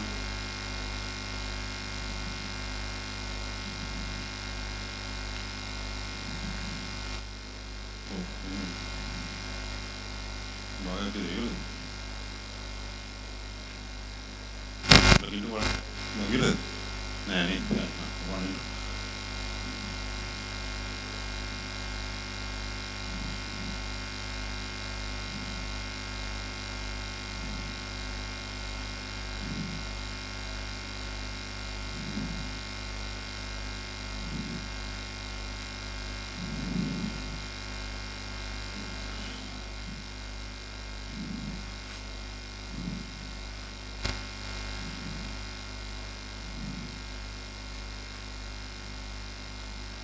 නගයි නේ මේ කවුද කටුව ගැත්තිම නේද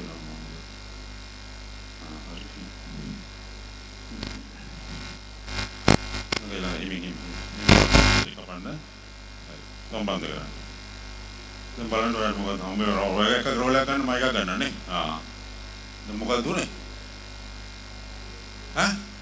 කොහේ රවුන්ඩ් එක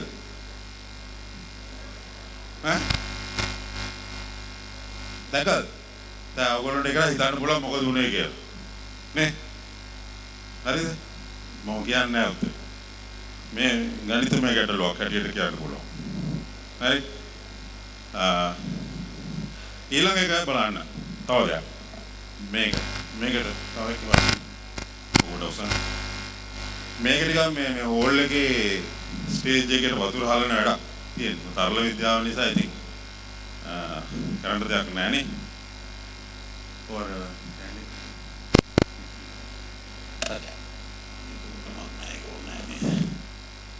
බෝතල ගන්න බෝතල පුනලේ තිබ්බත නැත්නම් හරි ඕමනේ වතුර වැටෙනවා කියලා කියනවනේ.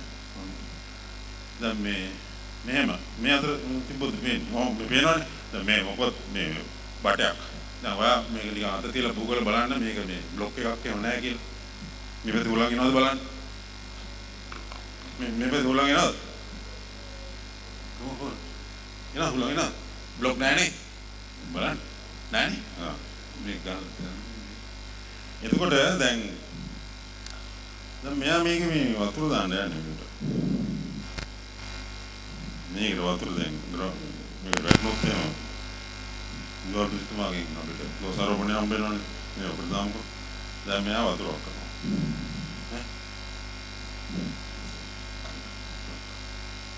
පස්සේ දාමුනේ. දැන් ඔයාව ගියනකොට වතුර වැටුනොත් එහෙම දැම්ම දාන්න එපා. වෙන්න පුළුවන්. පේන්න එපා වතුර එනවා. දාන්නකෝ දැන් ඔයාලා හිතන්නේ මොකද්ද දැන්?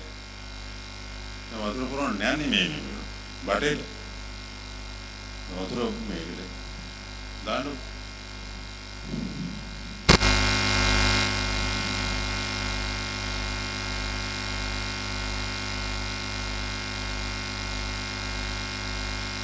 දාන්න පුළුවන් නේද? ඔසල දාන්න නැත්නම් සමදිනේ නාපවත් කරනකොට වතුර වැටුණොත් ඔයා බලාගෙන මම එම නෙවෙයි.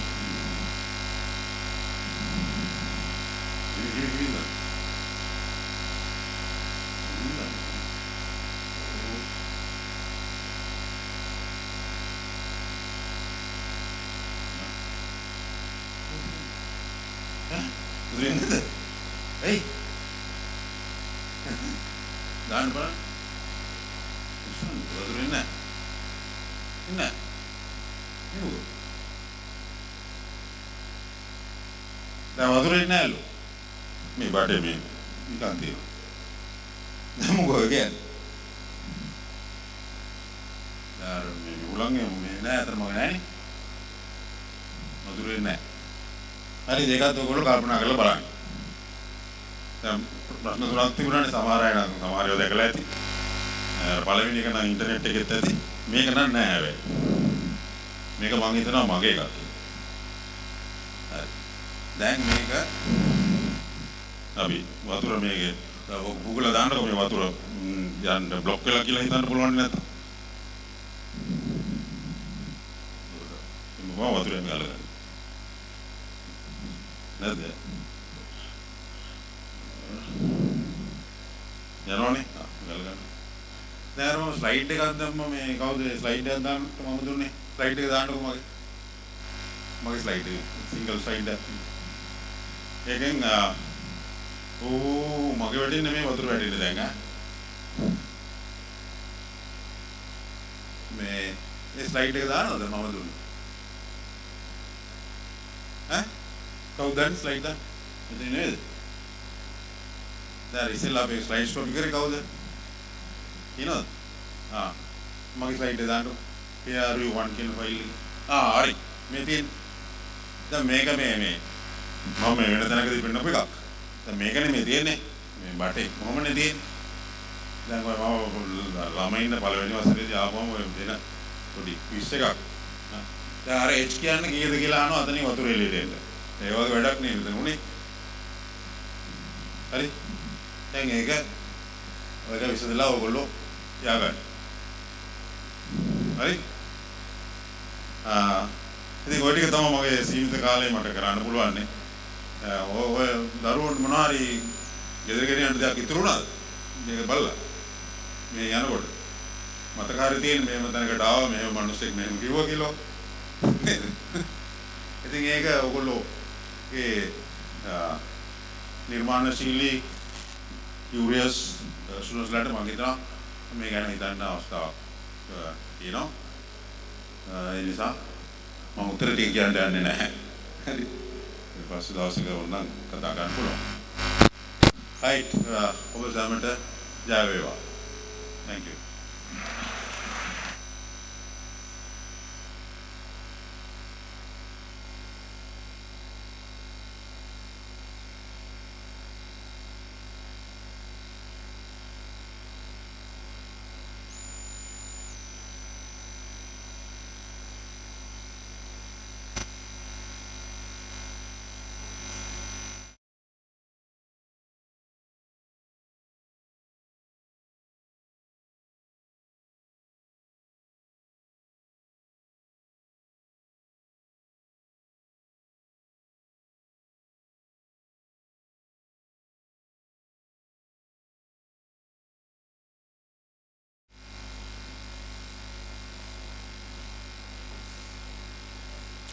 මගේ ආරාධනය Amazon Web Services AI Labs ආයතනයේ ව්‍යවහාරික විද්‍යාඥ අප විද්‍යාලීය කීර්තිමත් ආශිෂ්‍ය ආචාර්ය ප්‍රමුදිත පෙරේරා මහත්මයාට ගෞරවයෙන් ආරාධනා කරනවා වේදිකාවට සපයන ලෙස.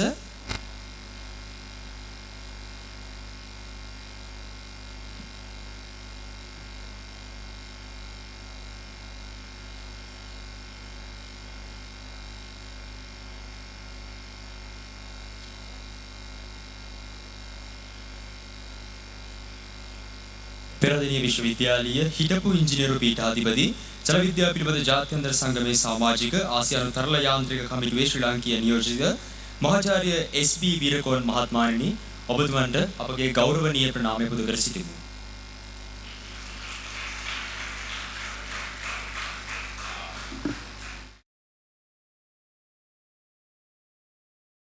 ඊට ශිෂ්‍යයෙක් මේක ලබා ගැනීමට හැකියවීම ගැන. Thank you.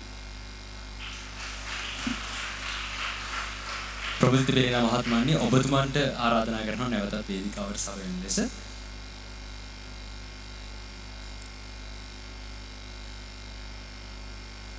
එතුමන් හට සමරු බලකීය ප්‍රදානය කිරීම සඳහා මාගේ මේ ආරාධනය විද්‍යාලීය පර්යේෂණ සංගම් භාර ආචාර්යනී එරන්දි රණසිංහ මහත්මියනි ඔබතුමියට එන්න වේදිකාවට.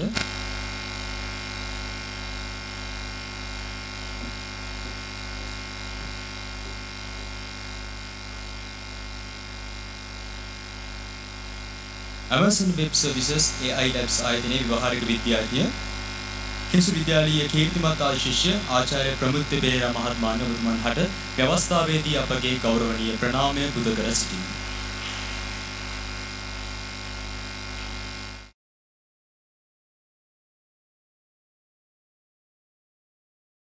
Mantilaka and Dulen Samarkon of Kingswood College to present the research ASOR3 on the topic dealing with diabetes and to develop an artificial pancreas.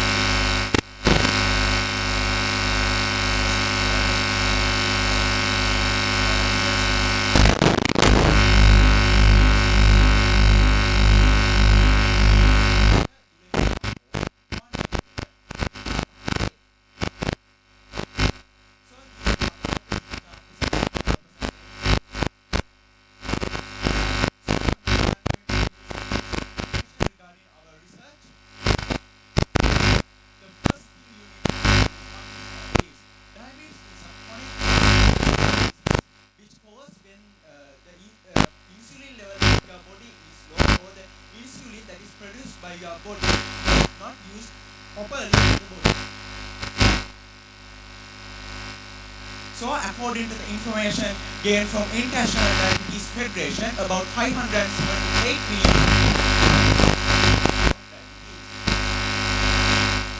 and about 51% of people that they have.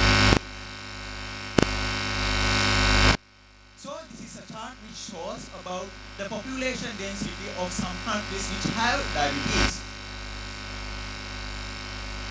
So according to the information gained from health data research,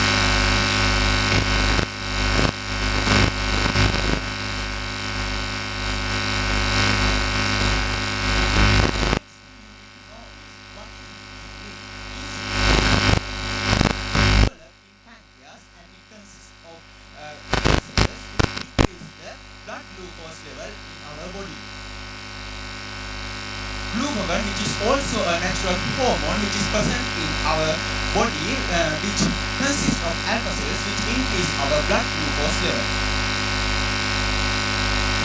So the next thing we have, yes, pancreas is an organ which belongs to the human digestive system, and it is about 6 inches long, and it consists of a head, neck, body and a tail.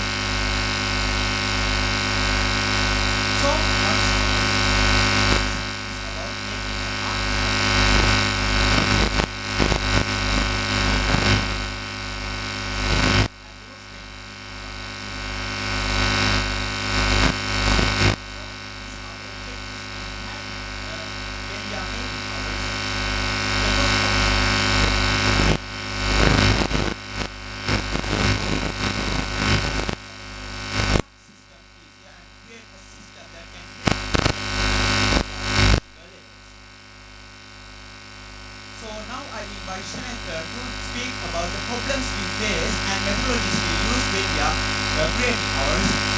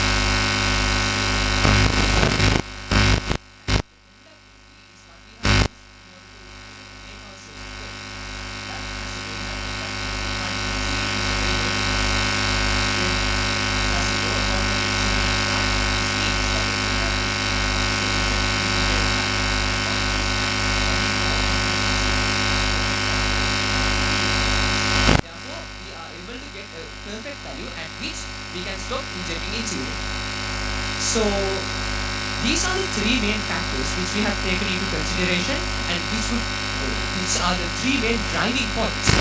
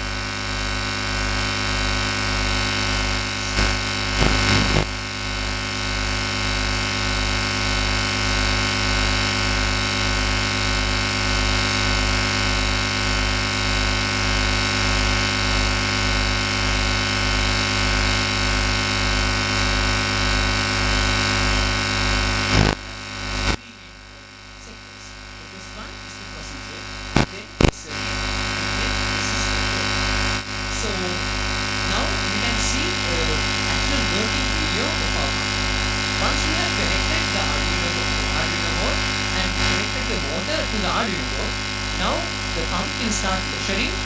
And then, as you can see, the conductivity is measured. Once it reaches a certain threshold, you will be able to see that the pump stops automatically.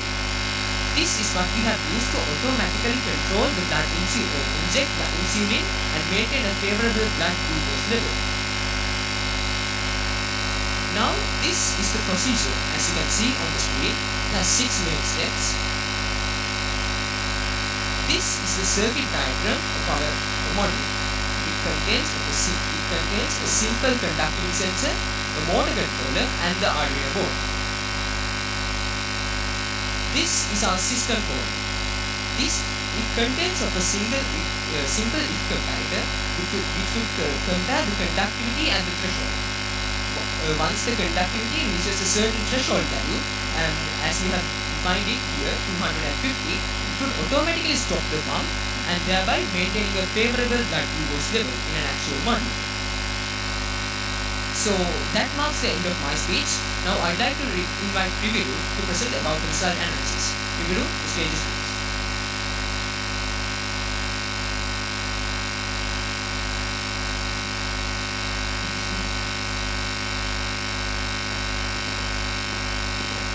So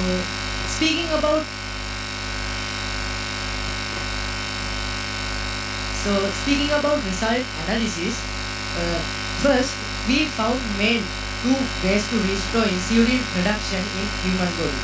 So method 1 is injecting insulin externally, and the method 2 is introducing artificial pancreas, which we did in our research.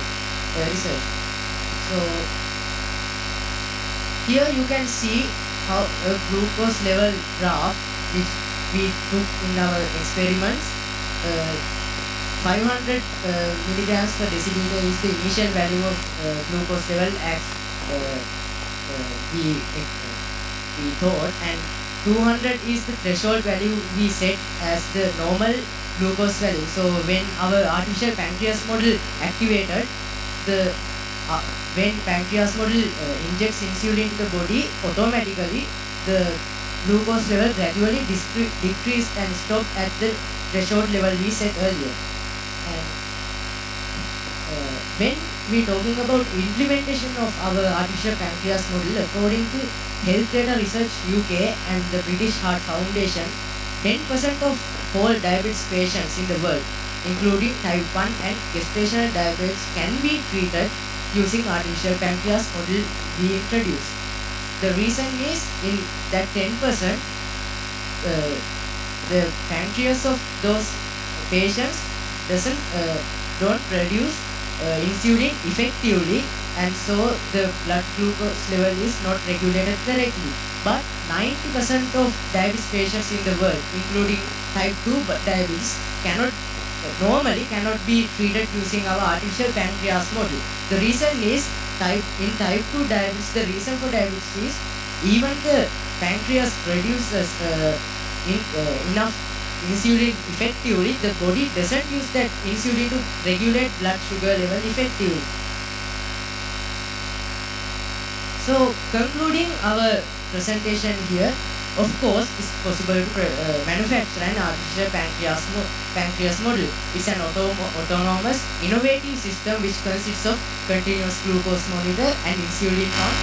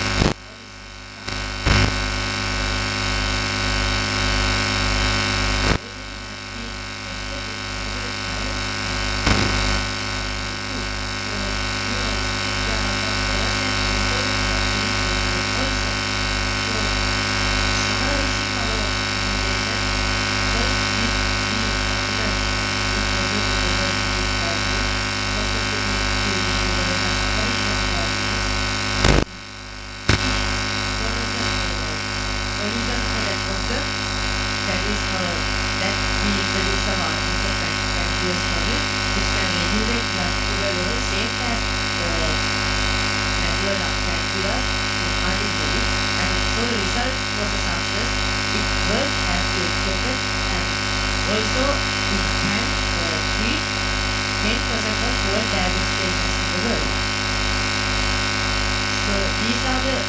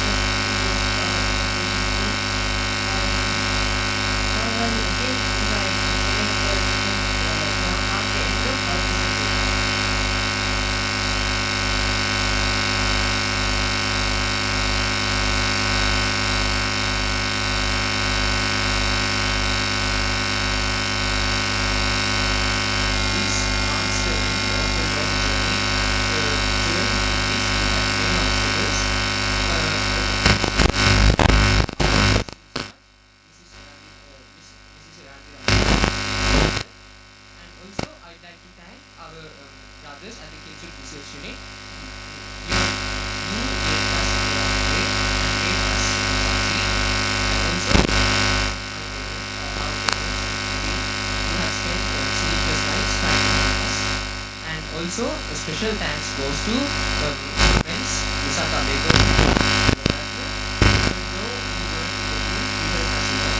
So, thank you everyone for listening.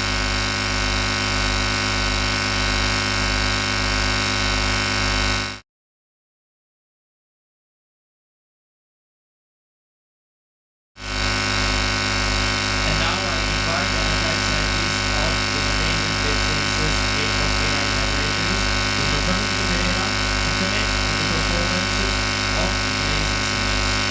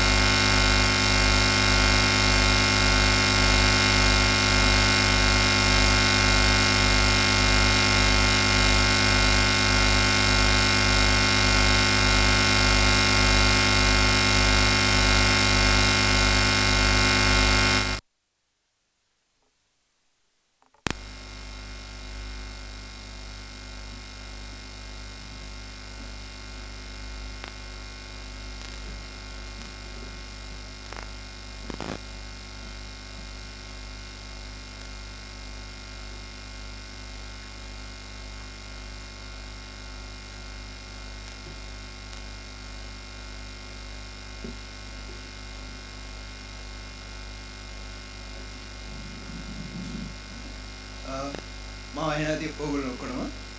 හරි. ඉස්සෙල්ලා මම කියන්න අපි ශ්‍රී ලංකා යෝන් ගවේෂණ සංගමය. එතකොට මට සහ අපේ සොසයිටියට මෙතෙන් ඉන්විටේෂන් එක ආවේ රිසර්ච් සිම්පෝසියම් එකක් තියෙනවා. එතෙන් එනවා ගොඩක් ළමයි රිසර්ච් ගැන උනන්දුව තියෙන ඒගොල්ලොන්ගේ රිසර්ච් වල ඇබ්ස්ට්‍රැක්ට් අරගෙන ඒගොල්ලොන්ගේ අයිඩියාස් අරගෙන කියලා. ඉතින් හරි. මම ඉස්සෙල්ලාම දැනගන්න කැමතියි මෙතන කවුරු හරි ඉන්නවද වයිල්ඩ් ලයිෆ් සම්බන්ධ ෆ්ලෝරා ෆෝනා සම්බන්ධ මොනවාම හරි රිසර්ච් එකක් කරන්න අයිඩියා එකක් තියෙන හෝ දැනට කරගෙන යනවා. චුට්ටක් මට අත උස්සලා කියන්න. මොකද ඒ කියන්නේ අපිට ලැබිලා තියෙන කාල වේලාව ගොඩාක් සීමිතයි. ඒ හින්දා මම කැමතියි ඇත්තටම ඒ කියන්නේ මම නිකන් කතා කරගෙන යනවට වඩා කියන්නේ මේ සීමිත වෙලාව ඔයගොල්ලන්ට අපෙන් දෙන්න පුළුවන් ප්‍රමාණය හරිම අල්පයි. හැබැයි ඔයගොල්ලන්ට මේ පැත්තෙන් රිසර්ච් එකක් හරි මොන හරි වගේ දෙයක් කරනවා නම් අපිට ලොකු දෙයක් ඔයගොල්ලන්ට දෙන්න පුළුවන්. අපි ලැබිලා තියෙන වෙලාවේ උපරිම දෙයක් ඔයගොල්ලන්ට දෙන්නයි උත්සාහ කරන්නේ. ඉතින් කවුරු හරි ඉන්නවද ඒ සම්බන්ධව වැඩ කටයුතු කරගෙන යන සහ ඒ සඳහා උනන්දුවක් වමනාවක් තියන අය? මට ආපු ආරංචි වල හැටියට 4ක් විතර තියෙනවා කියලා කිව්වා මොන හරි උරගිය සම්බන්ධව සහ ඔය වගේ දේවල් සම්බන්ධව කවුරු හරි ඉන්නවද එහෙම? හරි. මෙතන නැතු ඇති. මෙතන මම ඇත්තටම කරන්න බලාපොරොත්තු වෙන ආයේ රෙප්ටයිල්ස් කියන කොටස. ඉතින් රෙප්ටයිල්ස් කියන්නේ ඔයගොල්ලෝ දන්නා උරගිය. උරගිය ගත්තාම කෙටියෙන් අපි කොහොමද කියන්නේ? බඩ ගාගෙන යන අය. එහෙමනේ කියන්නේ අපි පොඩි කාලේ ඉගෙන ගන්න. නමුත් අපි විද්‍යාත්මක මේ දේවල් ගැන බලනකොට ඇත්තටම මේ හැම උරගයම බඩ ගාගෙන යන්නේත් නැහැ. සමහර උරගයෝ පීනනවා, සමහර කට්ටිය කකුල් හතරෙන් යනවා, සමහර අය බඩ ගාගෙන යනවා. ඒ වගේ දේවල් තියෙනවා. උරගයෝ කියන කොටස අපි විද්‍යාත්මකව ආධාරද්දී ලොකු ප්‍රමාණයක විහිදිලා ඉන්න ලෝකයේ ඉන්න සත්තුන්ගෙන් වෙනස්ම ලක්ෂණ තියෙන කොටසක් තමයි මේ උරගයෝ කියලා කියන්නේ. මෙතන එතකොට ලෝකයේ දැනට වර්ග ඒ කියන්නේ විශේෂ 10000කට වඩා සම්පූර්ණ උරගයෝ හොයාගෙන තියෙනවා. එතකොට ලංකාවෙත් උරගයෝ විශේෂ 240කට වඩා වැඩි ප්‍රමාණයක් ඉන්නවා. අදත් ඕක වැඩි වෙනවා. සමහරට හෙට වෙද්දි අඩු වෙනවා. ආයෙ වැඩි වෙනවා. ඔය වගේ වෙනස් වීම වෙනවා. සර්පයෝ 108යි. ලිසර්ඩ්ස්ලා කියන්නේ කටුස්සෝ. කටුස්සෝ 22යි. කිඹුල වර්ග 2යි. එතකොට ටෙස්ටිඩානිස් කියන්නේ ඔය කැස්බෑවෝ, ඉබ්බෝ ඒ වගේ කට්ටිය. ඒගොල්ලෝ 9යි. කැමිලියන් කියන්නේ අපි ඉන්න ඔය බෝධිලිම කෙනෙක් කෙනා. කැමිලියන්ස්ලා එක්කෙනයි. හූන වර්ග 65ක්. එතකොට හිකනල් වර්ග 36ක් සහ කබරගොයා සහ තලගොයා කියන ඔය මොනිටර්ස්ලා කියලා කියන්නේ ඒ වර්ග දෙක. හරි. මෙතෙන් දෙතරම් මං හිතන්නේ ඔයගොල්ලෝගෙන් එහෙම ප්‍රශ්න අහලා උත්තර ගන්න ලොකු වෙලාවක් අපිට නැති වෙයි.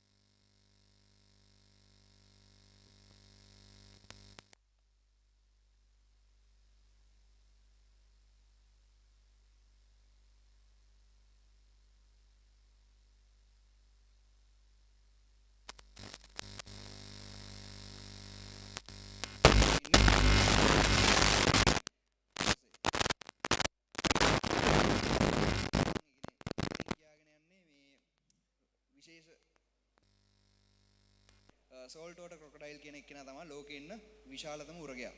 කියන්නේ ලොකෝටම හැදෙන උරගයා තමයි මේ සෝල්ට් වෝටර් ක්‍රොකොඩයිල් කියලා කියන්නේ. මේ ඉන්නේ එක එක්කෙනෙක්ගේ ස්පෙසිමන් නෑ. ලංකාවෙත් ඉන්නවා. ලංකාවෙත් ඔය ගොඩක්ම නිල්වලා ගඟේ එහෙම අර මිනිස්සු එහෙම අරගෙන යන්නේ. මේ සෝල්ට් වෝටර් ක්‍රොකොඩයිල් කියන එක්කෙනා. මේ ඉන්නේ ලෝකේ පොඩිම උරගයා. නැනෝ කැමිලියන් කියලා කියන්නේ අපි ලංකාවේ ඉන්න කැමිලියන් වගේම චූටි එක්කෙනෙක්. මේ මෙයාගේ ඇඩල්ට් මේල් කෙනෙක්. කියන්නේ වැඩුණු පිරිමි සතෙක් තමයි මේ ඉන්නේ. මේ ගිනි කූරක් වලදී සයිස් එක ඕගොල්ලන්ට හිතා ගන්න පුළුවන් ඇති. ඊළඟට මේ ග්ලයිඩින් ලිසර්ඩ් කියලා කියන්නේ මේගොල්ලෝ ඔය මැඩගස්කර් වල ඒ වගේ රටවල තමයි ඉන්නේ. අර අපේ හම්බා වගේ අපේ ලංකාවේ තියෙනවා ෆ්ලයින් ස්නේක්ස්ලා. එතකොට ඒ කියන්නේ මෙයාලා වගේම පියාඹන්න ග්ලයිඩ් කරන්න පුළුවන් සර්පයෝ ලංකාවෙත් ඉන්නවා.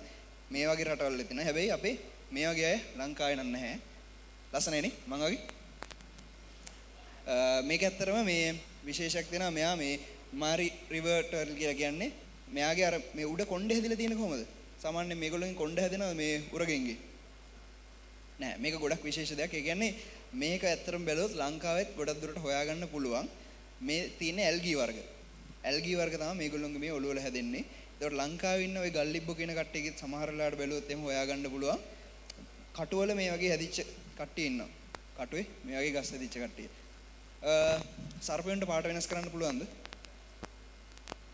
සර්පයන්ට පාට වෙනස් කරන්න බෑ ඇත්තටම. හැබැයි වෙනස් කරන කට්ටියක් ඉන්නවා.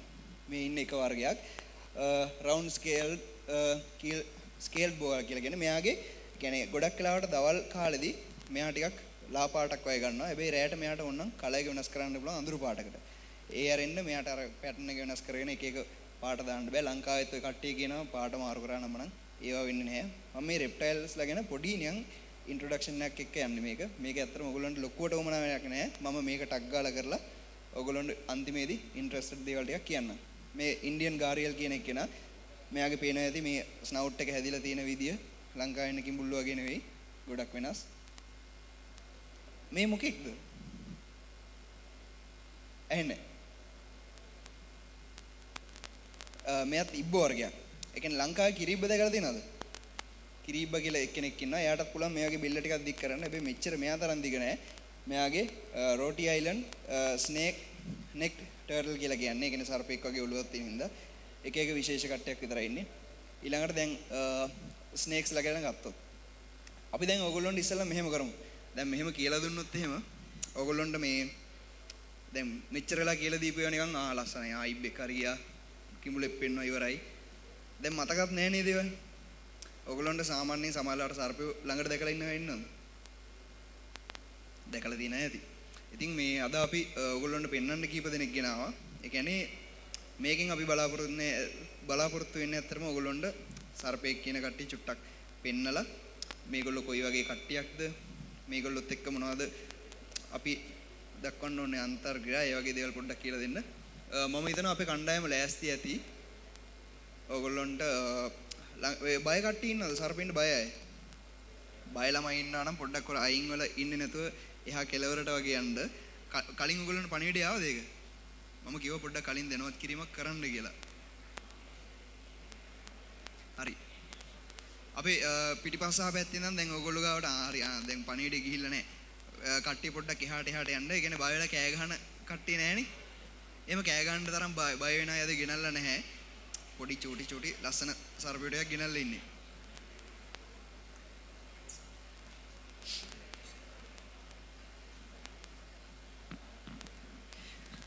හරි. ඒ ටික පෙන්න අතරතුරේ මම කියන්නම් දැන් මේ ස්නේක්ස්ලා ගත්තාම අපි ගාව ඉන්නවා ලංකාවේ දැනට අඳුරගත්ත විශේෂ 108ක්. සර්පයෝ 108ක් ලංකාවේ ඉන්නවා කියලා ඔයගොල්ලන්ට විශ්වාස කරන්න පුළුවන්ද? ලංකාවේ දැනට ඔය 108 කියන විශේෂ ප්‍රමාණය සමහර විට හෙට වෙද්දි 107 වෙන්න පුළුවන්.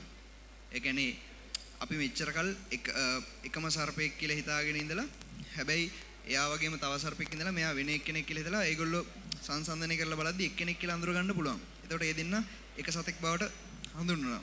ඒ වගේ දේවල් තියෙනවා. හරි. මම මේ ටික ගැන ඔයගොල්ලන්ට පස්සේ කියලා දෙන්නම්. එතකොට දැන් ඕගොල්ලොන්ට තියෙන පළවෙනි ප්‍රශ්නේ කොහොමද දෙයියනේ මෙහෙම සර්පෙව අල්ලන්නේ? කොහොමද අල්ලන්නේ? මේ අතරම කියන්නේ මෙතන ඉන්න කිසිම සර්පයෙක්ගේ අපි විස අයින් කළාත් මුකුත් කරලා නැහැ. මේගොල්ලෝ කියන්නේ නිදහස් පරිසරයේ ඉඳලා වැඩසටහන් වලට යොදාගෙන අපි අපහු කැලේට සහ අපි සත්වෝද්‍යාන වලින් ඉල්ල ගන්න ඉන්නවා ඒගොල්ලන්ට බාර දෙනවා. එතකොට දැන් මේගොල්ලෝ අල්ලන්න නම් ඒ කියන්නේ ඕනම කෙනෙක්ට අල්ලන්න පුළුවන්. හැබැයි අපි ගාව නිවැරදි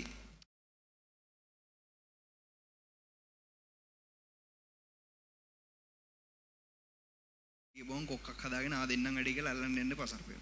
හරිද? දැන් එක එක්කෙනා අල්ලන් ඉන්න විදිය වෙනස්. පේනවනේ. ඒ කියන්නේ සතාගෙන් සතාට අල්ලන ටෙක්නික්ස් වෙනස් වෙනවා. අපි සර්පෙක් අල්ලන්න අවශ්‍යමද? අපි සර්පෙක් අල්ලන්න අවශ්‍යමද? ඔව්. අන්න අර නංගිට අල්ලන්න දෙන්න. එයා අල්ලන්න කැමතියි. ඔව්.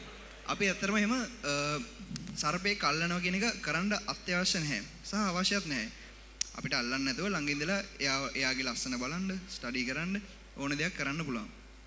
ඒතර මේ ඉතින් අල්ලන් ඉන්නේ දැන් අල්ලන්න නැතුව මේ කොහේ හරි යන ගමන් අහන් කියලා ඔයගොල්ලන්ට පින්නොත් පේන්නේ නැහනේ. ඒ හින්දා දැන් ඉස්සෙල්ලාම ඔයගොල්ලන්ට ළඟට එන ගමන් එකින් එක පෙන්නන්නම්. පසින්දු මල්ලි. අපි ඉස්සෙල්ලා මෙයාව අරගෙන යන්කෝ. ඔව් අරගෙන. මොකද්ද මේ ලණු කෑල්ලක් වගේ මෙයා අරන් එන්නේ?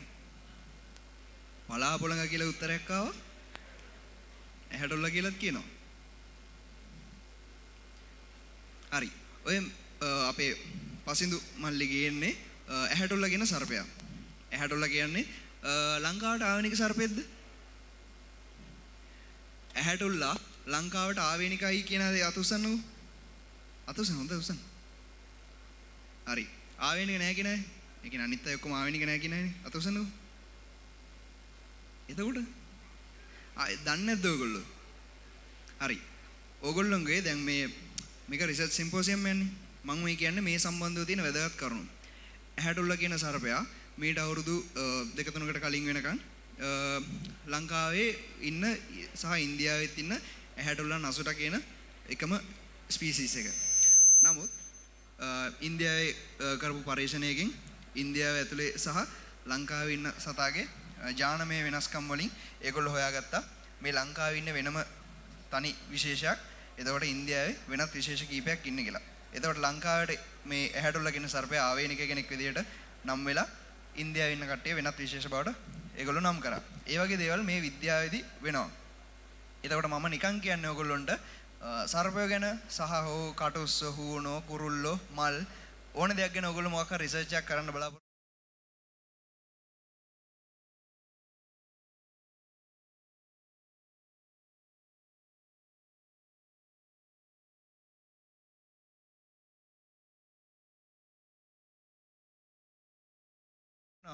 මේ මෙයා අර කියලා දුන්නා වගේ එක්කෙනෙක් නෙවෙයිනේ. එහෙම කියලා බලද්දී ඔයගොල්ලන්ට තව හම්බ වෙනවා මේ වගේ කට්ටිය.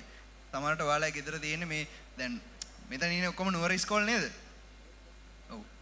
මේ පිටිනුත් ඇවිල්ලාදී නුවර ඉස්කෝල ගියාට සමහරලාට අර බස් 5ක විතර ගිහිල්ලා ඈත කැලෑවල ගිහිල්ලා මඩවල වල උඩින් පැනලා ගෙවල් වල යන කට්ටිය තියෙනවා. අන්න ඒ වගේ පැතිවල සමහරලාට අපි කවුරුත්ම කිසිම පරේක්ෂකයෙක් හොයාගත්තේ නැති මොකක් හරි විශේෂයක් ඉන්න පුළුවන්.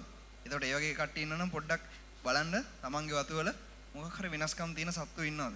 එතකොට එයාලගේ තව ගහණයක් ඉන්නවද? ඒගොල්ලෝගේ මොන හරි අපි හිතමු දැන් මේගොල්ලෝ නම් මස් මාළු ගන්නෙ. දැන් ඔය පලාපොළඟ කියලා එහෙම ඉන්නවා ඒගොල්ලෝ පලා කන්නේ නැහැ. හැබැයි ඔයගොල්ලෝ කොයිද හරි දකිනවා මේ සර්පෙක් නිකන් මොන හරි එළවලු జాතියක් කනවා. මොන හරි යම් බොංචි කරල් කනවා. ඒ වගේ මොන හරි දැක්කා. ඒවත් මේ විද්‍යාවට අලුත් දේවල්. සමහරවල් දැන් ඔය කිමුල කිරිමෙට ගිලිනවා අහලා තියෙනවද? එහෙම කිමුල කිරිමෙට ගිලිනවද? නැහැ. කිමුල කිරිමෙට ගිලින්නේ නැහනේ. නේ? නෑ නෙවෙයි ඒගොල්ලෝ ගිලිනවා කිරිමෙටි. ඒ කිරිමෙටි ගිලින්නේ මොකද ඒ කියන්නේ ඒකත් පරීක්ෂණාත්මකව හොයාගත්ත දෙයක්. ඒගොල්ලොන්ගේ තියෙන කැල්සියම් අවශ්‍යතාව සහ ලවණ ඌනතාව වලට තමයි ඒගොල්ලෝ ඒ කිරිමෙටි කන්නේ. නැතුව මේ හොඳ රස කිරිමෙටි කියලා එහෙම කනවා නෙවෙයි. ඒගොල්ලොන්ගේ කැල්සියම් සහ එක එක ලවණ වර්ග අවශ්‍යවසනේට තමයි ඒගොල්ලෝ මේ කිරිමෙටි ගිලීම සිද්ධ කරන්නේ. ඒවා පරීක්ෂණ වලින් හොයාගත්ත දේවල්. ඒ හින්දා ඕගොල්ලන්ට දකින්න ඕනම දෙයක් නිකන් විද්‍යාත්මකව හිතන්න අර අපේ ගෙවල් වල කට්ටිය කියනවා හරි දැන් අපි ණයෙක් දැක්කම ණයා මෙහෙම තුන් පාරක් ගහද්දි ඔයගොල්ලෝ දැන් අපි රිසර්ච් එකක් කරනවා මෙහෙමයි කියලා ණයා තුන් පාරක් බිමට ගැහුවා කාටවත් ඡාප වුණේ නැහැ මාස 3ක් හොඳට හිටියා ඊළඟ මාසෙත් අවුලන්නේ අන්න නැන්දගේ අත කැඩුනා ඒවා රිසර්ච් නෙවෙයි අර කියන්නේ ඒවා මිත්‍යානේ එතකොට ඔයගොල්ලොන්ට රිසර්ච් වලින් කරන්න පුළුවන් ඒ වගේ මිත්‍යා මතවල සත්‍ය අසත්‍යතාවය ඔප්පු කරන්න පුළුවන් හරිද සමහරවිට දැන් මෙතන මේ නිවල් එයාවත් පෙන්නගෙන යන්කෝ එතකොට ඒ ගමන් කියන්නම් මේ ඉන්නේ නාගමාපිලා කෙනෙක් කෙනා. මෙයාටම තමයි ලේමාපිලා, කබරමාපිලා, හබර ඒ වගේ එක එක නම් කියනවා. මෙයා ඒ කියන්නේ එකම විශේෂය මෙයාලගේ පාට පොඩ්ඩක් වෙනස්. ඒ කියන්නේ සමහර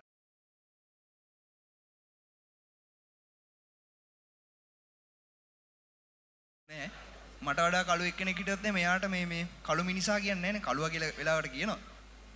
එයා මිනිස්සෙක්. ඒ වගේ තමයි එකම විශේෂයේ එක එක වර්ණ ප්‍රභේද ඉන්නවා.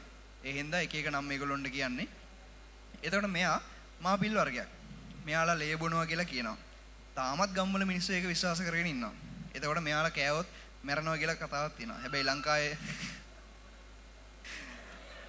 හරි එහෙම වෙනවා. එහෙම දේවල් වෙනවා. සාමාන්‍ය දෙයක් ගණන් ගන්න එපා. එතකොට ලංකාවේ මේ වෙනකන් මේ නාගමාපිලෙක් එහෙම නැත්නම් ලේමාපිලෙක්ගේ විෂ ශරීරගත වීමකින් වෙච්ච මරණයක් නැහැ. හැබැයි මෙයාලා කාලා මෙයා නෙවෙයි සමහරලාට ගැරන්ඩියෙක් මෙහෙම කාලා දතක්වත් අදින්න නැතුව ගැරන්ඩියාගේ හොම්බ මෙහෙම වැදිලා ඒකට බය වෙලා heart attack ඇදිලා මැරෙන්න පුළුවන්. එතකොට සමහරලාට කියනවා ආරි ගැරන්ඩියා කාලා මිනිහෙක් මැරෙනවා. හැබැයි මරණ පරීක්ෂණ වාර්තාව බැලුවොත් එහෙම මොකක් හරි තියෙන්නේ එක්කෝ හදිසි මේකක් හින්දා එක්කෝ නහරයක් පුපුරලා heart attack ඇවිල්ලා ඒ වගේ දේවල්.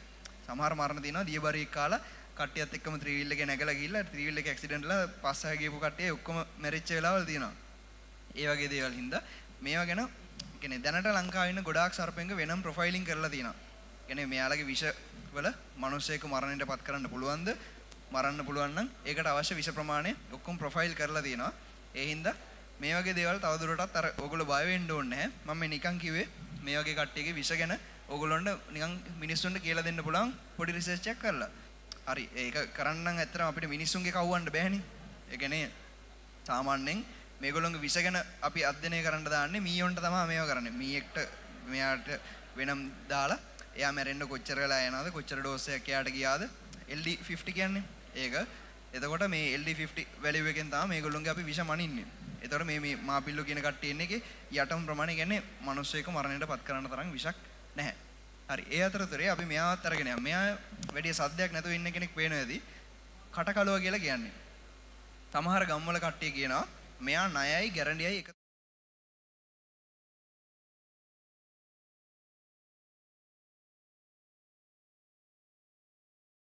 තනි පාටවල් වගේ කිසිම රටාවක් නැහැ. ඒ හින්දා හිතනවා අර දෙන්නෙක් එකතු වෙලා හැදෙනවා කියලා. ඕගොල්ලෝ දන්නවද සර්පයෝ ඒ කියන්නේ වර්ග දෙකකට ලිංගිකව එකතු වෙන්න පුළුවන්ද? බැරි හේතුවක් තියෙනවා. ඒ කියන්නේ බෑ. බැරි හේතුවක් තියෙනවා. මොකද මේගොල්ලොන්ගේ ලිංගික අවයව පිරිමි සත්තුන්ගේ ලිංගික අවයවයක් ඔයගොල්ලෝ දැක්කොත් එහෙම මට ඇත්තට මේකේ පෙන්වන්න පුළුණා.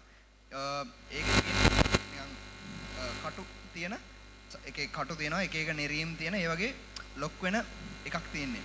ඒක එතකොට තමන්ගේම වර්ගයේ මේ ගෑනු සතෙක් එක්ක තමයි එකතු වීමක් වෙන්නේ. එතකොට ඔය සර්පයෝ හයිබ්‍රිඩ් වෙනවා.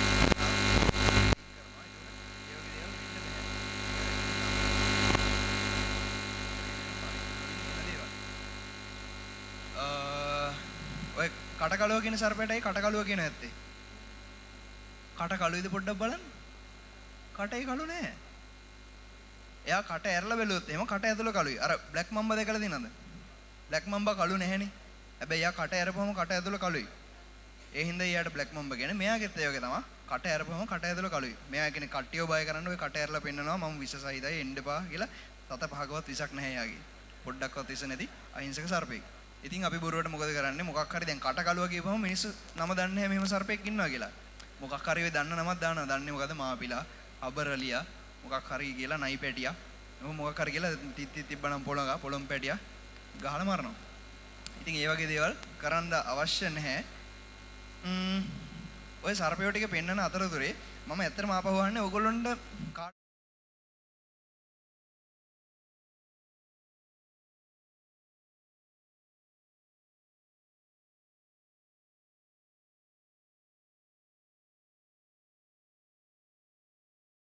අලුතෙන් හුණු විශේෂයක් අඳුන්වලා දීලා දිනවා සහ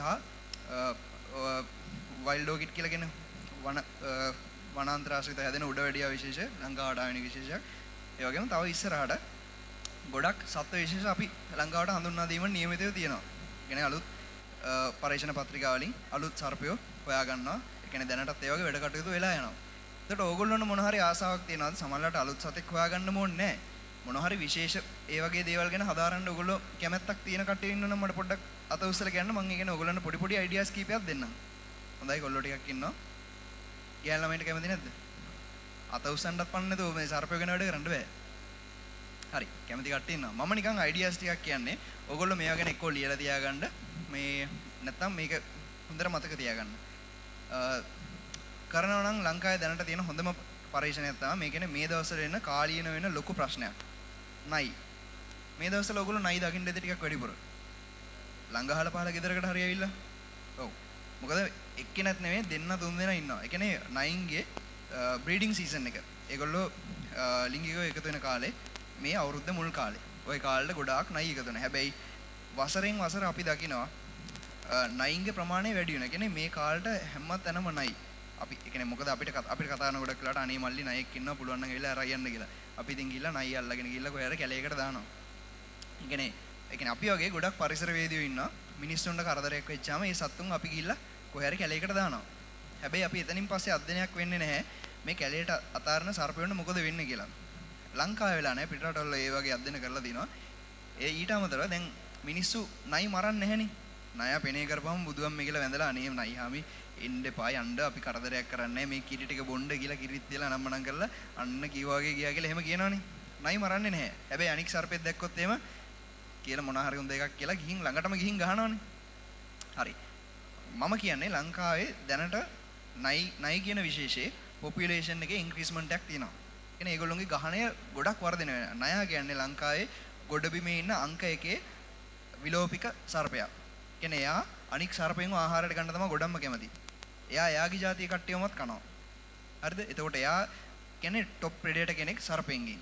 එතකොට එයාගේ විෂ අනික් සර්පෙන්ට බලපානවා. අනික් සර්පෙන්ගේ විෂ එයාට ගොඩක් බලපාන්නේ නැහැ. මොකද එයාගේ ආහාරවල අනික් සර්පයෝ අඩංගු වෙන හින්දා ඒගොල්ලෝ කෑවට ගොඩක් වෙලාවට එයාට ඉමුනිටි එකක් තියෙනවා. එතකොට නයා කියන්නේ ගොඩක් තැන් වලින් සර්වයිව් වෙන්න පුළුවන් කෙනෙක්. එතකොට දැන් අපි දකිනවා මිනිස්සුන්ගෙත් ඒ කියන්නේ ගොඩක් වෙලාවට සර්පයෝ අල්ලන්න එනගේ ළඟදීත් කාලා තිබ්බා. ඉතින් මේ සර්පයෝ මිනිස්සුන්ගේ කනවා වැඩි වෙන්න පුළුවන්. ඒ වගේ උග්‍ර විෂ සර්පෙක් ගොඩක් බෝ වුණා.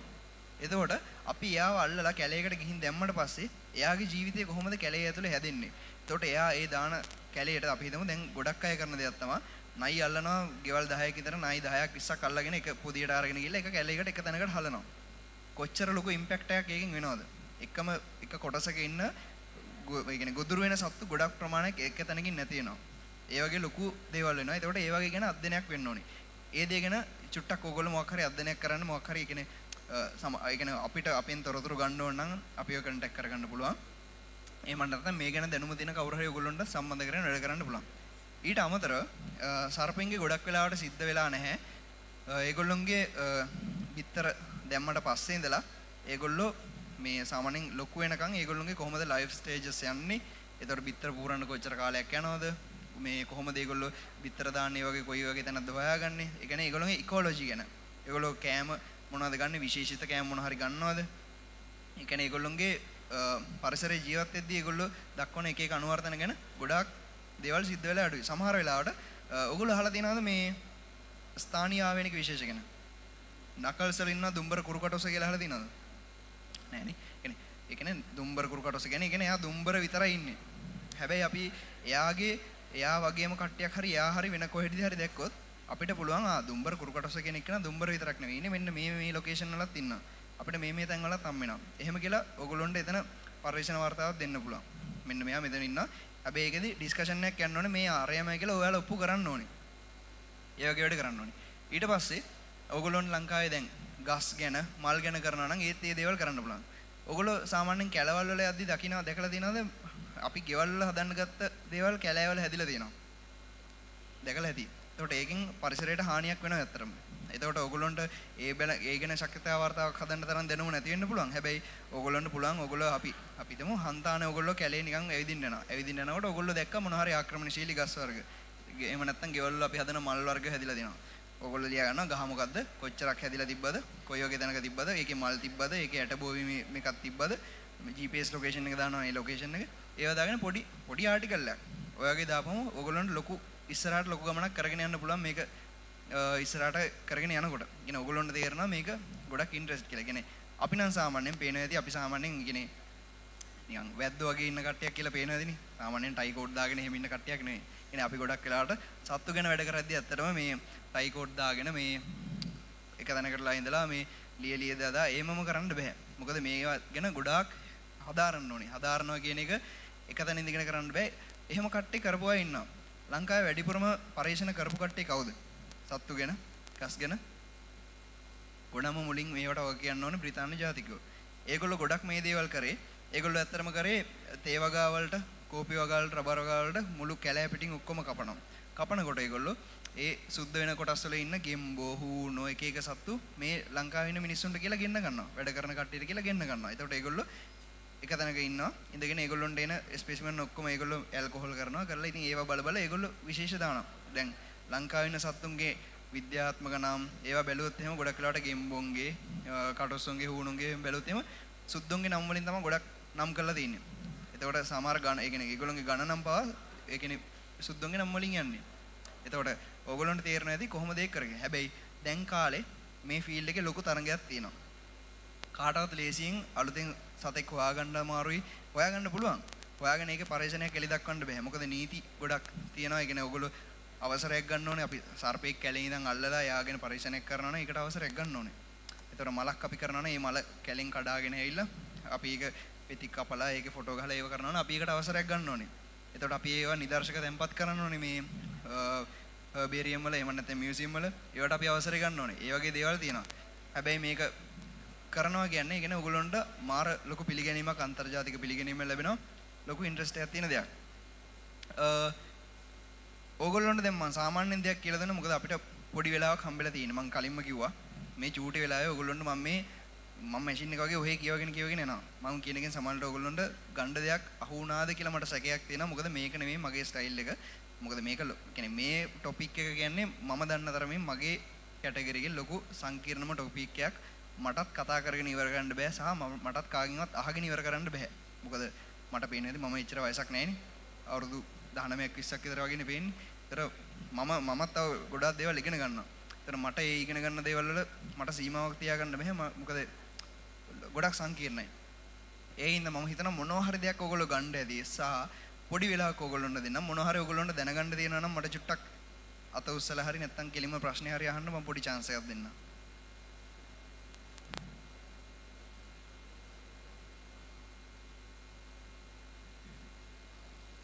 මොකක්ද ඔයගොල්ලෝ මොකක් හරි අහන්න තියෙනවා නම් ටක් ගාලා අහන්න.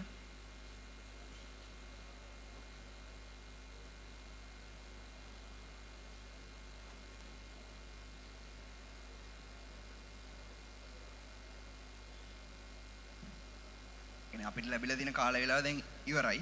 ඉවරින් දැන් මම තවදුරටත් මේක කරගෙන යන්න බලාපොරොත්තුවක් නැහැ. ඕගොල්ලන්ට මොකද ඕගොල්ලන්ගේ තියෙන මේ වැඩසටහන සර්පයෝ ගැනවත් උරගයෝ ගැනවත් දැනුවත් කිරීමේ වැඩසටහනක් නෙවෙයි. ඉතින් මේ ප්‍රසන්ටේෂන් එක දිගට කරන එකේ ලොකු තේරුමක් නැහැ ඕගොල්ලන්ට. සහ මේ ඕගොල්ලන්ගේ පර්පස් එකට ගැලපෙන විදිය මගෙන් වෙන්න දේවල් ටික මම නිකන් වර්බලි කිව්වා. මොනවා හරි තව ඇඩිෂනල් දෙයක් දැනගන්න තියෙනවද නැත්නම් මම කියපු දේවල් වල ඕගොල්ලන්ට දැනගන්න මොන හරි දෙයක් තියෙනවද?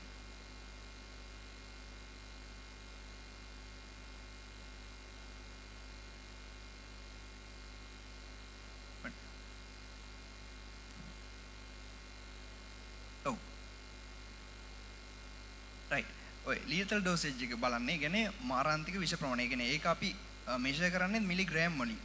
කියන්නේ මිලිලීටර නෙවෙයි මිලිග්‍රෑම් වලින්. කියන්නේ විෂ ප්‍රමාණය වියලි බර. එතකොට ඒක ගන්නේ අපි එක්ස්පෙරිමන්ට් එකකට ගන්න මීයෝ. ලැබොරටරිස්ලා ඒගොල්ලොන්ට මේ ඩෝසේජ් එක ඉන්ජෙක්ට් කරලා ඒගොල්ලොන්ගෙන් අර 50ක නියදයක් අරගෙන ඒ නියදයෙන් කොහොමද මැරෙන්න ඕනේ ප්‍රමාණය ඔය මිලිග්‍රෑම් වලින් මෙෂර් කරලා තමයි ඔය lethal dosage එක 50 අගේ ගන්නේ. එතකොට හැබැයි ඊටත් වඩා සාර්ථක ක්‍රම දැනටත් හොයාගෙන යනවා ලෝකේ. මොකද දැන් ඔය LD50 අගේ ගත්තොත් එහෙම මම කිව්වා වෙනම් ප්‍රොෆයිලින් කරලා තියෙන කියලා. ඔය වෙනම් ප්‍රොෆයිල් එකෙන් තමයි ඔක එන්නේ. හැබැයි දැනට ඔයගොල්ලෝ දන්නවද ලංකාවේ විෂ සර්පයෝ කෑවොත් එහෙම අපිට දෙන බෙහෙත් එකක් තියෙනවනේ. ඇන්ටි වෙනම්. ඔය ඇන්ටි වෙනම් එක අපිට දැනට දෙන්නේ ඉන්දියාවෙන් අපිට ඉම්පෝට් කරන ඇන්ටි වෙනම් එකක්. ඒ කියන්නේ ඉන්දියාවේ ඉන්න සර්පෙන්ගෙන් ගන්න විෂ වලට අදාළ ප්‍රතිවිෂයක තමයි අපිට දෙන්නේ. හැබැයි ඔයගොල්ලෝ දන්නවද ණයාගේ විද්‍යාත්මක නම? මොකද? ණයාගේ විද්‍යාත්මක නම? ඒක දන්නේ නැද්ද? ණයා කියලානේ තියෙන්නේ නේ? ඒ ලංකාවේ ඉන්න ණයාගේද? ඔයාලා දන්නවද ණයා ලංකාවට ආවේ නිකයි කියලා දැන්? ණයාගේ විද්‍යාත්මක නම ණයා පොලියෝසෙලාට කියලා.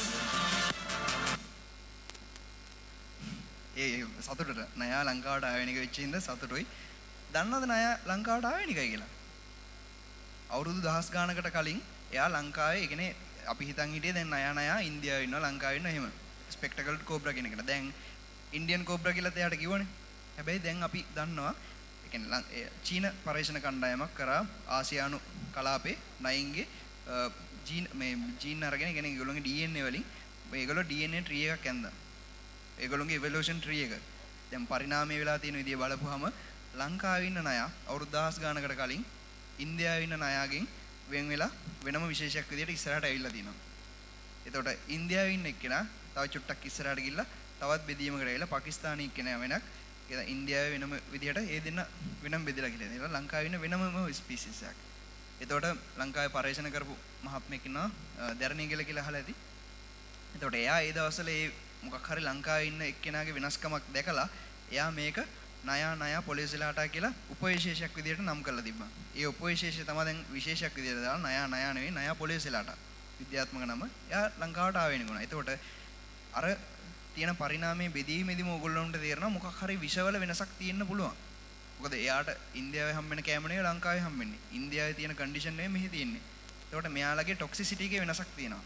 දැනට ලංකාවේ දෙන ඇන්ටි වෙනම් වලින් සමහරවිට සයිඩ් ඉෆෙක්ට්ස් වෙන අවස්ථා තියෙනවා.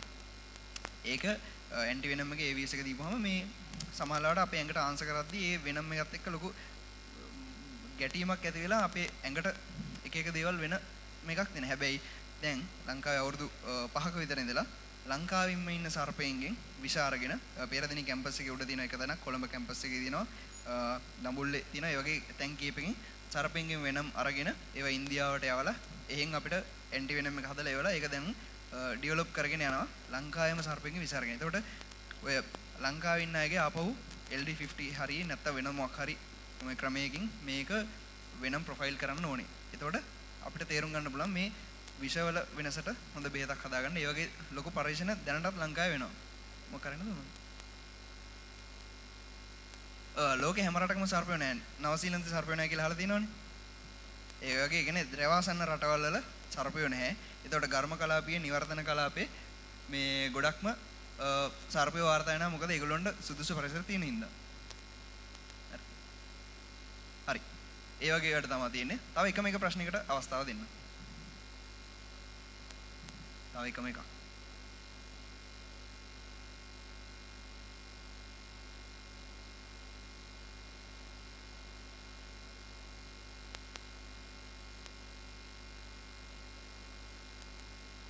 නැද්ද? ලෝකේ විෂම සර්පයා. ඔව් ලෝකේ දැනට හොයාගෙන ඉන්න විෂම සර්පයා තමයි ඉන්ලෑන්ඩ් ටයිපෑන් කියලා කියන්නේ. හැබැයි ඊට සමානවම ළඟින් යන විෂක් තියෙන කෙනෙක් පස්සේ කාලෙක හොයාගෙන තිබ්බා මෙහි ඉන්දියාවේ කරවැල් විශේෂයක්. මේ එතකොට හැබැයි නමුත් දැනට සලකන්නේ ඔය ඉන්ලෑන්ඩ් ටයිපෑන් කියන එක නෑ. එහෙම නැත්නම් වෙස්ටර්න් ටයිපෑන් ඒ වගේ නම් කියනවා. එයත් ඔය ණය ආයිද වෙන ඉලිපිඩි ෆැමිලි එකේ කෙනෙක්. ඒගොල්ලෝගේ අර නියුරෝටොක්සික් තියෙන කට්ටිය. ඒ කියන්නේ එයා තමයි විෂම එක්කෙනා. හැබැයි එයාට වගේ නෙවෙයි. ඒ කියන්නේ ඒ වගේ ගොඩක් අය ඉන්නවා. කියන්නේ කාලා අපිට ඇත්තටම බෙහෙත් කරන්නත් වෙලාවක් නැතුව මිනිස්සු මරන සර්පය ඇත්තටම ලෝකේ ඉන්නවා. හැබැයි අපි ලංකාවේ ඉඳගෙන අපි ගොඩක් වාසනාවන්තයි. අපේ ඉන්න කට්ටියකින් ගොඩ බිම ඉන්නේ පොඩි ප්‍රමාණයක් අපිව මරණයටපත් කරන්න පුළුවන්. ඔය 108ෙම සාමාන්‍යයෙන් අපේ මාරාන්තික වීමේ සම්භාව්‍යතාව තියෙන. ඒ කියන්නේ මාරාන්තික කියලා දැනට හදාරන කට්ටියකට ඉන්නේ 7 දෙනෙක් 8 දෙනෙක් ඔය වගේ. හැබැයි මාරාන්තික විය හැකි කියලා කොටසකුත් ඉන්නවා. ඒ කියන්නේ මාරාන්තික විය හැකි කියන කට්ටිය කාලා ඉතින් මැරෙන්න පුළුවන්. එක්කෙනෙක් මැරුණාට පස්සේ එයාත් ඉතින් අර ලිස්ට් එකට දානවා. ඒක අර අපි හදාගත්ත මෙතඩොලොජි එකක්. ඒ අරෙන්ද එයාගේ වෙනම් ඒ කියන්නේ මුහුදු සර්පයෝ ඉන්න 13ක්. ඒ කියන්නේ 15ක් ඔක්කොම ඉන්නවා. දෙන්නෙක් දැනටම උග්‍ර වෙෂ. ඒ කියන්නේ කාලා මිනිස්සු මැරලා තියෙනවා. අනිත් අය තාම මිනිස්සුන්ගේ කාලා නැහැ. කෑවොත් සොරිම තමයි. ඒතර කෑවොත් මැරෙන්න chance එක තියෙනවා අනිවාර්යෙන්. මොකද ඒ තරම් ඒගොල්ලෝගේ වෙනම් එක පවර්ෆුල්. ඒ වගේ දේවල් තියෙනවා. එහෙම. මම හිතනවා ඔයාගේ ප්‍රශ්නෙට උත්තරේ හම්බෙන්න ඇති කියලා. ඒකත් එක්ක තව පොඩි කරුණු ටිකක් මම කිව්වා. හරි. එහෙනම් ඕගොල්ලෝ ඔක්කොටම thank you මගේ පොඩි වචන ටික නම් අහගෙන හිටියට. මොකද ඒකෙන් ඕගොල්ලෝ දෙයක් ගන්නද කියලා හිතනවා. ප්‍රශ්න අහලා ඕගොල්ලන්ට උත්තර වලින් දෙයක් ගන්නද කියලා හිතනවා. ගොඩක් thank you. ඕගොල්ලෝ ඉස්සරහට වැඩ කරගෙන යන්න මේ රිලේටඩ් නැතත් ඕගොල්ලෝගේ හැම රිසර්ච් එකක්ම ඕගොල්ලෝ හරියට කරගෙන මේක ඉස්සරහට කරගෙන යන්න කියලා මම ඕගොල්ලන්ට සුබවදනවා. ගොඩක් thank you. Thank you for the members of the Youth Exploration Society for acknowledging us with such inspiring subject.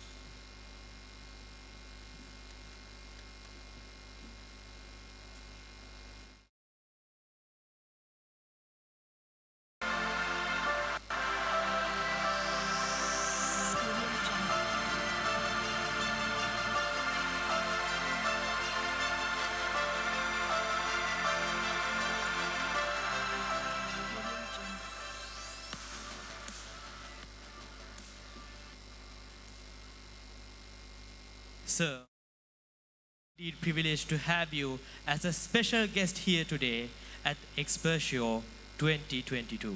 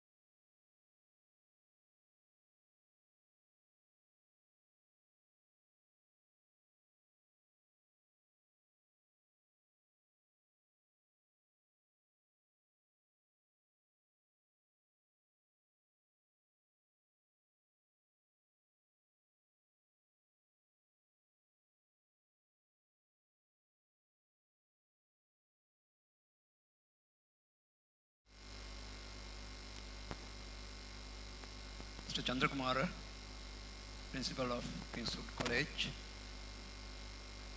and other distinguished guests.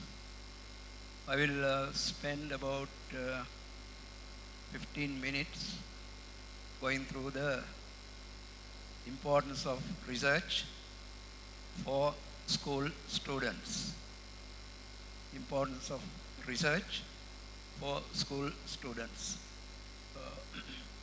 And I must thank the Kingswood College Research Unit for initiating this if the country is looking forward to become a developed nation.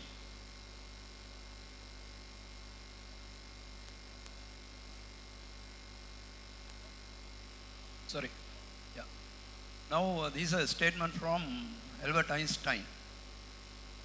Albert Einstein says, I have no special talent.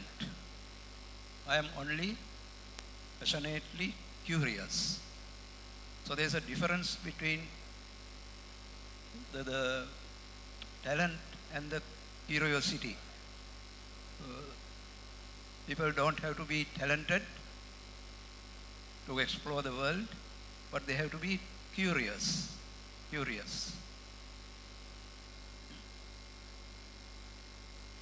So research is mainly driven by the curiosity of the individuals or groups to find the unknown, to study how things work, whether living things or non-living things.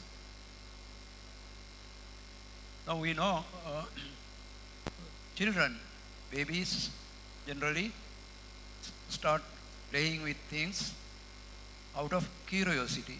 They like to know how this is happening, how this gadget is working. So that's curiosity. It's a very natural thing. Curiosity in human being is a very natural thing, and it starts from very early ages. So early exposure to research, especially at the school period, is also very important because it's a natural thing. But in our school education system, there is no special emphasis is given to research compared to other countries in the world. So understanding how things operate, how things work is better, can be best realized when you are immersed in a research environment. You have to do full-time research with your groups, peers, and develop a deeper understanding, and it has to be a curiosity-driven exercise. Now, even when you go for a job interview, the employers, the company or government office or whatever, when you go for an interview, they look at your verbal and written communication skills, problem solving skills, ability to work as a team, and analytical mind, how you analyze questions, etc. So it's very important. All these things can be improved or developed by participating in research. So it's very important. One has to learn how research works. A given experiment, maybe, or given observation, how it really works, including your day-to-day budget, how do you live in the society, day-to-day activities, studying, everything can be looked as a research project and analyze and develop conclusions. So it's a research-based critical thinking. When you do a research, automatically you are being trained how to analyze the data and results, and how to communicate your results with others. Then also it's very important to form research networks. That is, groups of people collectively analyzing, carrying out a research project and analyzing data. So doing research and analyzing the results and forming networks, all these are very important to broaden or widen your knowledge base as a young researcher. If you want to do a research project in our school system, there is not much of arrangements. I remember a few years back, research projects were compulsory to write a report, and I don't think it's in operation now. But if you are really keen in doing a research, you can do it even at home, or join one of the universities or research institutes as a part-time student to carry out a research, maybe 2-3 months, where you get a very basic exposure, how to start, plan, and carry out a research, how to analyze the results, etc. So when you participate in a research, academic, that will enrich your academic and professional life in many ways.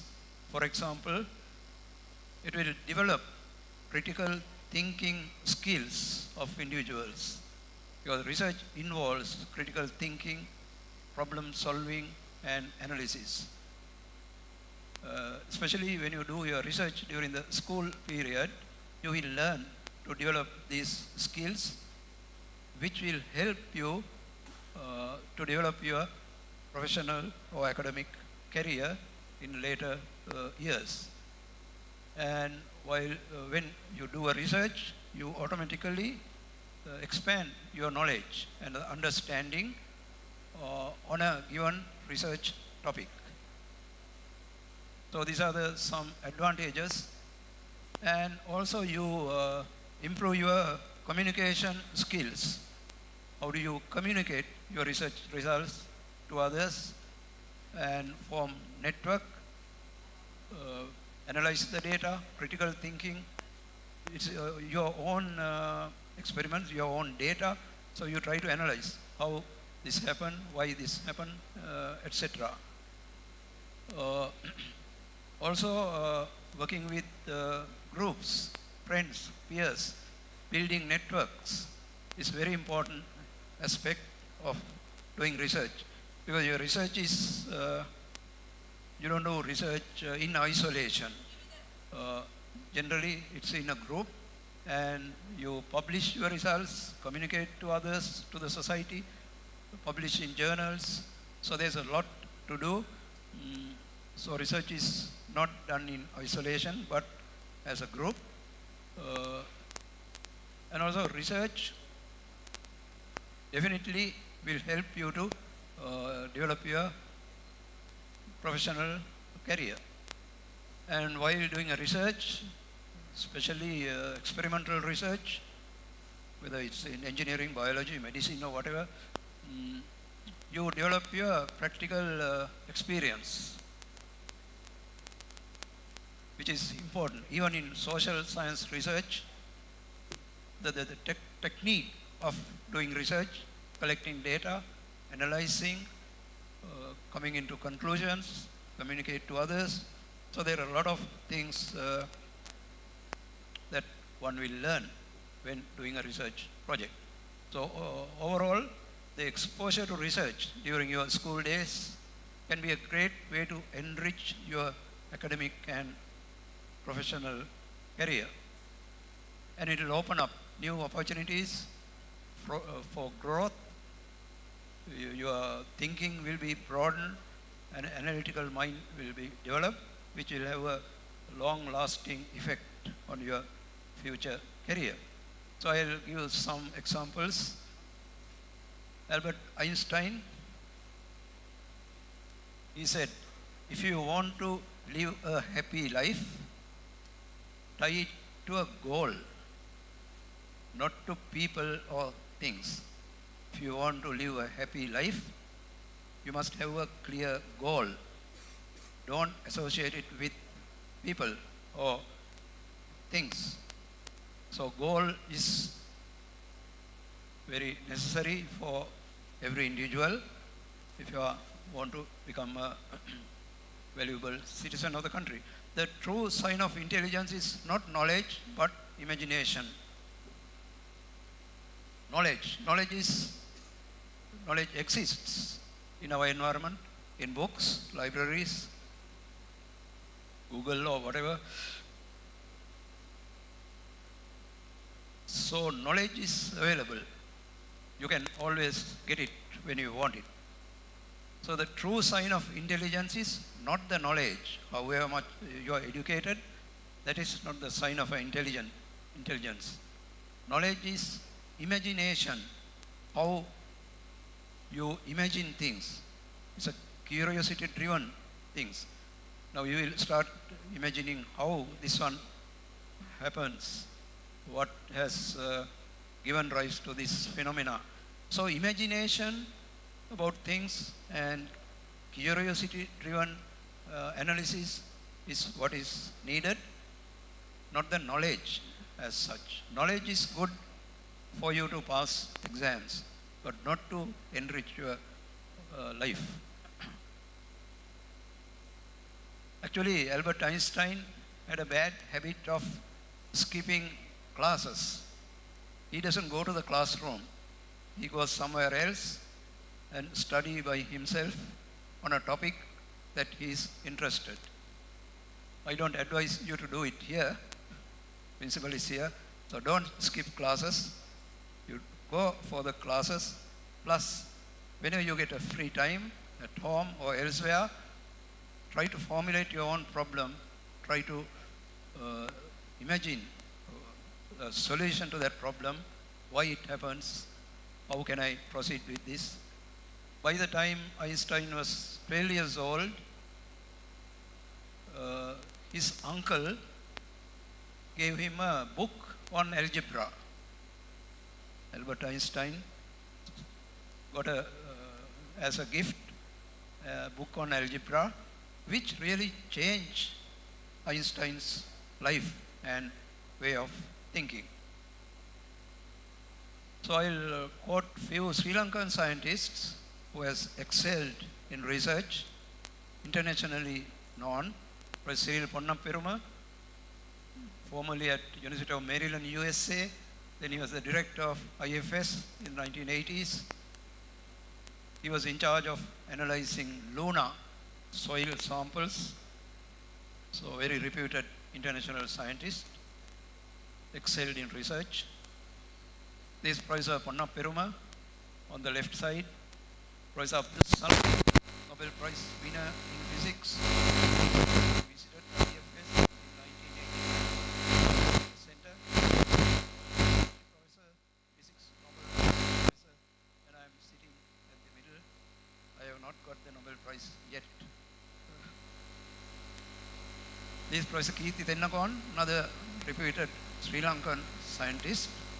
He has done a lot of work on developing new generation of solar cells. He was a professor at Sri Jawadanapura, professor at Ruhuna University, and finally he was at the IFS or NIFS for many years and contributed a lot to develop these solar cells. Another success story from the IFS, NIFS. Professor Gamini Senviratna is a professor at IFS, research professor. He did research on developing a new kind of fertilizer. He spent about 10 years or more than that developing this fertilizer. It's a liquid fertilizer, we call it biofertilizer. And now this biofertilizer is commercially manufactured by Lanka Biofertilizer Limited. It's a subsidiary of Nature's Secret. If you add this biofertilizer, you can cut down the use of imported fertilizer by 50%. You can cut down the imported fertilizer by 50% if you use this biofilm fertilizer developed at the IFS through 10 years of research. And now this particular fertilizer is applied all over the island, approved by the Agriculture Ministry. So there is another reputed international caliber scientist, Professor Leslie Gunatilaka. He is a chemist, natural product chemist. He is now in Arizona University, USA. His group analyzed medicinal plants for their medicinal value, especially anti-cancer drugs from plants. So these are some Sri Lankan scientists.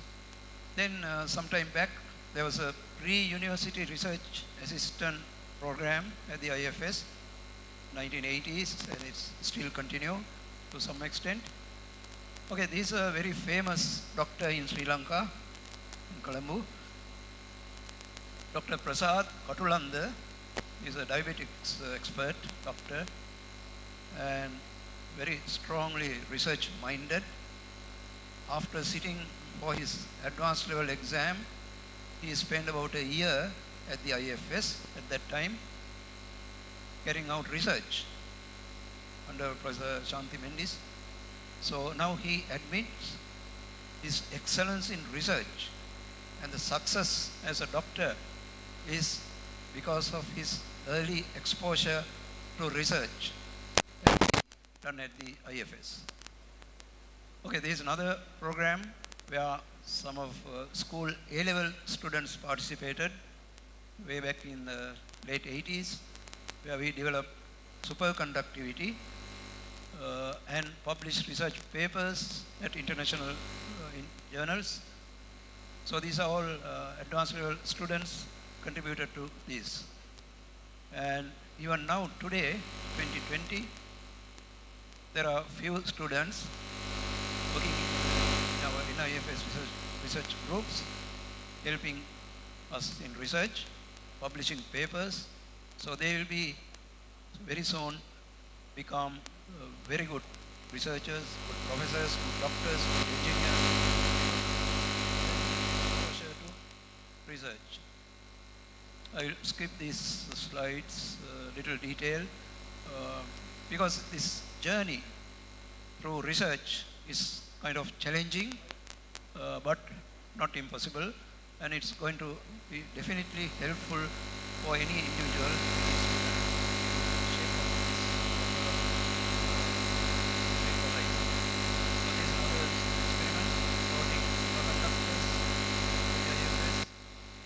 to motivate school students and train school students how to think critically. So as a result of these research publications, I was ranked among the top 2% in the world in the last 2 years, 21 and 22. And also so many medals, as you saw in the introductory video. There is another good researcher from Peradeniya, Professor Sivanandan now. Earlier he was a student at Peradeniya. Now he is an international caliber scientist, professor, based in Chicago. He has now, in addition to his professorship, he is the owner of 3 big American companies which produce solar cells, infrared detectors. So like that, if you have a research mind, research training, the sky is the limit. You can go ahead analyzing. So okay, this is one of our programs where we conduct demonstration experiments at schools. I think this Kingswood is also here at the center. We had about a year back this kind of experiments, interactive experiments at Peradeniya University. Then also we are training solar technicians under the same kind of program. So engaging students in research and inquiry, it's very vital for them to become leading citizens of the country for their career development, whatever the career be. So research requires a culture of inquiry-based learning. You always think, why is this happening this way? Why not the other way? So it's you train the inquiry-based thinking even during school days. So I'll end up this slide again. Einstein's quotation, I have no special talent. So Einstein is not a talented student, but he is a person full of curiosity, the desire to learn things, how things happen. Right, thank you. Canada?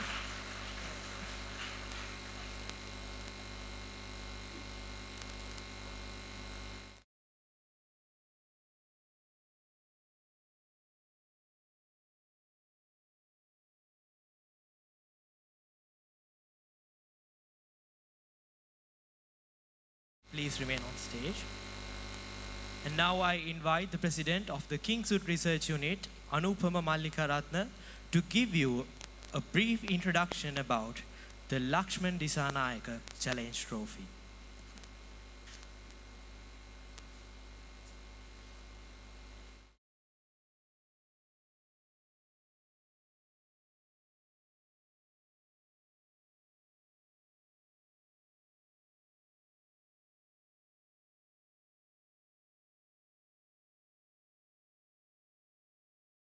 විද්‍යාලීය පර්යේෂණ සංගමය සහ ජාතික මූලික අධ්‍යයන ආයතනය මීට මාස 7කට කලින් පටන් ගත්ත දැවැන්ත ව්‍යාපෘතික අවසානයේ තමයි මේ එළවිලා තියෙන්නේ. එක්ස්පර්ෂියෝ 2022 ශ්‍රී ලංකාවේ පාසල් මට්ටමින් සංවිධානය කරනු ලබන විශාලතම සහ එකම සමස්ත ලංකා මට්ටමේ පර්යේෂණ තරඟාවලිය තමයි මේ. ඉතින් ඔබ අද දවස පුරාවටම අපිත් එක්ක එකතු වෙලා මේ පර්යේෂණයන් කිරීම පිළිබඳව පාසල් මට්ටමින් සමාජ කතිකාවතක් ඇති කරන්න ඒ අවශ්‍ය කරන මූලික අඩිතාලම ලබා ගන්න ඇති. ඉතින් අපි මේ පර්යේෂණ තරඟාවලිය සංවිධානය කිරීමේ මූලික අරමුණ උනේ කිංස් පාසල් මට්ටමින් පර්යේෂණ පිළිබඳව අවධානය තියෙන ශිෂ්‍යයන්ට අවස්ථාවක් සලසන්න, ඒ වගේම පාසල් මට්ටම තුලින් පර්යේෂණයන් පිළිබඳව සමාජ කතිකාවතක් ඇති කරන එකට. ඉතින් එක්ස්පර්ෂියෝ 2022 කියන නාමය මුවග රැවුදෙන හැම වෙලාවකම ඕගොල්ලෝ හැමෝටම නොවිසිලිමත්ම තවත් කාරණාවක් තමයි මහාචාර්ය ලක්ෂ්මන් දිසානායකයන්ගේ නමින් නම් කෙරුණු මහාචාර්ය ලක්ෂ්මන් දිසානායක අභියෝගතා කුසලාණිය කියලා කියන්නේ. ඉතින් ඇත්තටම මම මේ වෙලාවේදී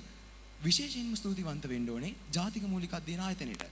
100කට අධික පාසල් පරීක්ෂකයන් විසින් සිදු කරනු ලැබූ පරීක්ෂණ පත්‍රිකාවන් වල පරීක්ෂණ පත්‍රිකාවන් වල පරීක්ෂණ සාරාංශයන්, පරීක්ෂණ ප්‍රධාන ව්‍යාපෘතීන්, පරීක්ෂණ යෝජනාවලින් වෙන වෙනම ස්වාධීන විද්වත් මණ්ඩලයක් කරා අධීක්ෂණය කරලා ඒවට අදාළ උපදෙස් ලබා දෙමින් ඒවට අදාළ ස්වාධීනව ලකුණු පටිපාටියක් අපිට ලබා දීලා ඒ වගේ අපිට ඇත්තටම මේ කටරතව්‍ය සාර්ථක කර ගැනීමට උදව් කරාට. ඉතින් මම ආරාධනා කරනවා සංකල්ප සහෝදරයාට අද මහාචාර්ය ලක්ෂ්මන් දිසානායකයන්ගේ නමින් නම් කෙරෙනු ශ්‍රී ලංකාවේ පාසලක් විසින් ලබා දෙන විශාලතම පරීක්ෂණ කුසලානය හිමි වෙන්නේ කුමන පාසලටද කියන කාරණාව ඔබ හමුවේ කතා කරන්න. බොහොමත්ම ස්තුතියි ජීවන්තිශයේ. අවසාන ප්‍රතිඵලය ශ්‍රී ලංකාවේ විශිෂ්ටතම පර්යේෂණ සංගමයේ බවට පත්වන්නේ කුමන පාසලද? මා සූදානම් එම තීරණය නිවේදනය කරන්න. එම තීරණ නිවේදනය කිරීමට මත්තෙන් මා කැමැති ජ්‍යෙෂ්ඨ මහාචාර්ය ලක්ෂ්මන් දිසානායක මෙතුමනි ඔබතුමන්ට වේදිකාව මැදියට ආරාධනා කරන්න. ඒ වගේම එතුමන්හට සහයෝගය දැක්වීම සඳහා මා ආරාධනා කරනවා විද්‍යාලීය නියමුවාණන් ඔබ අලිචන්ද්‍ර කුමාර ගරු විදුහල්පතිතුමන්ට වේදිකාවට සපයමින් ලෙස.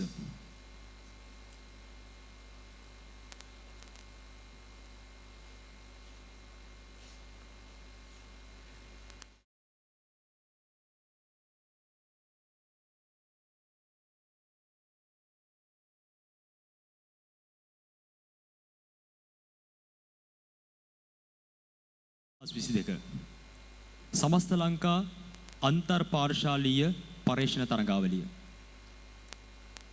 එම පර්යේෂණ තරඟාවලියේ විශිෂ්ටතම පර්යේෂණ කණ්ඩායමට හිමිවන මහාචාර්ය ලක්ෂ්මන් දිසානායක අභියෝගතා කුසලානය දිනා ගන්නා කණ්ඩායමේ නාමය මේ වෙලාවේ පවතින මගේ අතේ.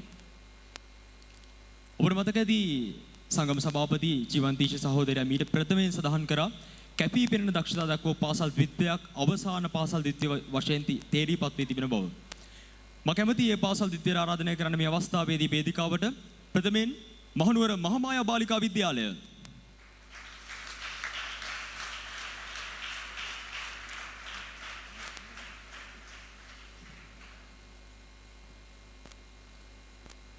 දෙවනුව මහනුවර උසස් බාලිකා විද්‍යාලය.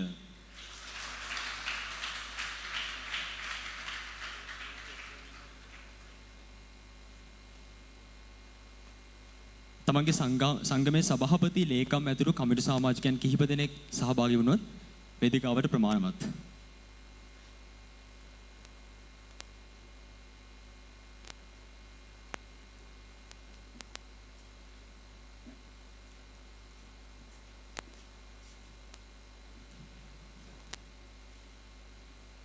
ඔබ දන්නවා එක්ස්පර්ෂියෝ 2022 ශ්‍රී ලංකාවේ එදා මෙදා තුන පාසලක් විසින් සංවිධානය කරනු ලැබූ ප්‍රථම සහ දැවැන්තම පර්යේෂණ දින තරඟාවලිය.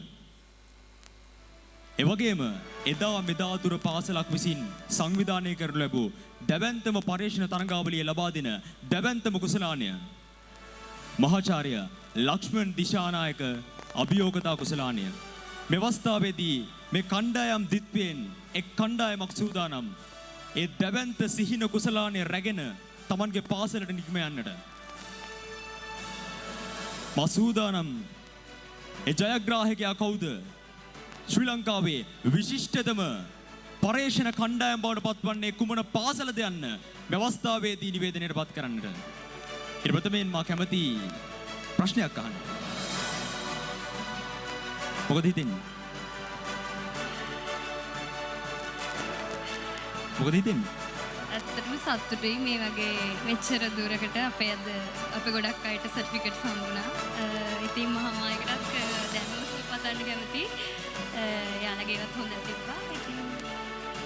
අපේවත් හොඳට තිබ්බා යාළගේවත් හොඳට තිබ්බා. හැබැයි හොඳට තිබ්බේ වඩා හොඳට තිබ්බේ මොන පාසලද? මගේ අතේ තීරණය තියෙනවා. ශූරතාවේ දිනා ගන්න පුළුවන් වෙයිද? කවුරු දිනුවත් මං හිතනවා අපි ටීම්ස් දෙකම ගොඩක් හොඳ විදිහට අපේ කන්ට්‍රිබියුෂන් එක දීලා තියෙනවා. ඒ නිසා අපි අපි දෙවෙනි ස්ථානය ලබලා පරාද වුණත් ඒක ජයග්‍රහණයක් කියලා මම විශ්වාස කරනවා. දින්නත් පෙරදුනත් ජයග්‍රහණයක්. එක්ස්පර්ෂියෝ කියන්නෙම ජයග්‍රහණයක්. ශූරතාවේ ලබා ගන්නේ මහනුවර මහාමායා බාලිකා විද්‍යාලයද? මහනුවර උසස් බාලිකා විද්‍යාලයද? තීරණය මගේ අතේ. එක්ස්පර්ෂියෝ 2022 සමස්ත ලංකා අන්තර් පාඨශාලීය පර්යේෂණ තරගාවලියේ ශූරතාවය දිනා ගනිමින්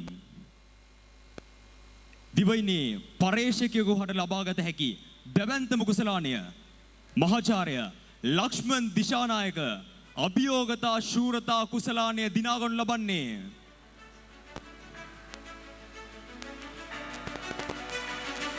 මහනුවර උසස් බාලිකා විද්‍යාලය.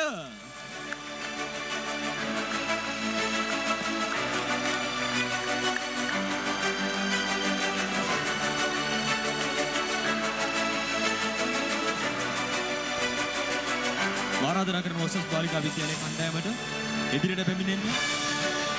ඔබේ සුරතින් ලබා ගන්න දිවයිනේ විශාලතම පර්යේෂණ දින තරගාවලි කුසලානය. අත වශයෙන්ම මේ සිහිනයක්. පර්යේෂකයෙකුට මේ සිහිනයක්. පාසල් ශිෂ්‍යයෙකුට මේ සිහිනයක්. උන් මේ අත දරාගෙන සිටින්නේ ඒ සිහින කුසලානය මහාචාර්ය ලක්ෂ්මන් දිසානායක අභියෝගතා ශූරතා කුසලානය.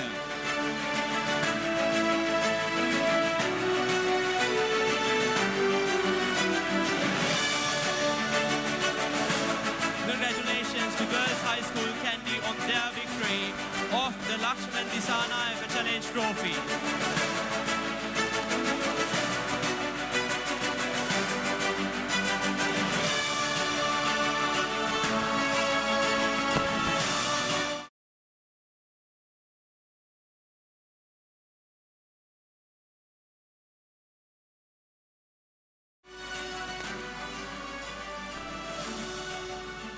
අපි කුසලතාව දිනාගත් මහනුවර උසස් බාලිකා විද්‍යාලයේ පරීක්ෂණ කණ්ඩායමට අපේ ස්තුතිය සහ ප්‍රශංසා හිමි වෙනවා. ඒ වගේම දෙවෙනි ස්ථානයට පැමිණි මහාමායා බාලිකා විද්‍යාලයේ ශිෂ්‍ය කණ්ඩායමටත් අපගේ ස්තුතිය පුද කරනවා. දැක්කම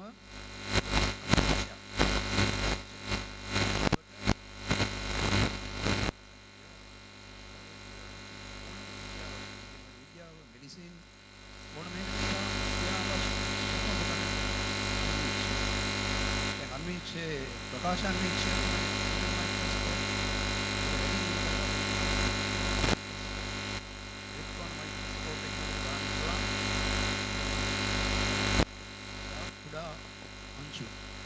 දක්වා නැනෝ සයිස් එකේ 10 රින 9 නිබලේ ඉතින් රිචඩ් ෆයින්මාන් කියන විද්‍යාඥයා නෝබෙල් ප්‍රයිස් ෆිසික්ස් විද්‍යාඥයා කිව්වා දැන් ගොඩක් අය විද්‍යාඥයෝ හිතන්නේ අපි පරීක්ෂණ කළා දිනු කළා ඊට එහාට අපිට යන්න දැනක් නැහැ වගේ. දැන් ඊළඟට මොනවද අපි කරන්නේ කියලා. එතුමා කිව්වා Richard Feynman Nobel prize physics there is plenty of space at the bottom.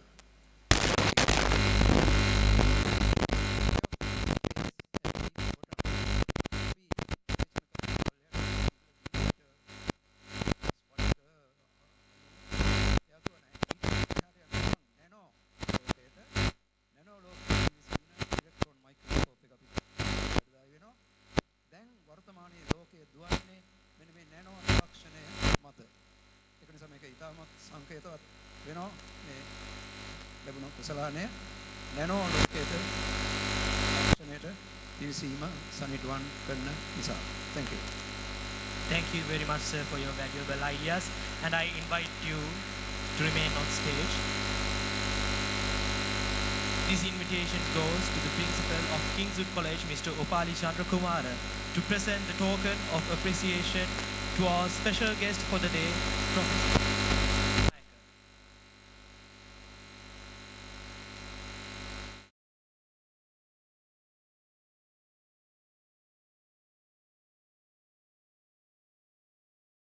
Our special guest, Professor Lakshman Disanayaka.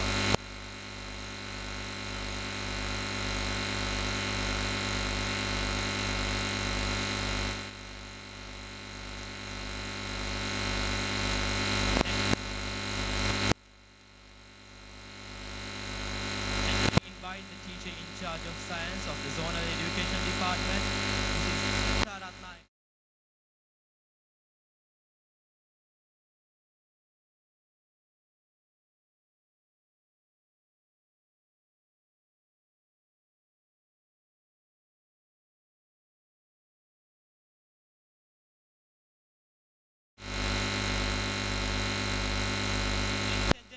Put your hands together for our special guest for the today, Mrs. Chinta Ratnayaka.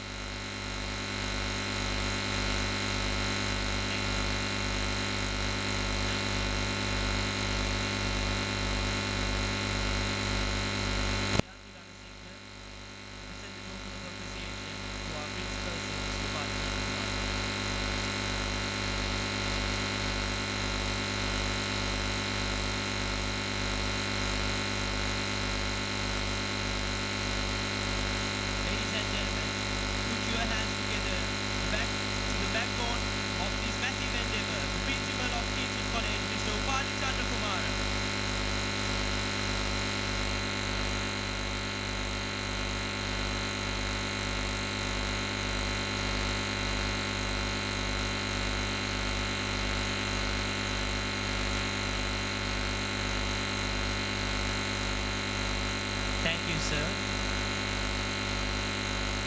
And now I invite the co-president of the Kingswood Research Unit, Kingswood gentleman Anupama Malikaratna, to present the token of appreciation to the teacher in charge of the Kingswood Research Unit, Madam Mirandi Danasinghe.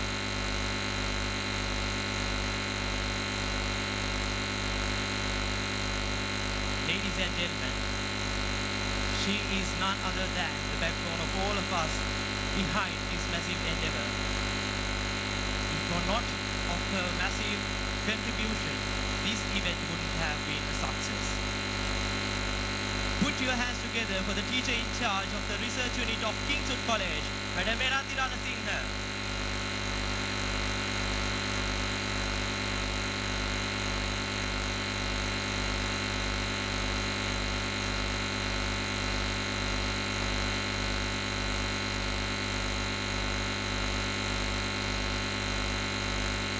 Thank you, madam.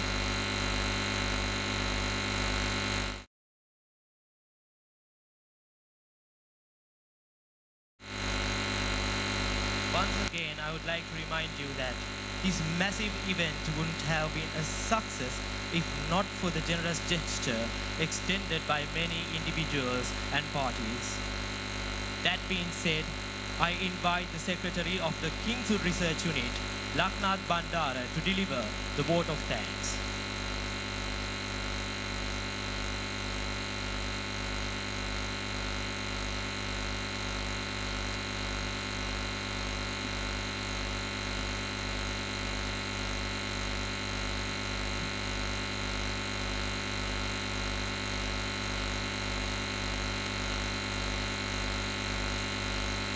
Good afternoon, ladies and gentlemen. It is with immense pleasure that I stand here before you today as the Secretary of the Kingswood Research Unit. First and foremost, I must say it has been an incredible journey here at the Kingswood Research Unit from taking the initial steps of Experzio all the way up to the rather climatic end we witness today. The project Experzio 22 has seen many ups and downs over its rather eventful timeline. It would have been possible without the unwavering support and guidance of everyone behind the project. First, I would like to thank the chief guest of the symposium, Dr. Harsha Sudasinghe, founder, president and chief executive officer of Fortune Group of Companies, providing so much value and insight to our event. Next, I would like to extend my heartfelt gratitude to the Professor Lakshmi Disanayake, research professor in continuous matter physics and solid state chemistry. On behalf of the organizing committee, I would also like to extend our sincere gratitude to the director of NIFS, Professor Salika Chakravarti, and his team for their support, guidance and mentorship in making this project a success. I would also like to thank Mrs. Chandra Chakravarti, Senior Assistant Librarian at NIFS, and Dr. Shalini Rajakaruna for valuable support and guidance in the matter of coordinating our project with the NIFS. I would like to extend my gratitude to Dr. Susil Kumar Silva, CEO and Executive Director of Vikas University, and Mr. Tikshan Amaratunga, Central Manager of Vikas University Campus and World Branches, and Mr. Mukman Narayana, and support from our old colleagues, Mr. Prabhulika Pereira, Applied Scientist and Amazon Lab Science AI Laboratories, and Mr. Rashid Doctor. And I would also like to extend my gratitude to the teacher, instructor, and science educational zone office for the support to the success.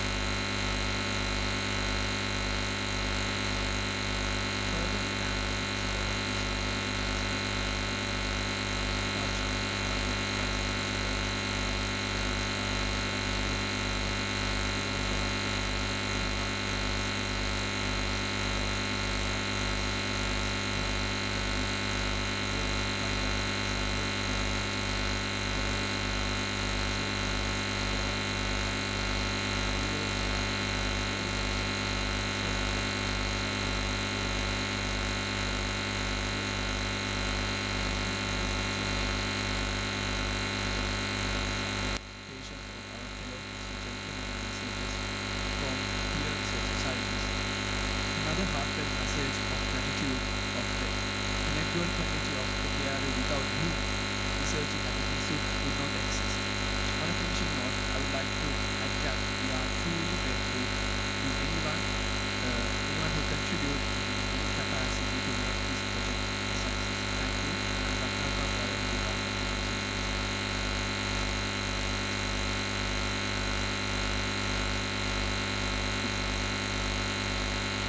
බොහොමත් ස්තුතියි. ඒත් සමගින් එක්ස්පර්ෂන් 2022 පරිශන තරගාවලිය සහ පරිශන සම්මානයේ සමාප්තිය එලෙසින් සිදුවන කරනවා. ටිකක් නොව කොමාවක් අතරින් නමමින් එක්මනින් හමුවනු එක්ස්පර්ෂන් 2022 සමගින් වැඩසටහන සමාප්ත කිරීමට මත්තේ එක්ව නැගී සිටින අභිමානවත් ජාතික